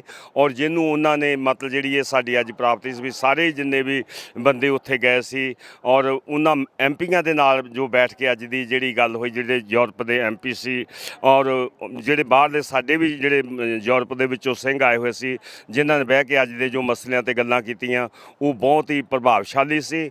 ਔਰ ਜਦੋਂ ਵੀ ਬੇਨਤੀ ਇੱਥੇ ਹੁਣ ਬਾਅਦ ਦੇ ਵਿੱਚ ਵੀ ਅਸੀਂ ਆਪਸ ਵਿੱਚ ਕੀਤੀ ਹੈ ਕਿ ਵਧੀਆ ਇਹ ਹੋਵੇ ਕਿ ਜਿਹੜੀ ਇਹ ਫੈਡਰੇਸ਼ਨ ਦੇ ਜਿਹੜੇ ਨੁਮਾਇੰਦੇ ਨੇ, ਇਹ ਜਰਮਨ ਦੇ ਵਿੱਚ ਵੀ ਆਉਣ ਔਰ ਦੂਜੇ ਵੀ ਦੇਸ਼ਾਂ ਦੇ ਵਿੱਚ ਜਾ ਕੇ ਇਕੱਤਰ ਹੋ ਕੇ ਸਾਰੇ ਗੁਰੂ ਘਰਾਂ ਦੇ ਪ੍ਰਬੰਧਕਾਂ ਨੂੰ ਨਾਲ ਕੋਈ ਇਹੋ ਜਿਹਾ ਪ੍ਰੋਗਰਾਮ ਲੀਕ ਕੇ ਜਿਹਦੇ ਤੋਂ ਸਾਨੂੰ ਹੌਸਲਾ ਮਿਲੇ ਅਤੇ ਅਸੀਂ ਵੀ ਇਹਨਾਂ ਦੇ ਨਾਲ ਪ੍ਰਾਣ ਕਰਕੇ ਗਾਂਹ ਤੁਰਨ ਲਈ ਉਹ ਜਿਹੜੀ ਜਦੋਜਹਿਦ ਹੈ ਕੌਮ ਦਾ ਜੋ ਸੰਘਰਸ਼ ਹੈ ਉਹਨੂੰ ਲੈ ਕੇ ਅੱਗੇ ਵਧੀਏ।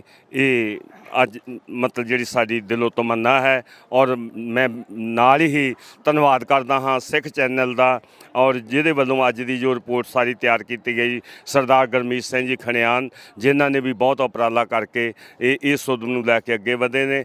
ਔਰ ਰਾਣਾ ਸਟੂਡੀਓ ਦਾ ਖਾਸ ਕਰ ਜਿਹੜੇ ਵੀ ਜਰਮਨ ਤੋਂ ਇੱਥੇ ਪਹੁੰਚੇ, ਮੈਂ ਉਹਨਾਂ ਦਾ ਵੀ ਬਹੁਤ ਧੰਨਵਾਦ ਕਰਦਾ ਹਾਂ ਕਿ ਉਹ ਵੀ ਆਪਣਾ ਬਹੁਤ ਕੀਮਤੀ ਟਾਈਮ ਕੱਢ ਕੇ ਪੰਥਕ ਕਾਰਜਾਂ ਦੇ ਵਿੱਚ ਆਪਣਾ ਹਿੱਸਾ ਪਾਉਂਦੇ ਨੇ। ਵਾਹਿਗੁਰੂ ਜੀ ਕਾ ਖਾਲਸਾ, ਵਾਹਿਗੁਰੂ ਜੀ ਕੀ ਫਤਿਹ। ਆਪ ਜੀ ਦਾ ਬਹੁਤ ਬਹੁਤ ਧੰਨਵਾਦ। ਅਸੀਂ ਗੱਲ ਕरें ਭਾਈ ਸਾਹਿਬ ਜੀ, ਵਾਹਿਗੁਰੂ ਜੀ ਕਾ ਖਾਲਸਾ, ਵਾਹਿਗੁਰੂ ਜੀ ਕੀ ਫਤਿਹ। ਵਾਹਿਗੁਰੂ ਜੀ ਕੀ ਫਤਿਹ। ਭਾਈ ਸਾਹਿਬ ਜੀ, ਇਟਲੀ ਤੋਂ ਚੱਲ ਕੇ ਆਏ ਨੇ ਬੜੀ ਦੂਰੋਂ, ਤੇ ਅੱਜ ਤੁਹਾਡੇ ਮੈਂ ਪਹਿਲੀ ਦਫਾ ਜੋ ਲੌਬੀ ਹੋਈ ਹੈ ਉਹਦੇ ਵਿੱਚ 2 ਐਮਪੀ ਜਿਹੜੇ ਤੁਹਾਡੇ ਆਏ ਨੇ ਇੱਥੇ, ਤੇ ਤੁਸੀਂ ਸਿੱਖ ਸੰਗਤਾਂ ਨੂੰ, ਜੋ ਇਟਲੀ ਦੀਆਂ ਜਾਂ ਯੂਰਪ ਦੀਆਂ ਸਿੱਖ ਸੰਗਤਾਂ ਨੂੰ ਅੱਜ ਦੀ ਲੌਬੀ ਜੋ ਹੋਈ ਹੈ ਉਹਦੇ ਬਾਰੇ ਕੀ ਸੁਨੇਹਾ ਦੇਣਾ ਚਾਹੁੰਦੇ ਹੋ? ਗੁਰੂ ਪਿਆਰੀ ਸਾਧ ਸੰਗਤ ਜੀ, ਫਤਿਹ ਪ੍ਰਵਾਨ ਕਰਨੀ। ਵਾਹਿਗੁਰੂ ਜੀ ਕਾ ਖਾਲਸਾ, ਵਾਹਿਗੁਰੂ ਜੀ ਕੀ ਫਤਿਹ। ਜੋ ਅੱਜ ਯੂਰਪ ਦੀ ਪਾਰਲੀਮੈਂਟ ਵਿੱਚ ਇਹ ਲੌਬੀ ਰੱਖੀ ਗਈ ਸੀ ਸਿੱਖ ਸਟੂਡੈਂਟ ਫੈਡਰੇਸ਼ਨ ਵੱਲੋਂ, ਉਹ ਬਹੁਤ ਹੀ ਸ਼ਲਾਘਾਯੋਗ ਸੀ, ਕਿਉਂਕਿ ਗੁਰਬਾਣੀ ਵੀ ਸਾਨੂੰ ਇਹੀ ਗੱਲ ਦਰਸਾਉਂਦੀ ਆ, ਰਾਜ ਬਿਨਾ ਨਾ ਧਰਮ ਚੱਲੇ ਆ, ਧਰਮ ਬਿਨਾ ਸਭ ਦਲੇ ਮਲੇ ਹੈ। ਜਿੰਨਾ ਚਿਰ ਸਿੱਖਾਂ ਦਾ ਰਾਜ ਨਹੀਂ ਆਉਂਦਾ, ਉਹਨਾਂ ਚਿਰ ਇਹ ਹਿੰਦੁਸਤਾਨ ਵਰਗੇ ਕੰਟਰੀਆਂ ਦੇ ਵਿੱਚ ਘੱਟ ਗਿਣਤੀ ਨਾਲ ਜਿਹੜਾ ਵਾ ਬੇਇਨਸਾਫ ਦੋਹਰਾ ਕਾਨੂੰਨ ਜਿਹੜਾ ਉਹ ਇਹ ਹੁੰਦਾ ਹੀ ਰਹਿਣਾ ਵਾ। ਆਪਾਂ ਜਿਹੜੇ ਭਾਈ ਦਵਿੰਦਰ ਸਿੰਘ ਜੀ ਜਿਨ੍ਹਾਂ ਨੇ ਪ੍ਰੋਗਰਾਮ ਲੀਕਿਆ ਵਾ, ਉਹਨਾਂ ਦਾ ਬਹੁਤ ਬਹੁਤ ਧੰਨਵਾਦ ਕਰਦੇ ਹਾਂ। ਅਤੇ ਅੱਗੇ ਤੋਂ ਵੀ ਆਪਾਂ ਉਹਨਾਂ ਵੀਰਾਂ ਨੂੰ ਬੇਨਤੀ ਕਰਦੇ ਹਾਂ ਵੀ ਸਾਰੀਆਂ ਹੀ ਜਥੇਬੰਦੀਆਂ ਨੂੰ ਨਾਲ ਲੈ ਕੇ ਤੁਰਨ, ਅਤੇ ਬਹੁਤ ਹੀ ਚੰਗਾ ਹੋਵੇਗਾ। ਅਤੇ ਇਹੋ ਜਿਹੇ ਉਪਰਾਲੇ ਜਿਹੜੇ ਆ, ਜੇ ਅਸੀਂ ਆਪਣਾ ਦੁੱਖ ਕਿਸੇ ਨੂੰ ਦੱਸਦੇ ਨਹੀਂ, ਇਹਨਾਂ ਨੂੰ ਯੂਰਪ ਪਾਰਲੀਮੈਂਟ ਜਾਂ ਚਾਹੇ ਆਪਣੀਆਂ ਪਾਰਲੀਮੈਂਟਾਂ 'ਚ ਆਪਾਂ ਕੋਈ ਸਿੱਖਾਂ ਦੀ ਗੱਲ ਨਹੀਂ ਕਰਦੇ, ਤਾਂ ਅਸੀਂ ਉਹ ਸਿੱਖ ਹੋਣ ਦੇ ਕਾਫੀ ਭਾਗੀਦਾਰ ਨਜ਼ਰ ਆਉਂਦੇ ਹਾਂ। ਇਸ ਕਰਕੇ ਜੇ ਅਸੀਂ ਸਿੱਖਾਂ ਦੇ ਘਰ ਜਨਮ ਲਿਆ ਤੇ ਸਿੱਖੀ ਦੀ ਗੱਲ ਕਰਨੀ ਸਾਨੂੰ ਜਿਹੜੀ ਆ ਜ਼ਰੂਰ ਪਏਗੀ। ਵਾਹਿਗੁਰੂ ਜੀ ਕਾ ਖਾਲਸਾ, ਵਾਹਿਗੁਰੂ ਜੀ ਕੀ ਫਤਿਹ। ਆਪ ਜੀ ਦਾ ਬਹੁਤ ਬਹੁਤ ਧੰਨਵਾਦ। ਸਿੱਖ ਚੈਨਲ ਜੋ ਸਿੱਖਾਂ ਦੇ ਹੱਕਾਂ ਵਾਸਤੇ ਹਮੇਸ਼ਾ ਹੀ ਪਹਿਲ ਕਦਮੀ ਕਰਕੇ ਅੱਗੇ ਆਉਂਦਾ ਹੈ। ਆਓ ਆਪਾਂ ਸਿੱਖ ਚੈਨਲ ਦਾ ਵੀ ਵੱਧ ਤੋਂ ਵੱਧ ਸਹਿਯੋਗ ਦਈਏ, ਕਿਉਂਕਿ ਇਹ ਜੋ ਕਾਰਜ ਨੇ ਇਹ ਸਾਰੇ ਕਾਰਜ ਮਾਇਆ ਨਾਲ ਹੀ ਚੱਲਦੇ ਨੇ। ਸਿੱਖ ਚੈਨਲ ਵੱਲੋਂ ਇੱਕ ਵਾਰੀ ਫਿਰ ਸਮੁੱਚੀਆਂ ਸਿੱਖ ਸੰਗਤਾਂ ਦਾ ਵੀ ਧੰਨਵਾਦ। ਸਿੱਖ ਫੈਡਰੇਸ਼ਨ ਯੂਕੇ ਅਤੇ ਵਿਦੇਸ਼ਾਂ ਵਿੱਚ ਪਹੁੰਚੀਆਂ ਸਮੁੱਚੀਆਂ ਸੰਗਤਾਂ ਦਾ ਇੱਕ ਵਾਰੀ ਫਿਰ ਦਿਲੋਂ ਧੰਨਵਾਦ। ਆਓ ਆਪਾਂ ਇੱਥੇ ਸਿੱਖ ਚੈਨਲ ਨੂੰ ਦੇਖਦੇ ਹਾਂ। ਆਪਾਂ ਜਿੱਥੇ ਸਿੱਖ ਚੈਨਲ ਆਪਣੇ ਫਰਜ਼ ਨਿਭਾ ਰਿਹਾ, ਸਿੱਖ ਸੰਗਤਾਂ ਵੀ ਆਪਾਂ ਆਪਣੇ ਫਰਜ਼ ਨਿਭਾਈਏ, ਆਪਣਾ ਬਣਦਾ ਯੋਗਦਾਨ ਮਹਿਕ ਤੌਰ ਤੇ ਪਾ ਕੇ ਇਸ ਦੇ ਵਿੱਚ ਆਪਾਂ ਆਪਣਾ ਹਿੱਸਾ ਪਾ ਕੇ ਸਿੱਖ ਕੌਮ ਦੇ ਜੋ ਰਹਿੰਦੇ ਸੰਘਰਸ਼ ਨੇ ਉਹਨਾਂ ਨੂੰ ਬੁਲੰਦੀਆਂ ਤੱਕ ਪਹੁੰਚਾਉਣ ਵਾਸਤੇ ਆਪਣਾ ਯੋਗਦਾਨ ਪਾਈਏ। ਹੋਈਆਂ ਭੁੱਲਾਂ ਚੁੱਕਾਂ ਦੀ ਖਿਮਾ। ਫਤਿਹ ਬੁਲਾਓ ਜੀ। ਵਾਹਿਗੁਰੂ ਜੀ ਕਾ ਖਾਲਸਾ, ਵਾਹਿਗੁਰੂ ਜੀ ਕੀ ਫਤਿਹ। ਰਾਣਾ ਰੋਟੀ ਵਾਲੇ ਨੇ